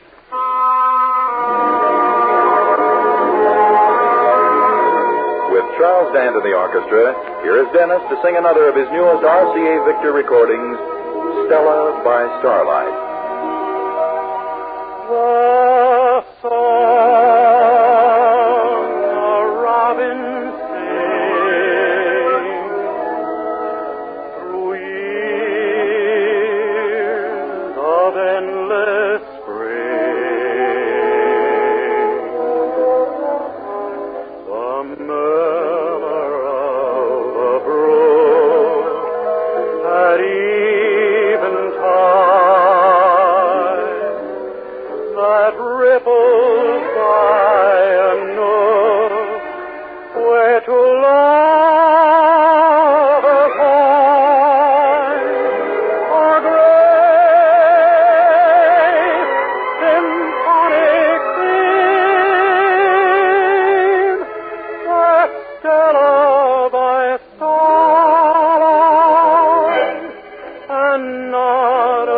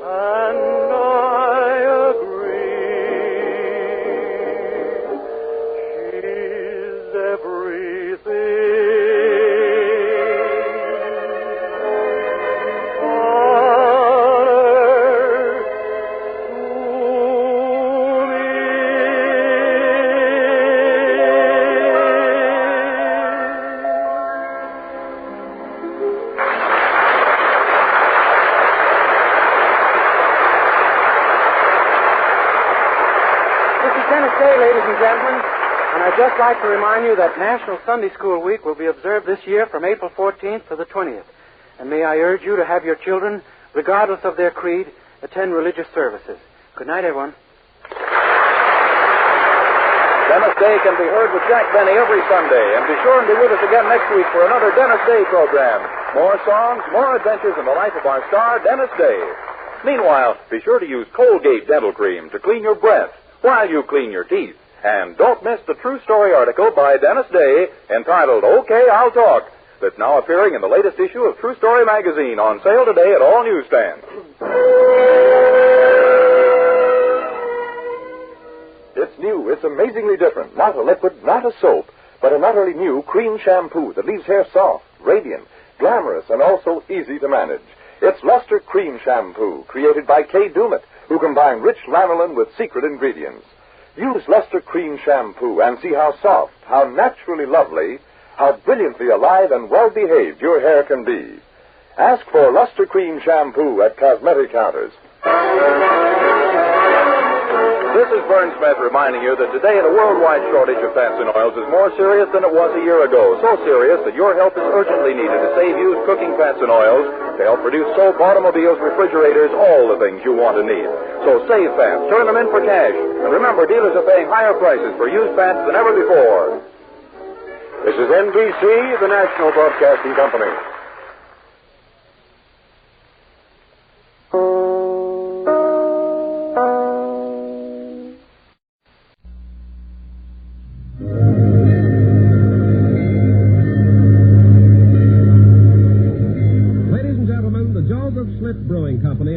Wisconsin presents The Halls of Ivy, starring Mr. and Mrs. Ronald Coleman.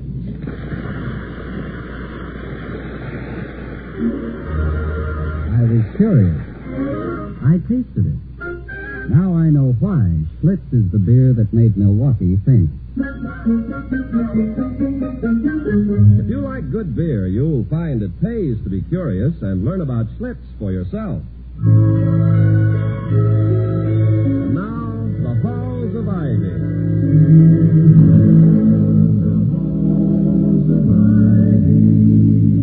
That surround us here today, and we will not forget though we part.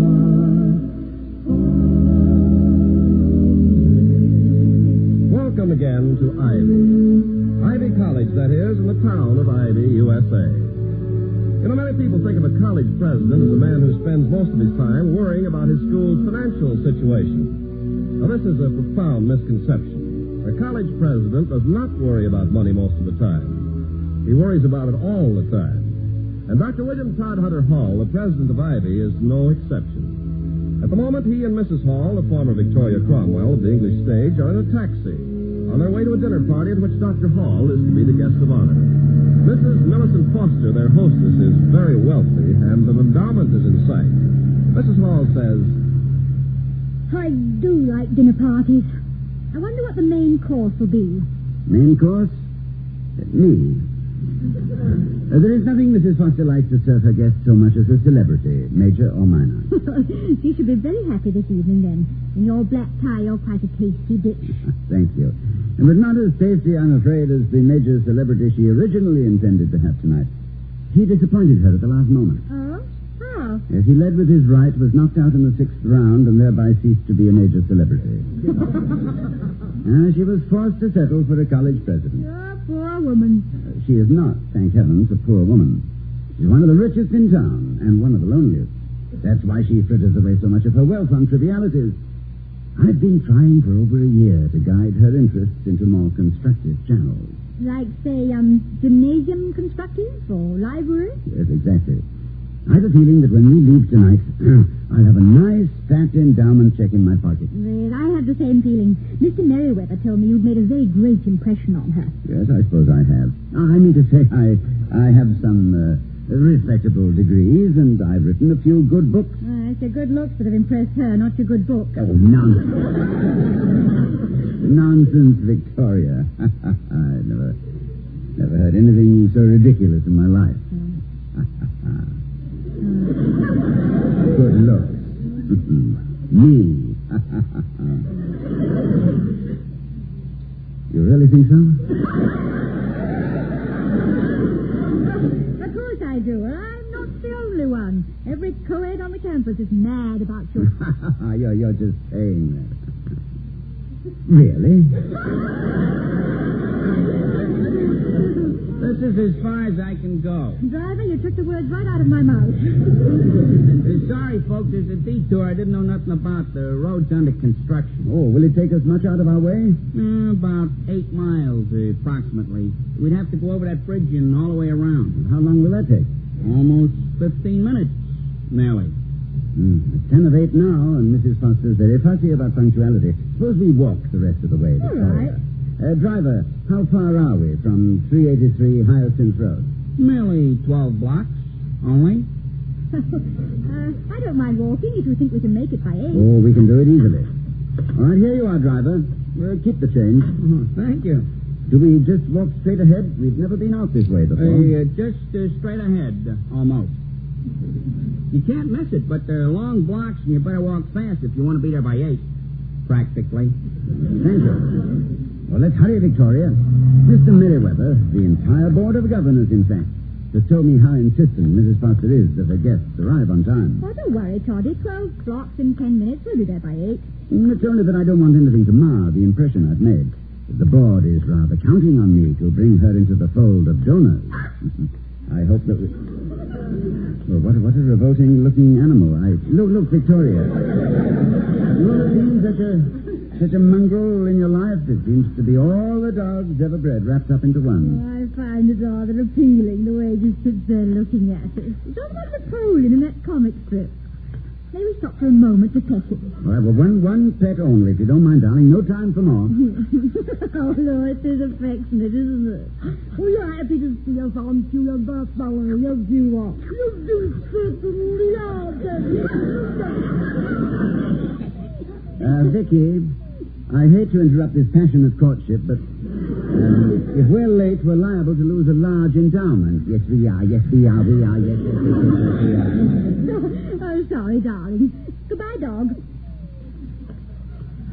I think it's lost. It had a collar around its neck, but no license. Oh, it probably belongs to the house just behind this wall. It's fed a dozen times a day, and on the whole lives much better and more securely than the average instructor. No, I think it's lost. Well, what makes you think so? Because it's following us. Seems to have no place in particular to go. Go home, sir. Go home. That is a female. Oh, go home, sir, or madam, as the case may be. Oh, Dot is doing all his tricks for us, sitting up and rolling over. Oh, Lord, be upright like those smarty pants, aren't you? Victoria, please, darling, don't encourage him. We down, sir. Down. Oh, he only wants to kiss you. Victoria, no one can accuse me of being anti-dog, but any desire I have to be slobbered over by a mongrel stray at this particular moment is so small that it borders on the microscopic. We simply haven't the time. Now, I've got to chase him away. Don't be startled. I'm going to shout at him. Go away! Go away! Alibazon! DNC Vegas!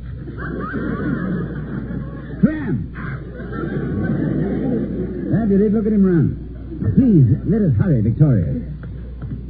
Well, hope he'll be all right. Of course he will. He was all right for years before we came along, and there's no reason to suppose he won't be all right for years after we've departed. Might be run over or something. It simply isn't our problem. I'm sorry if I seem callous, but in wrangling an endowment, a certain ruthlessness is necessary. Oh, Toddy. You don't suppose he's been hit? Well, of course he hasn't been hit. I'm sure he hasn't been hit. I mean, aren't you? I have a queer feeling in the pit of my stomach. I mean, he was so alive just a minute ago. Do we by any chance? But it's late. We're going to be late. We'd best go back and see if he's all right. Hurry, take my hand. This is ridiculous.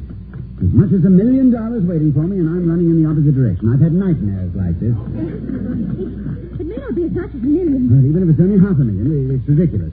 How will we get him to a vet? Well, one of these houses to drive. Hold it, Victoria. Hold it. Oh, you're safe, aren't you? You know that? You said you're frightened us. Oh, yes. What seems to be the trouble? Dog annoying you? No, not at all, officer. No, he's a very friendly dog. Too friendly, in fact. He's been following us for the last 10 minutes, and it seems likely to go on ad infinitum. I mean, he seems likely to go on endlessly. I know what ad infinitum means, mister. What makes you think I don't? Oh, I beg your pardon. What makes you think I don't know what ad infinitum means? Simply because I'm a policeman doesn't mean I'm an ignoramus. Well, I wasn't sure. My husband had no It intention. may surprise you to learn that I have a degree in police administration from Fordham University. Oh, if I seemed patronizing, I'm sorry. It's just that I'm tired of people who have a stereotyped conception of a policeman. How would you like it if people had a stereotyped conception of your job? Well, as a matter of fact, they have. My job is teaching. I don't have to tell you how many jokes I hear in the course of a year about absent-minded professors. Doesn't it get you down? Little kid called me a flatfoot yesterday. My feet happen to be perfectly arched. I could show you. Yes, I know what you mean. You know, there was a newspaper editorial last week in which teachers were called long hair. I leave it to you. Is my hair long? William, I don't want to interrupt this coffee clutch, but it's getting very late. Oh, yes, of course. Officer, this dog seems to be lost. Have you any idea where it belongs? Well, I'm new on this beat. I have no idea whose dog it is. Well, my wife is afraid, and I am too, that it may be run over unless someone takes care of it. Maybe place it in your hands. What would I do with it? I have 8 more hours before I'm relieved. The sergeant drives past to check up on me, finds me walking the dog. I'm liable to wind up patrolling way out on Marie Antoinette Plaza, near the garbage dump. Why don't you take it with you? Well, we're on our way to a dinner party, and if we came with a stray dog... I see what you mean. It would be, shall we say, outre. How was that? Yes, outre, of course. Yes, it would be très outre. Can't you be persuaded to look after it for a few hours? It keeps you amused. I'm afraid amusement isn't what I'm here for. Look at that. I just ended a sentence with a preposition. Shows you how careless a man gets after he graduates. Oh, it's considered proper usage these days in some quarters. You don't say? Yes, as a colloquialism. Oh, I can't say that I approve. I am a purist. Yes. So am I. Particularly when it comes to grammatic construction. I agree. As a matter of fact, I devoted an entire chapter to it in my book, Grammar and Its Effect on Social Behavior. Oh, I've read that. Did you write that? Boy, please, we're terribly late. Oh, yes, I'm sorry. Good heavens, look at the time. It's past 8. Officer, what should we do? Forget about it. It's not your problem. Exactly what I said a few minutes ago. Now, come on, Victoria. Dog catcher will probably pick it up tomorrow. Exactly. We can bet. The dog catcher. What'll he do with it? Take it downtown to the pound. Pound? Well, isn't that where they... What'll they do there? Oh, he's washed, combed, fed, kept very comfortably for 1 week. And after that? You mean if no one claims it? Yes. Sic transit gloria mundi. Oh, no. You mean it's done away with? Oh, no, Todd. Well, surely there's some alternative. Well, there is. Take the dog by the scruff of the neck and march him from house to house. All right, officer, we'll try it. Good night, lady. Good night. Good night, officer. Thank you. Ever read Senator Fell's tribute to his dog? Yes, I have. Fine rhetoric, don't you think? Yes, fine. Fine. William. Yes. Night. Good night. What are we going to do? Do? I'll show you. Come here, brother. Come here. You know what I'm going to do with you? I'm going to find your home. Now, Mrs. Foster is not going to like it. Do you know what it's apt to cost me to get you home? $1 million. Yes, it is. $1 million. Yes, it is. $1 million. Yes, it is.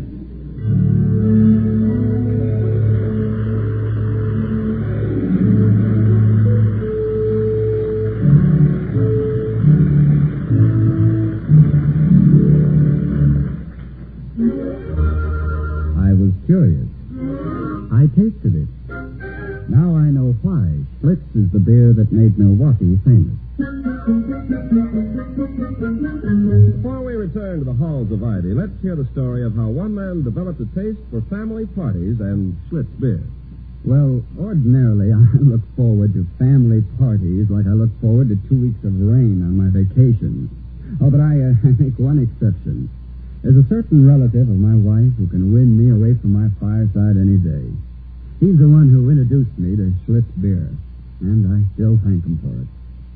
I remember when this relative first invited us over for a family get-together. My wife wanted to go, and I didn't, so we compromised and went. On the way over, I visualized a dismal evening playing some game like charades, which I happen to particularly detest. But things began to look up the moment our host greeted us at the door and said, I hope you won't mind if we don't waste the evening playing silly parlor games. And when I discovered that we were both fly fishermen, well, I began to think of my host as more of a friend than a relative. It was just about then that he brought in the Schlitz beer. Well, the evening was full of pleasant surprises. I'd heard many good things about Schlitz and had always planned to try it. So try it I did. And never have I tasted a beer as satisfying. As I drank, I found myself hoping that this particular in-law would throw another family party very soon. And I found myself saying, as surely others have said in tasting this fine beer, no wonder they call Schlitz a beer that made Milwaukee famous.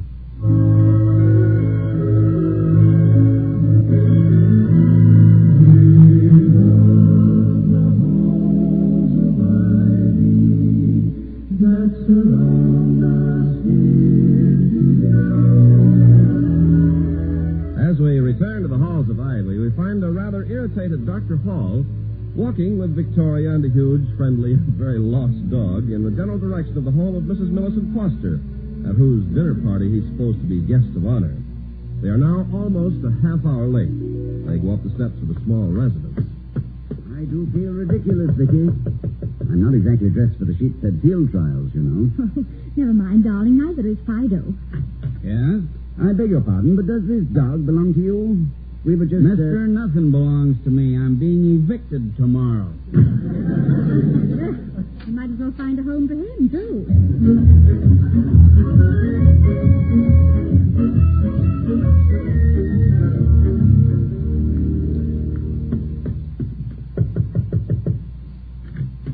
Oh, how do you do? Good evening. We were wondering... Yes, I know.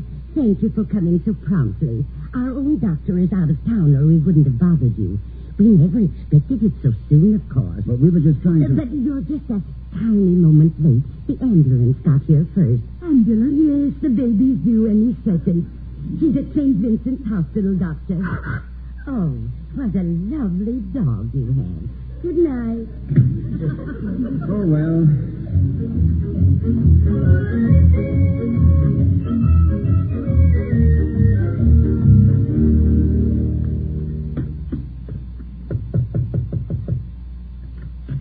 Good evening. How do you do?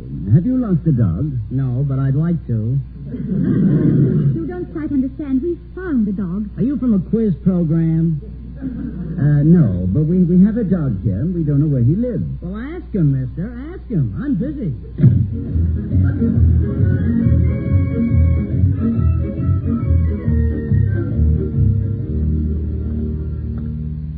A penny for them, Toddy.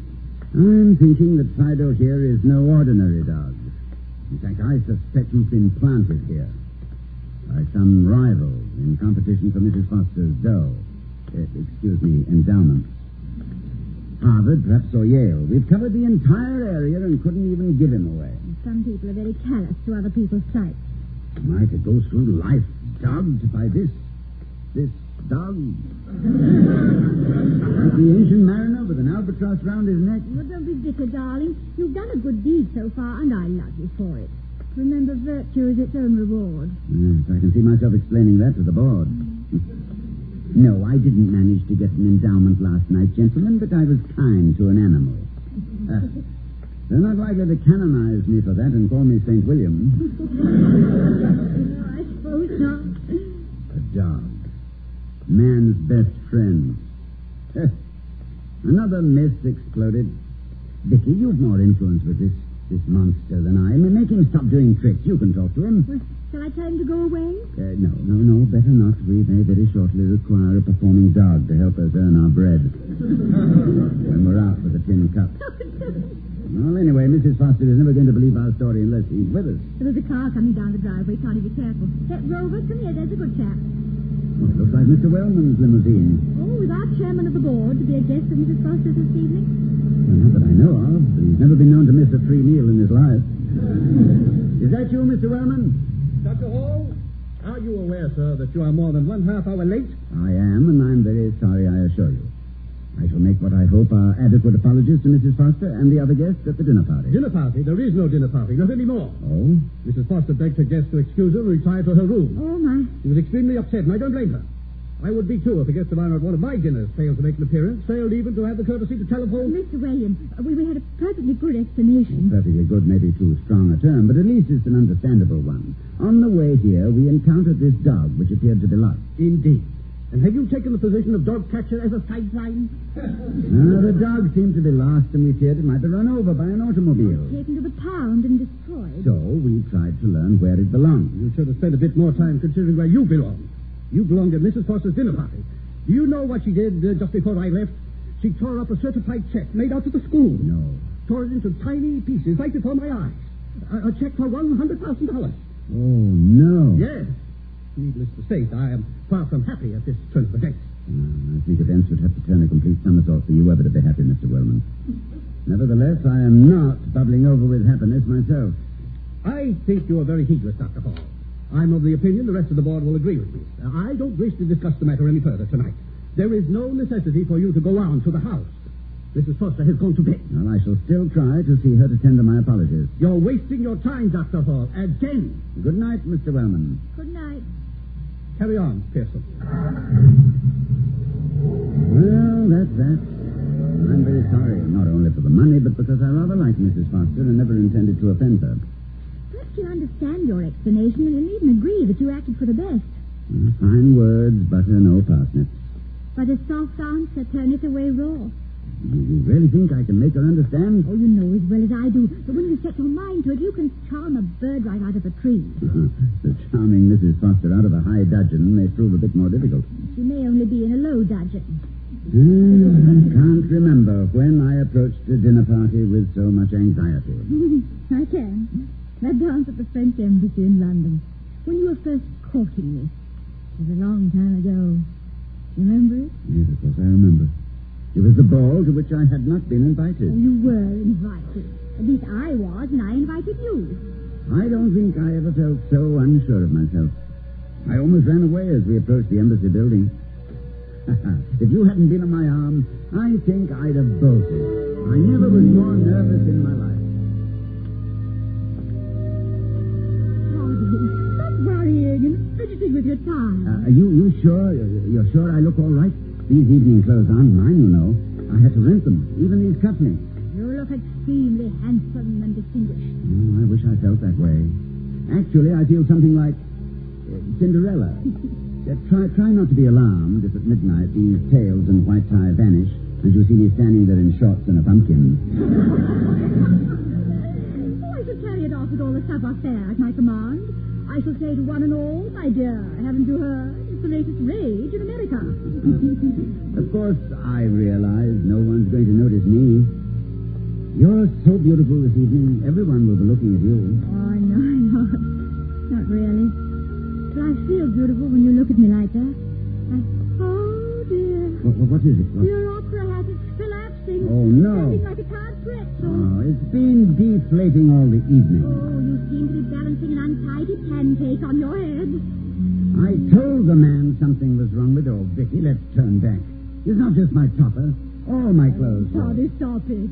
Except that hat, which you can carry. You're impeccably dressed and you're going to have an amusing and interesting evening. Stop worrying now. You disarrange your tie with your fidgeting. Here. Here's fix it for you. Yes, ma'am. The oddest thing about your eyes, Vicky, they change color. Sometimes they're as blue as a lake in the Adirondacks, than which nothing is bluer. But at this moment, your eyes are almost violet. I keep a large variety on hand. The little woman comes in and makes them for me at 2 shillings an hour. Try not to touch that tie again. I wish we had known each other longer. 2 years instead of 2 weeks. 2 weeks and 2 days. If we had, you'd know by this time that I'm not always like this. That I enter most situations with a certain aplomb. It's just that an embassy ball is rather a rich and sudden change of diet for a college professor on a sabbatical. After your first taste, you'll lap it up and come back for more. I'm not so sure of that. You know, this is very different from a social gathering at home. There I have the confidence and assurance of being known and in good standing. But here, among these old titles, these medals, decorations, these shining rewards of a great empire for distinguished services, it's frightening. No, it's not frightening, William. It's very, very gay. You're as much of a knight in armor as any of them. And as for title, my dear, don't forget that to me, you're William the Conqueror. What? What was that you said? No, don't knock yet. I can't afford another moment's delay. We're late. Let the ambassador wait. I want you to say that again. Ambassador? Toddy, what are you talking about? We're late for Mrs. Foster's party. Mrs. Who? Mrs. Foster. What? Oh, Mrs. Foster. Toddy, where were you? At an ambassador's ball in London, my dear, with a pretzel on my head. This is no time for daydreaming. Good heavens, no. We've got to apologize to Mrs. Foster. You stay here with me, then. Good evening. Good evening. Is Mrs. Foster at home? Dr. and Mrs. Hall calling. No, wait, please. Don't shut the door. We wish to see her to apologize for... Someone for me? Yes, madam. Oh, Dr. Hall and Mrs. Hall. We would like to apologize, Mrs. Foster. That will be all, Kirby. Yes, madam. Mrs. Foster, we are so sorry you've been upset. Upset? Believe me, such a thing was furthest from our thoughts. You seem rather positive genius for milk and water words. How would you feel if your guests of honor for the evening not only failed to appear, but didn't even notify you? It's indicative of the contempt you must feel for the help I could have given you. No, I assure you. It is really the last straw. Your discourtesy on top of everything else. As though I weren't already carrying as much as a mortal could be expected to bear. The last straw? Pete, he's lost, ran away, disappeared. Oh, you wouldn't understand. Pete? He's not by any chance a dog? He's not just a dog. He's my dog. I've had him for years, and suddenly he's... Not a raw-boned, flop-eared, bushy-tailed... Yes. Have you seen him? Seen him? Mrs. Foster. He's the reason we're late. We were trying to find his home for him. One moment. Pete! Dr. Hall, you... Oh, Pete. It is Pete. Oh, all right. You bad dog. Where have you been? I thought you'd been stolen or killed. Dr. Hall, Pete may not look, but he's a very rare and valuable dog. I can't tell you how valuable. If it were anyone of less consequence than you, Dr. Hall, I should offer him a large cash reward. You would, Mrs. Foster? Well, if I may make a suggestion.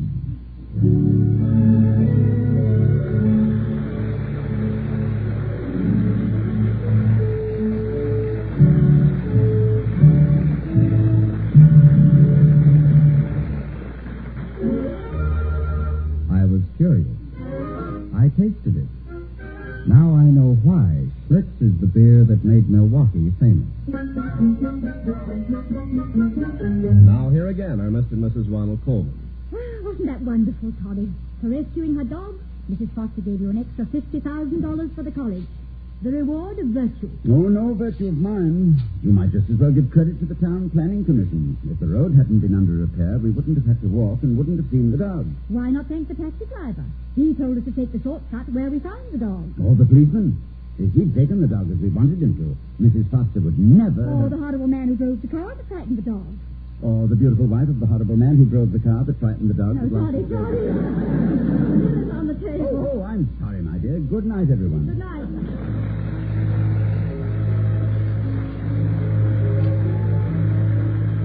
We'll be seeing you next week at this time at the Halls of Ivy, starring Mr. and Mrs. Ronald Coleman. The other players were Herbert Butterfield, Janet Scott, Jane Morgan, Herbert Vigran, Jack Cushman, and Jerry Hausner.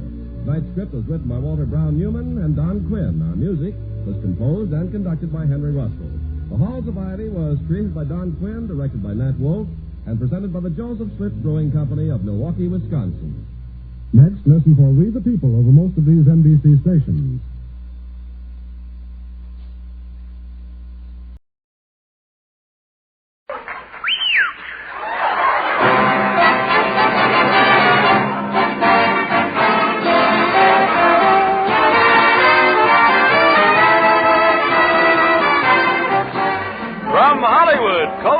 Powder presents the Mel Blanc Show, written by Mac Benoff, with Mary Jane Croft, Joe Kearns, Hans Conried, Alan Reed, Jill Walker, the Sportsman, Victor Miller and his orchestra, and starring the creator of the voice of Bugs Bunny. What's up, Doc? And Coke Tooth Powder for a breath that's sweet and teeth that sparkle brings you the Mel Blanc Show, with Mel playing his new character, Zuki. Hello, everybody. Hi. And starring himself in person, Mel Blanc. Hi, folks. Ugga, ugga, boo, ugga, boo, boo, ugga.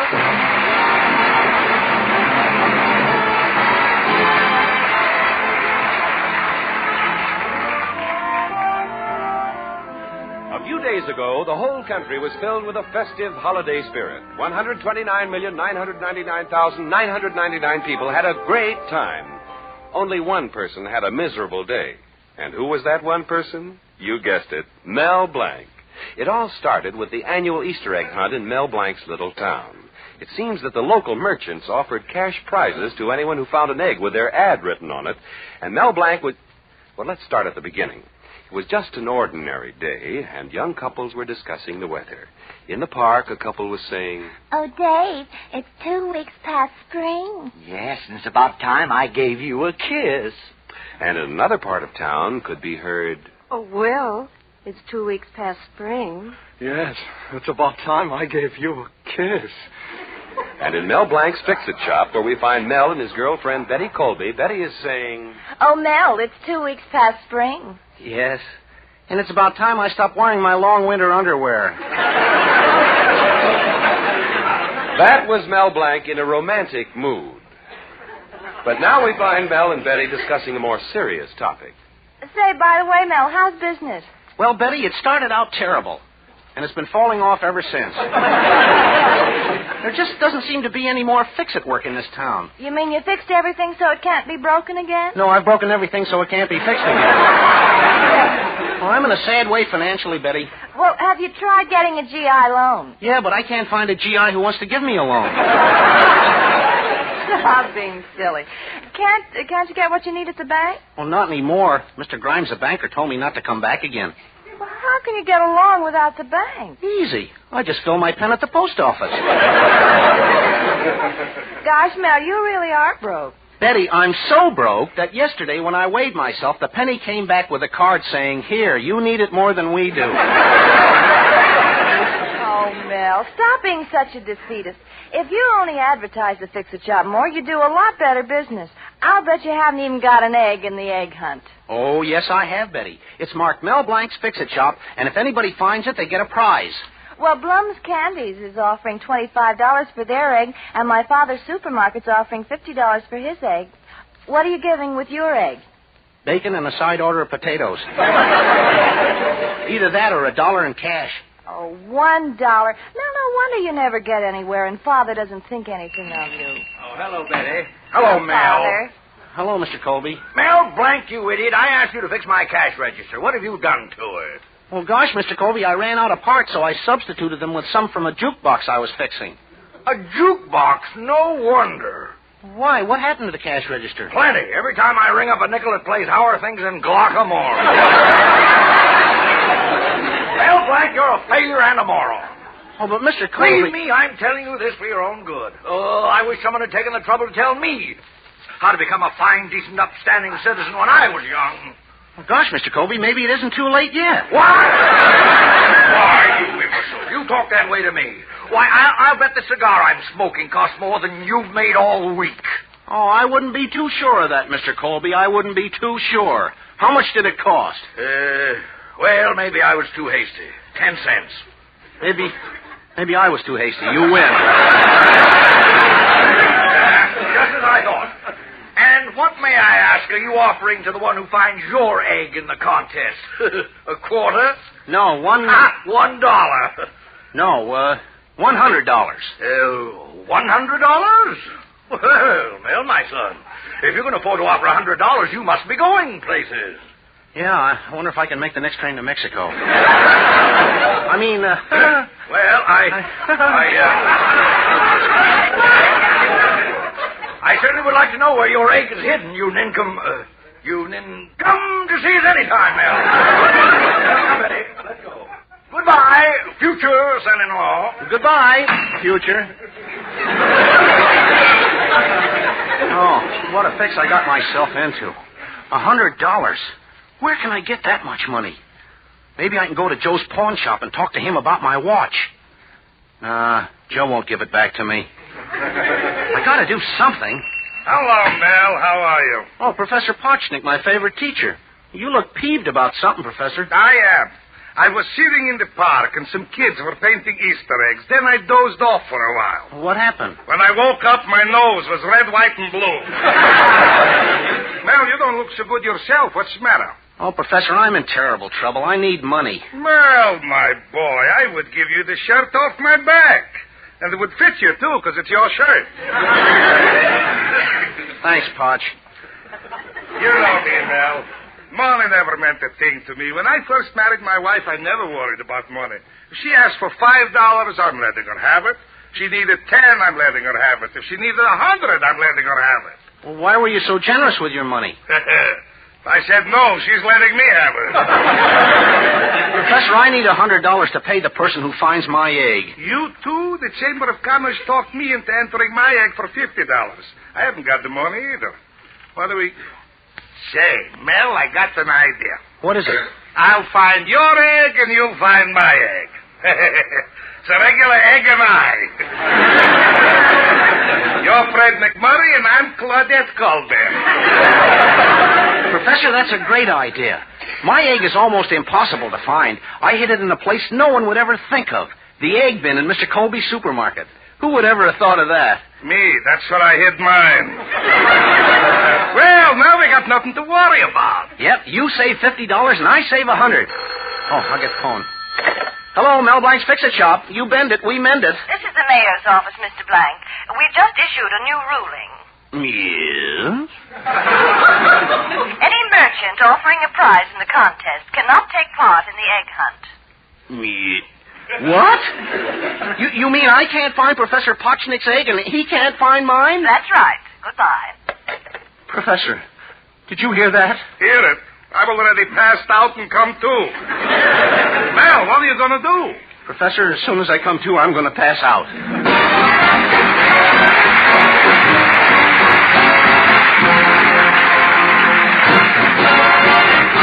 Use Colgate tooth powder, keep smiling just right.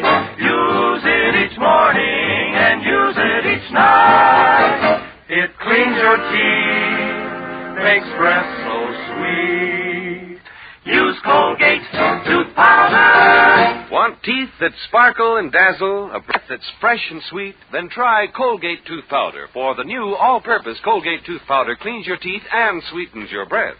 Yes, this new all-purpose tooth powder produces an amazingly rich active foam that's marvelously effective. Every time you brush your teeth with this new all-purpose Colgate tooth powder, your whole mouth feels clean, sweet, fresh. Your teeth regain their natural sparkle. It's been proved in 7 cases out of 10 that Colgate tooth powder instantly stops unpleasing breath that originates in the mouth. And as for cleaning, you can depend on Colgate tooth powder revealing the natural brilliance of your teeth. Yes, Colgate tooth powder, the new all-purpose tooth powder, does everything you can expect or ask of a dentifrice. Try Colgate tooth powder today for teeth that sparkle and a breath that's sweet. Use Colgate tooth powder. And now, Victor Miller, the sportsman, and If This Isn't Love.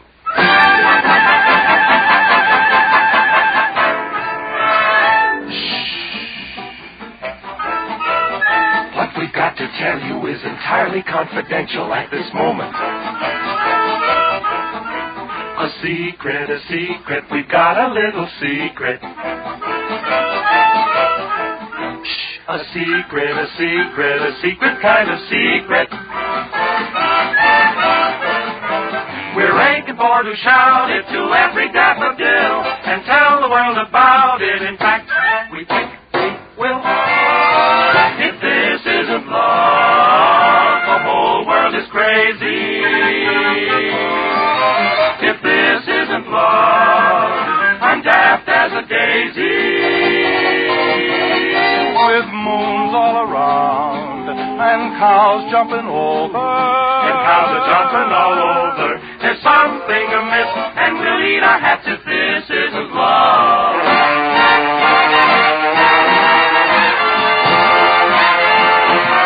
We're feeling like an apple on top of William Tell. With this, I cannot grapple.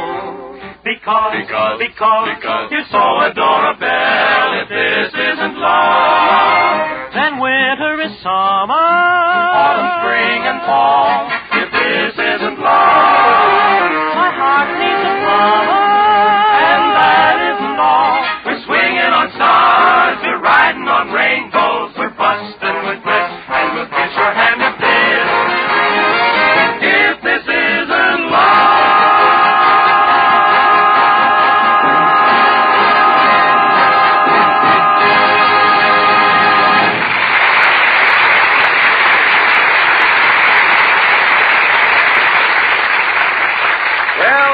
Mel Blanc and trouble again, as usual. To make a good impression on Mr. Colby, Mel offered $100 to anyone finding his egg in the annual egg hunt, and now Mel has got to get the money back in some way or pay $100, which he doesn't have. But now to add to Mel's troubles, along comes Hartley Benson, the town Beau Brummel. Hello, Hartley. What do you know? Only what every girl tells me. Hartley, you're wonderful. Hartley, you're beautiful. Hartley, you're adorable. Mel, boy, it'll break the heart of every girl who calls, but I'm taking myself to Niagara Falls.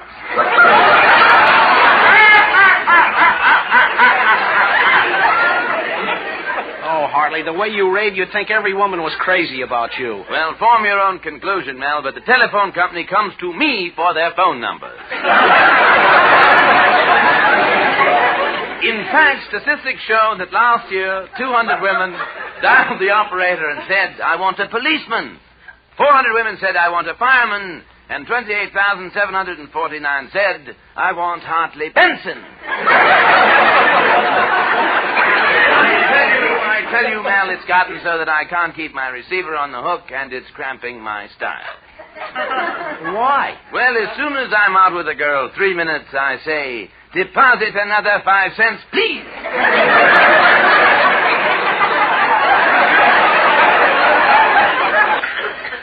You must get plenty of slugs.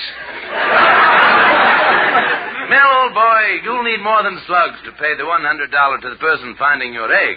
Well, how can you afford so much? Look, old boy, look at the way you're dressed. Hartley Benson, I'm dressed in the latest style. When I get a letter, it's addressed to Mel Blanc, Esquire. Well, you may have that distinction, Mel, old boy, but when I get a letter, it's addressed to Hartley Benson, Woman's Home Companion.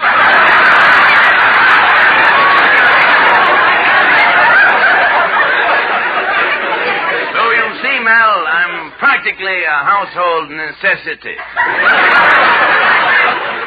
So is a mousetrap. Now, that's getting very nasty. And to you I say,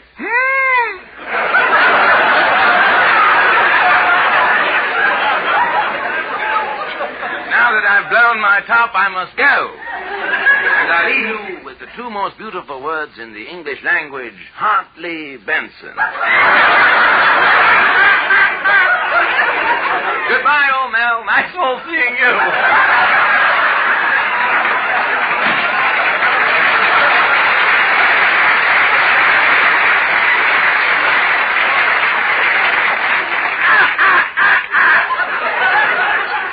What an old character.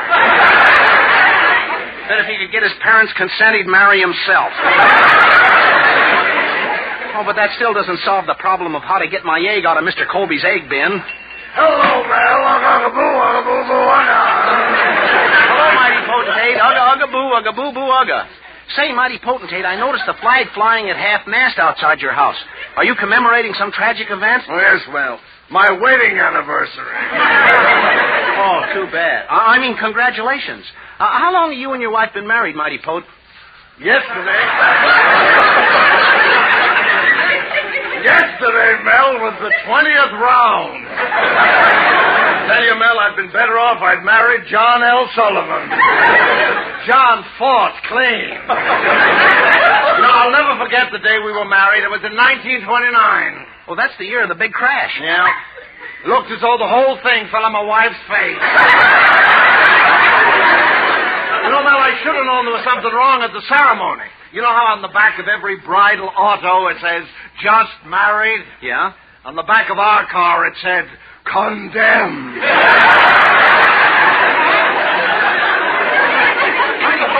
How come I wasn't invited to your anniversary party? Well, Mel, I tell you, it was just for relatives and my wife's friends. Naturally, we had only relatives.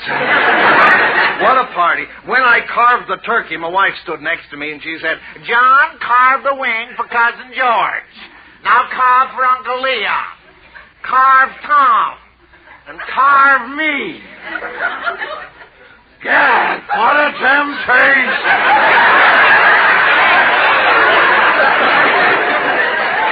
Well, what part of the turkey did you finally carve for your wife? Ha! I don't know why I'm telling you all this. It's just that I've got no one to talk to. Buck up, mighty potentate. You think you've got troubles.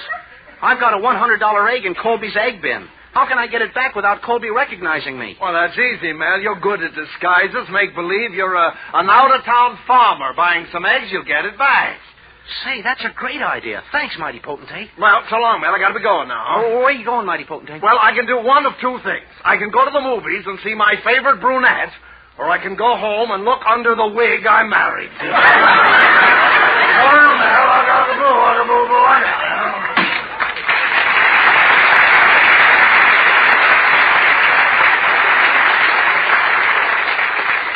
Now to get down to Colby's supermarket.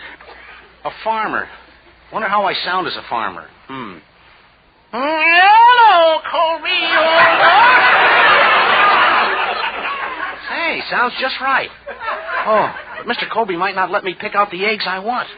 I know. I'll send Zuki over to distract his attention in some other part of the supermarket while I pick out my egg. Oh, Zuki! Zuki!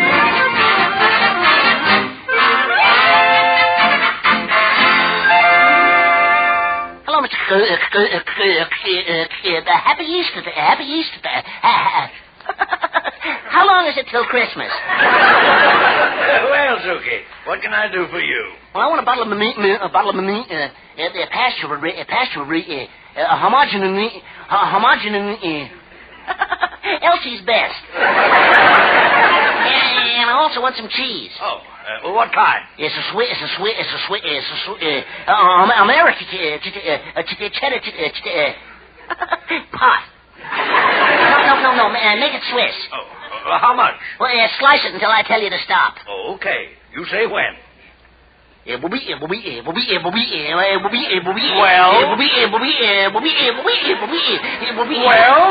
stop already. You slice through all the cheese and 2 salamis.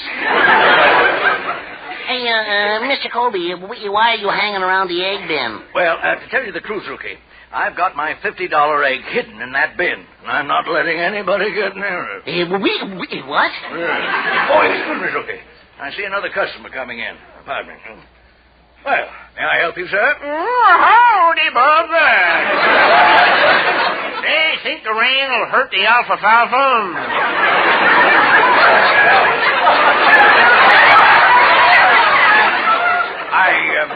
I take it you're a farmer. Oh, yep. I've been milking cows all my life. It's all I ever done, milk cows. Getting so I can't shake a man's hand without putting a pail under it. Oh, but I can't complain. Milking cows pays me a good salary. Oh, what do you make? Pull down about 50 a week. Now, I think I'll take a dozen eggs. Eggs? Yeah. Just a second. Why would a farmer buy eggs? Don't you have any chicken? Oh, sure. In fact, my chickens lay a lot of eggs. I put a radio in the chicken coop, and it made one chicken lay 50 eggs in one day. A chicken laid 50 eggs in one day because of a radio? Yep. She got so interested in one program, she dropped everything.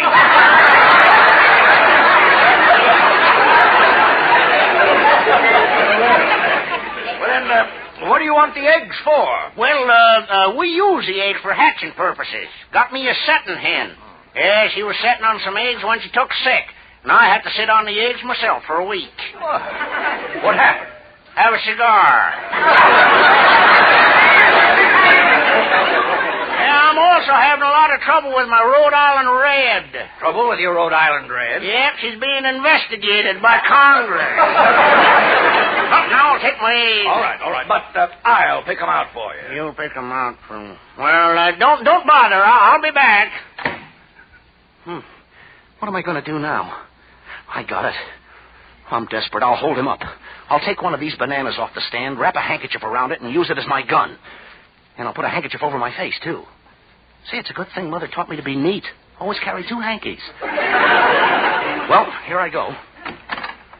Stick 'em up, Colby. This is a holdup. Oh, don't shoot, mister. Take my money, take my clothes, take my jewelry. I want none of those. Well, what do you want? Your eggs. My eggs? Yeah, I steal them all the time. I'm an egg yeg.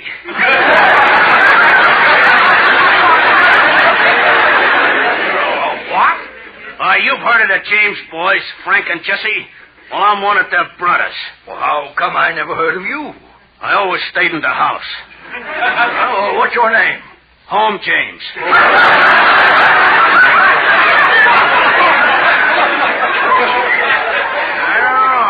This whole thing sounds highly ridiculous. Careful now, Colby. I got you covered. Oh, is that so? Give me that gun. Be careful, Mr. Colby. You're bending it. I'm bending it? Yeah, this isn't really a gun. It's one of your bananas. Oh, Mel Blanc, I'll break every bone in your body.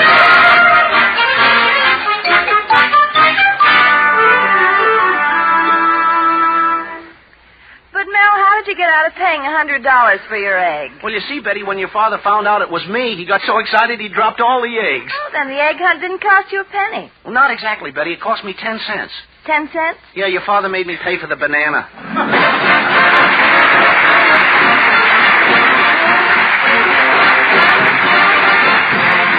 Mel Blanc will be back in just a minute. Use Colgate tooth powder, keep smiling just right. Use it each morning and use it each night. Don't take a chance with your romance. Use Colgate tooth powder. A breath of trouble, unpleasing breath, can lose you friends and alienate people. So ask yourself if you could have this social handicap. Best thing to do is to guard against it. Brush your teeth night and morning and before every date with Colgate tooth powder. For Colgate tooth powder cleans your breath as it cleans your teeth. Yes, scientific tests have definitely proved that in 7 cases out of 10, Colgate tooth powder instantly stops unpleasing breath that originates in the mouth. What's more, no dentifrice at any price cleans your teeth more quickly and thoroughly than Colgate tooth powder. Remember to buy it first thing. And remember the name Colgate tooth powder with the accent on powder. Don't take a chance with your romance. Use Colgate tooth powder.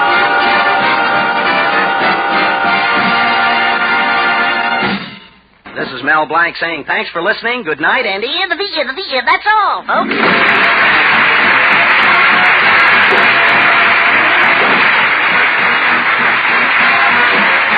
This is Bud Houston reminding you that Colgate tooth powder for a breath that's sweet and teeth that sparkle brings you the Mel Blanc Show every Tuesday at this time. Be sure to join us again next Tuesday night for more fun with Mel and the people you'll meet in Mel Blanc's Fix-It Shop. Say hello to Halo Shampoo for naturally bright and beautiful hair. Remember, even finest soaps and soap shampoos hide the natural luster of your hair with dulling soap film. But Halo Shampoo contains no soap, therefore leaves no dulling soap film. Even in hardest water, Halo makes oceans of rich, fragrant lather, quickly banishes loose dandruff and dirt. Halo needs no lemon or vinegar rinse. Say hello to Halo and goodbye to dulling soap film. Get Halo Shampoo at any cosmetic counter.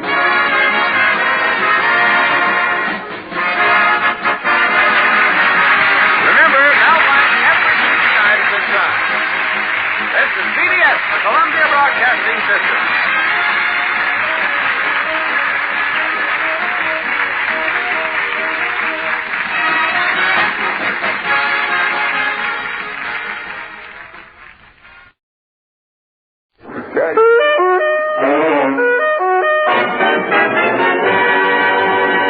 It's Texaco time with Fred Allen.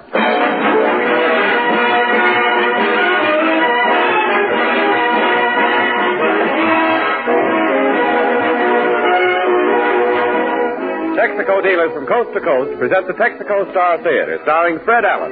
With Fred's guests, the popular screen and radio comedian Jack Haley, Portland Hoffa, Falstaff Openshaw, the Texaco Workshop Players, Hilo Jack and the Dane, and Al Goodman and his orchestra. Yours truly, Jimmy Wallington, is here to remind you that warmer days mean danger for your car if you're still driving with worn-out winter lubricant.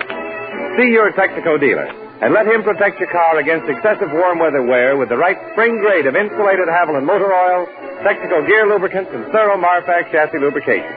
It's a Texaco spring tonic to put new life in your car.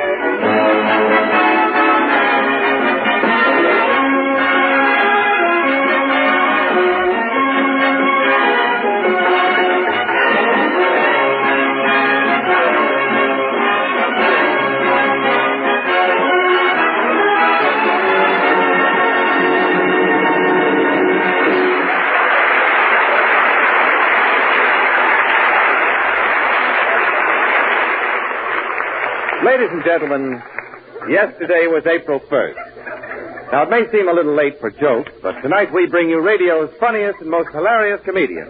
April Fool, it's only Fred Allen.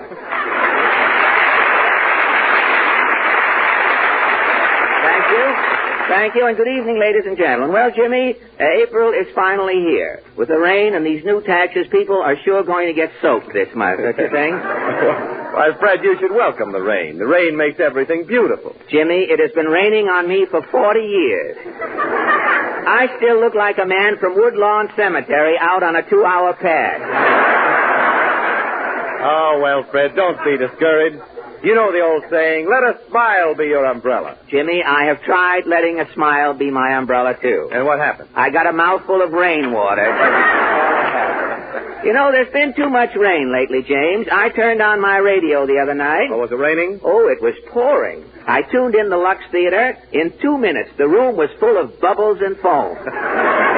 Cecil B. DeMille was treading foam around the room there for quite a while. You know, it rained so hard down around City Hall, they say the little flower grew 2 inches this week.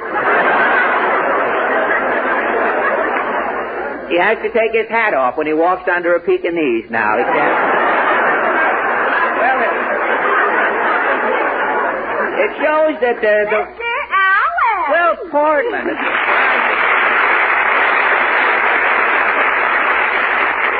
Portland, I'm glad you have your wedgies on. You give the show a lift just when we can use it. What's on your mind? How do you pronounce Domanevka? Domanevka? Yes. It's a town the Russian army captured today. Well, why don't you wait until tomorrow? The Russians would be 20 miles past there. It may be someplace you can handle if you just lay over. Say, is that a letter you have there? Yes, I'm mailing it for Mama. Oh, really? Well, don't forget the postage rates went up last week. Oh, it doesn't bother us. Mama has a system. Oh, what system? Mama puts a 2-cent stamp in the icebox. Yeah? When Washington turns blue, Mama uses it for a 3-cent stamp. Well, that's a new thing, a postage stamp with goose pimples. What, make a steeplechase for your tongue when you lick it. Say, what, You know what a goose pimple is? It's a dimple that blew out. Where was that? Well, what else is... It doesn't make any difference with our program. You can open any script.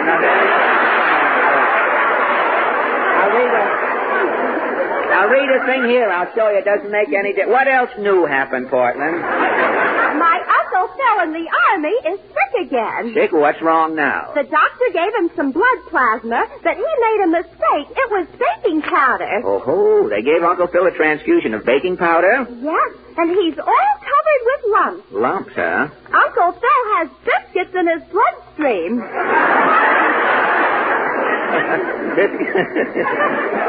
He's lucky he hasn't got cookies in his kidneys. Well, after that half-baked gag, Portland, I'm off to Alan Sally. Oh, what is your question tonight? Well, this past week, as you know, the World Food Administration announced that this year's record egg production is demoralizing the egg market. The WFA is trying to adjust prices to help the wholesaler, retailer, and consumer. And so our question is, how has the egg surplus affected you? Shall we go? As the two customers in Duffy's Tavern might say, leave us leave.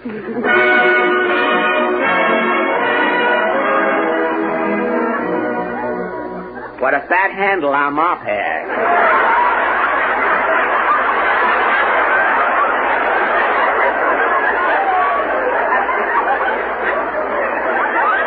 Well, here we are. Here we are back in Allen's Alley, Portland. I wonder if Senator Bloat is in. Yes? Senator Bloat? Yes, but you'll have to hurry. I've got to rush over to the White House. FDR has bronchitis. Well, how do you think the president caught cold? The White House is very drafty. Eleanor rushing in and out. I see. Well, tell me, Senator, isn't there some way we can stop the egg surplus? Yes, if my bill, the bloat bill, goes through, no more eggs will be laid. Well, how can you stop hens from laying eggs? Instead of corn, the hens will be fed old rubber plants. Rubber plants, eh? When the hen lays an egg, yes, the egg will bounce back into the hen. I thank you. Well, if the senator's bill goes through, hens will think they're laying ping-pong balls, I guess. Well, let's knock at this next door. Well, what is it? I give up. Mrs. Prawn, tell me, how do you feel about the egg surplus? I was crazy about eggs when I was single. I had my own chickens. And now that you're married? My husband won't let me keep chickens. Well, why not? My husband says one old cluck around the house is enough. Well, it's my own fault I shouldn't have egged her on, I guess. Well, what's going on next door here? No? Oh, wait a minute. This is a new here. Who are you? My body? You are looking on Digby Rappaport. Digby Rappaport, eh? What became of Mr. Nussbaum? That's a military secret. A military secret? Nobody knows where Nussbaum is but Nussbaum and his draft board.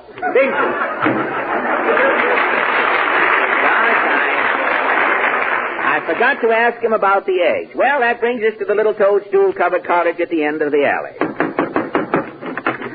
P2359, Falstaff's here to join you, Chum.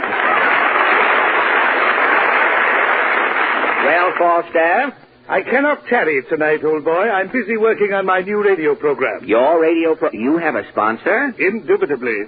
Falstaff Beer is sponsoring Falstaff Open Show. Congratulations. Thank you. My program starts tomorrow night. I shall be heard 3 times weekly. Well, I guess you're too busy to give us a poem tonight. Oh, contraire, old boy. Have you heard she said she was Ruth, that she came from Duluth, but it wasn't the truth? She was full of vermouth? No, I don't think so. Or, when Mother gave me her locket, she didn't think I'd hock it? No. Said the timid skunk to the little mink, confidentially, do you think I...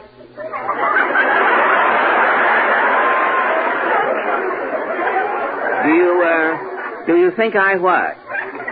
The skunk didn't say. Now, wait a minute. Now that you have your own radio program, you're trying to ruin mine. Tonight we're discussing the egg shortage. Precisely. Why you are here, I know. What is your egg poem called? There's simply no solution. How does it go? The WFA tried egg control. The WFA is ruining it. For today, eggs flood the market. The hens are overdoing it. These eggs must stop, bureaucrats cry, or there will be arrests. We'll subpoena every Plymouth Rock and padlock all the nests. But the nation's hens go blithely on and daily do their stuff. For hens are hens, and every hen must lay on like Macduff. For a hen has no alternative and threats serve to provoke her. A hen can only lay an egg.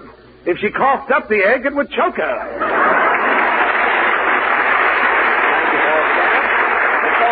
Adding his over to the ovation, rushes into the arms of his new sponsor. Maestro Goodman puts down his jackknife and raises the baton he has just whittled to summon high-low Jack and the Dame. Tonight the kids sing Louise.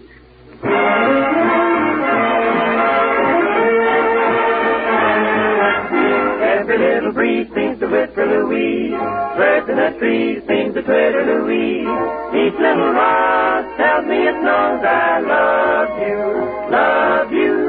Every little beat that I feel in my heart seems to repeat what I felt at the start. Each little sigh tells me that I adore you, Louise. Just to see and hear you brings joy I never knew. But to be so near you thrills me through and through. Anyone can see why I wanted your kiss. It had to be, but the wonder is this. Can it be true someone like you could love me? Louise, Louise.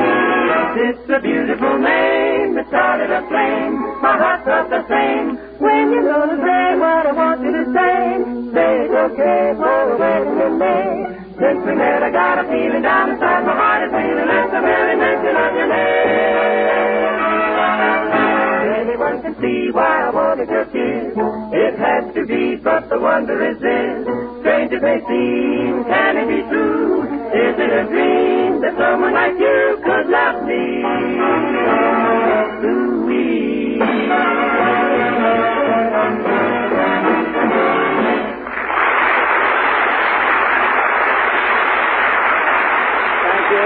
Jack in the Day.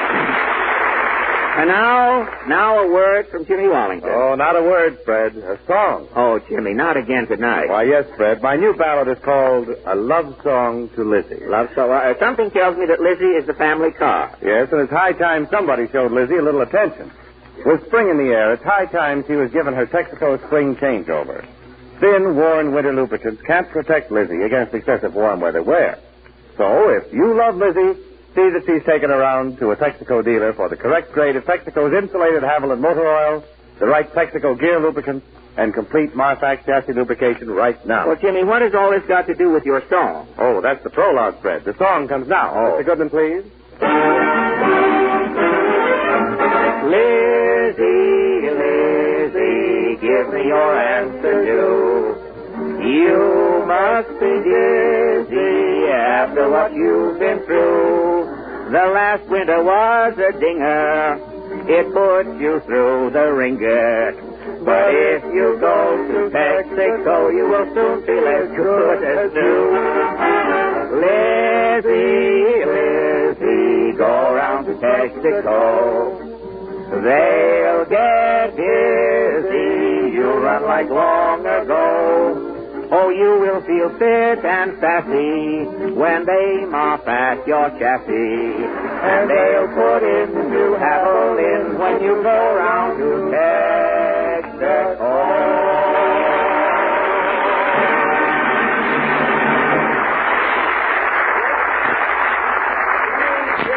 Like that. You and I sing two choruses and no squeals, nobody swoons. It's very quiet. I guess we just don't get the Bobby Sock audience, Jimmy. We get the shawl and high button shoe crowd.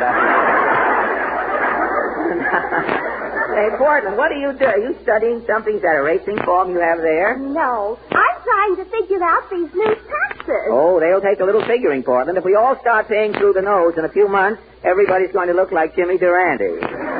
The tax on cosmetics is doubled. I know that. Mama's cutting down 50%. Well, how? Mama's only making up one side of her face. Oh, one side. Well, as long as it's the outside. You know, from now, liquor taxes went up, too. Every man from now on who says, here's looking at you, will see Morgenthau's face in the glass.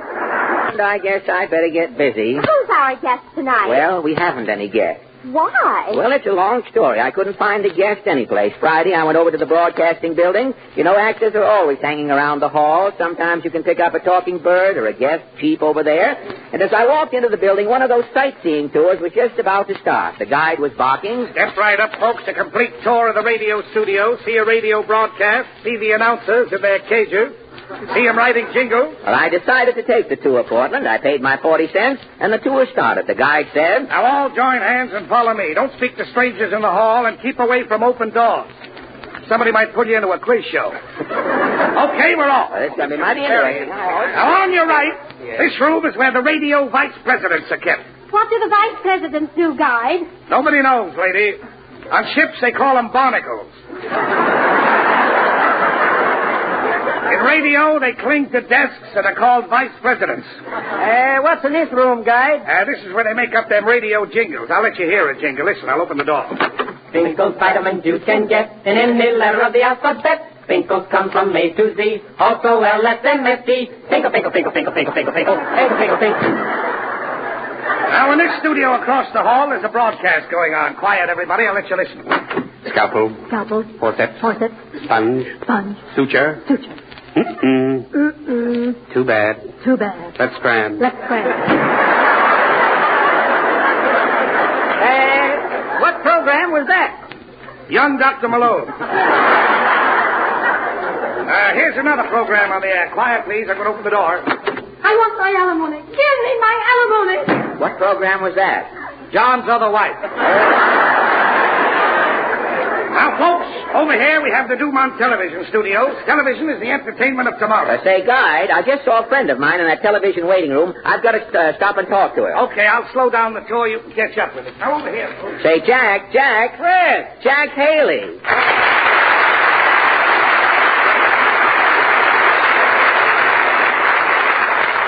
Jack, I haven't seen you The last time was Kansas City. We played that benefit together. Remember, Fred? Right. Remember Shapiro and his seal were on the bill. Uh-huh. I met Shapiro last week. His wife was wearing the seal. Say, the great Limbo. The great Limbo, the contortionist, was on the bill. Remember, Limbo used to twist his body into all different letters, A, B, C? Whatever happened to Limbo? Fred, Limbo finally went too far. He made a nest of himself. Say, wasn't Flanagan and his midget on that bill? That's right. The midget was drowned in a USO clubhouse. He was asleep in a chair, and a big wave came in. Did you stop at that hotel, Fred, in Kansas City with a small room? Oh, say, the walls in my room were so close together, Jack, the mice had to walk around on their hind legs. Say, how was your room? Fred, the furniture in my room was so small the bureau didn't have drawers. It had shorts.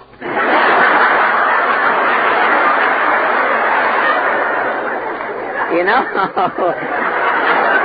the pillow on my bed was a tea bag, Jack. It was that small.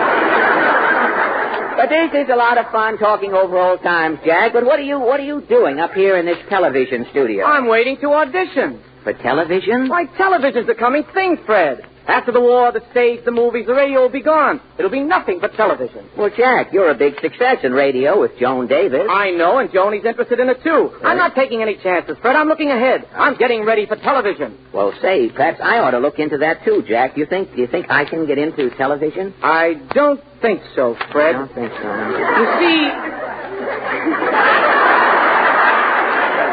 You see, in radio, you get a break. Nobody sees you.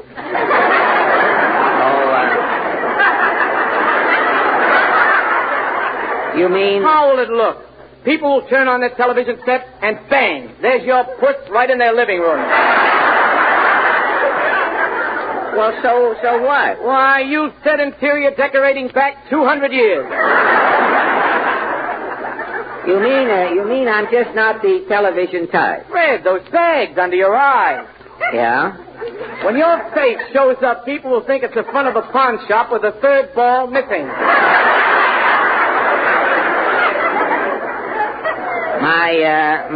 My bags are that bad, eh? Your nose looks like a banana holding up two sad sacks. Well, I'm not the only homely person in radio, Jack. Fred, television will ruin half of the actors in radio. Oh, brother, wait till people get a load of those kissers on information, please. Fadiman always looks as though he smells a platitude and can't locate it.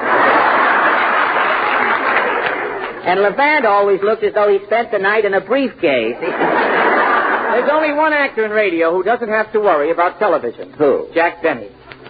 Jack Benny, huh? Well, that's right, too. Everybody, the name that I missed it for a minute, just occurred to me. Everybody will expect Benny to show up a cheap, old, broken-down ham with flat feet, no teeth, and no hair. When people see Benny in television, yes? Nobody is going to be disappointed, Jack. That's your trouble, too, Fred. Unfortunately, you look like you sound. Now, Jack, look. There must be some way I can get into television. You can't teach an old dog new tricks, Fred. You'd have to learn a new technique. But I've been acting in radio 12 years. Nobody acts in radio. Fred, the sound man does the acting. Well, how do you mean? Well, I'll show you. Sound man, will you step over here? Yes, Mr. Haley. Now, here's the love scene, and here's how one is played in radio. I'll be the lover, and you're my sweetheart. Uh-huh. I come in, I say, Gwendolyn. Willoughby. Gwendolyn, darling. Willoughby. Oh, my beloved, let me pat your cheek. Oh, Willoughby. Gwendolyn, my love, let me run my fingers through your hair.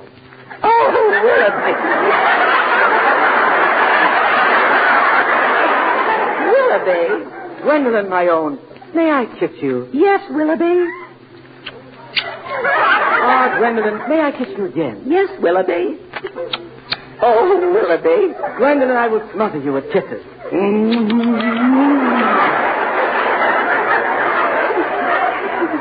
There, Fred, see what I mean? In radio, that is a passionate love scene. Uh-huh. We stand around like a couple of jerks while the sound man is kissing the back of his hand. You mean in television the actors will have to act? Yes. Now, the same scene will look like this. I come in, I say, Gwendolyn, darling, at last. Willoughby. Gwendolyn, my pigeon, let me pat your cheek. No, what?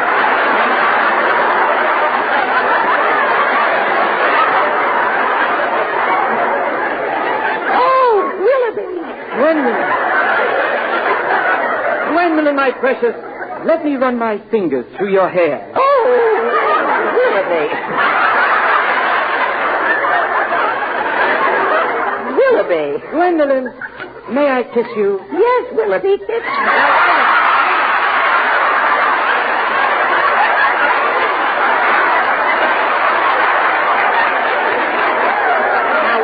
Wait a minute, Fred, Dave. I'm only showing you. What goes on here? Fred, I'm only showing you what a love scene will be like in television. Well, look, if that's television, the mayor will never let it into New York. In television, actors will have to do their own lovemaking. Uh-huh. No sound man will be standing around with wet knuckles. Now, look, Jack, romance is not for me. I'm a comedian. For television, what do I need? A couple of new jokes. No, Fred. In television, everything is sight. You have to use jokes so old, they don't even get laughs in radio. There are jokes that old? There must be. Let me see. Do you know that old gag? Which one? I say, hello, Fred, I'm going to Chicago. Are you going by Buffalo? No, I'm going by train. Well, you see, now, radio... This is a television audience.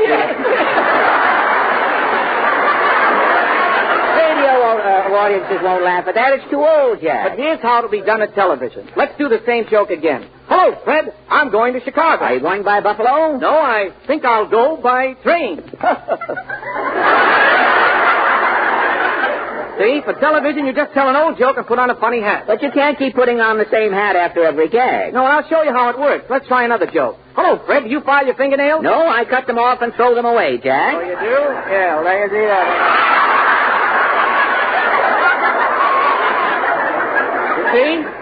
See, Fred? A joke like that, and then you just put on a false Oh, face. Jack, look, you go into television. I'll stick to radio. Fred, you're not mad, are you? No, I'm not mad, Jack. You go your way, and I'll go mine. We'll still be pals? Yes, Jack. Well, I hope so. I don't want anything to disturb our friendship, because many years ago we met in Boston. In those good old days, we didn't have a bean. And when you didn't have a bean in Boston...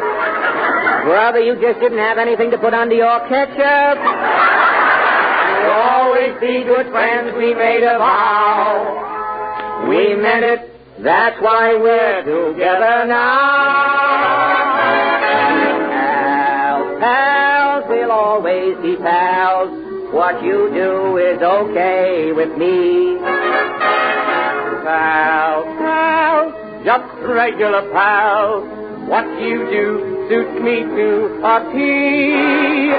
You can have all my money, my silver and gold. I'll give you my jokes, the ones that I've told. Good friends, we'll be till we're old, because we're pals, pals, pals. You know, Fred, we really have been pals for a long while. That's right, Jack. You know, to be good friends like we are in this hectic show business, I think it's quite an accomplishment. Yes, I guess it is. And I'd like to take this opportunity to state publicly just how I feel about you as a very good friend. Well, I appreciate your sentiments, Jack. Fred, there's nothing I wouldn't do for you. I know that. I mean, I don't want you to feel that I'm over-emotional, but... No, I know how you feel. It's just... do you like this tie? Yes, it's a beautiful tie, Jack. You may have it. No, please, Jack, don't give me a tie. I don't want your tie. My friend. Oh, well, there is a friend. A tie from his own neck. Look at that, a friend. There's nothing I wouldn't give you, Fred. Oh, I know that, Jack. Do you need any money? No, Jack, I don't need any money. How about some blood? No.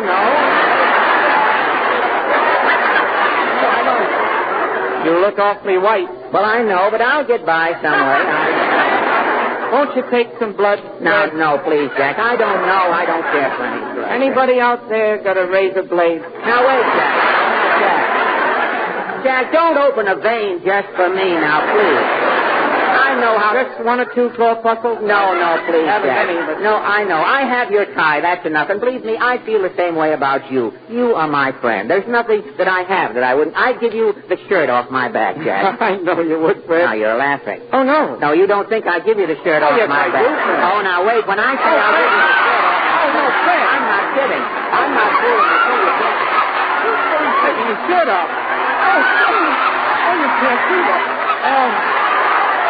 There's the shirt off my back. You can't try that.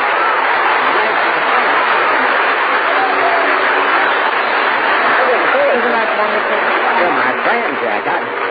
Isn't that wonderful? He gave me the shirt off his back. Least you could have done is have it laundered. Well, I'm not going to stand here and see you give me the shirt off your back without my reciprocating. Jack, I don't want the shirt. I don't want anything from you. I have the necktie, Jack. Jack, that's all I can do. Look, you've given me the shirt. There's only one thing I can do, Jack. There's only one thing I can give you. There's only one thing I can give you now, Jack. I'm going to... Close it, Fred. Good friend, we'll be till the end, because we're pals, pals, pals.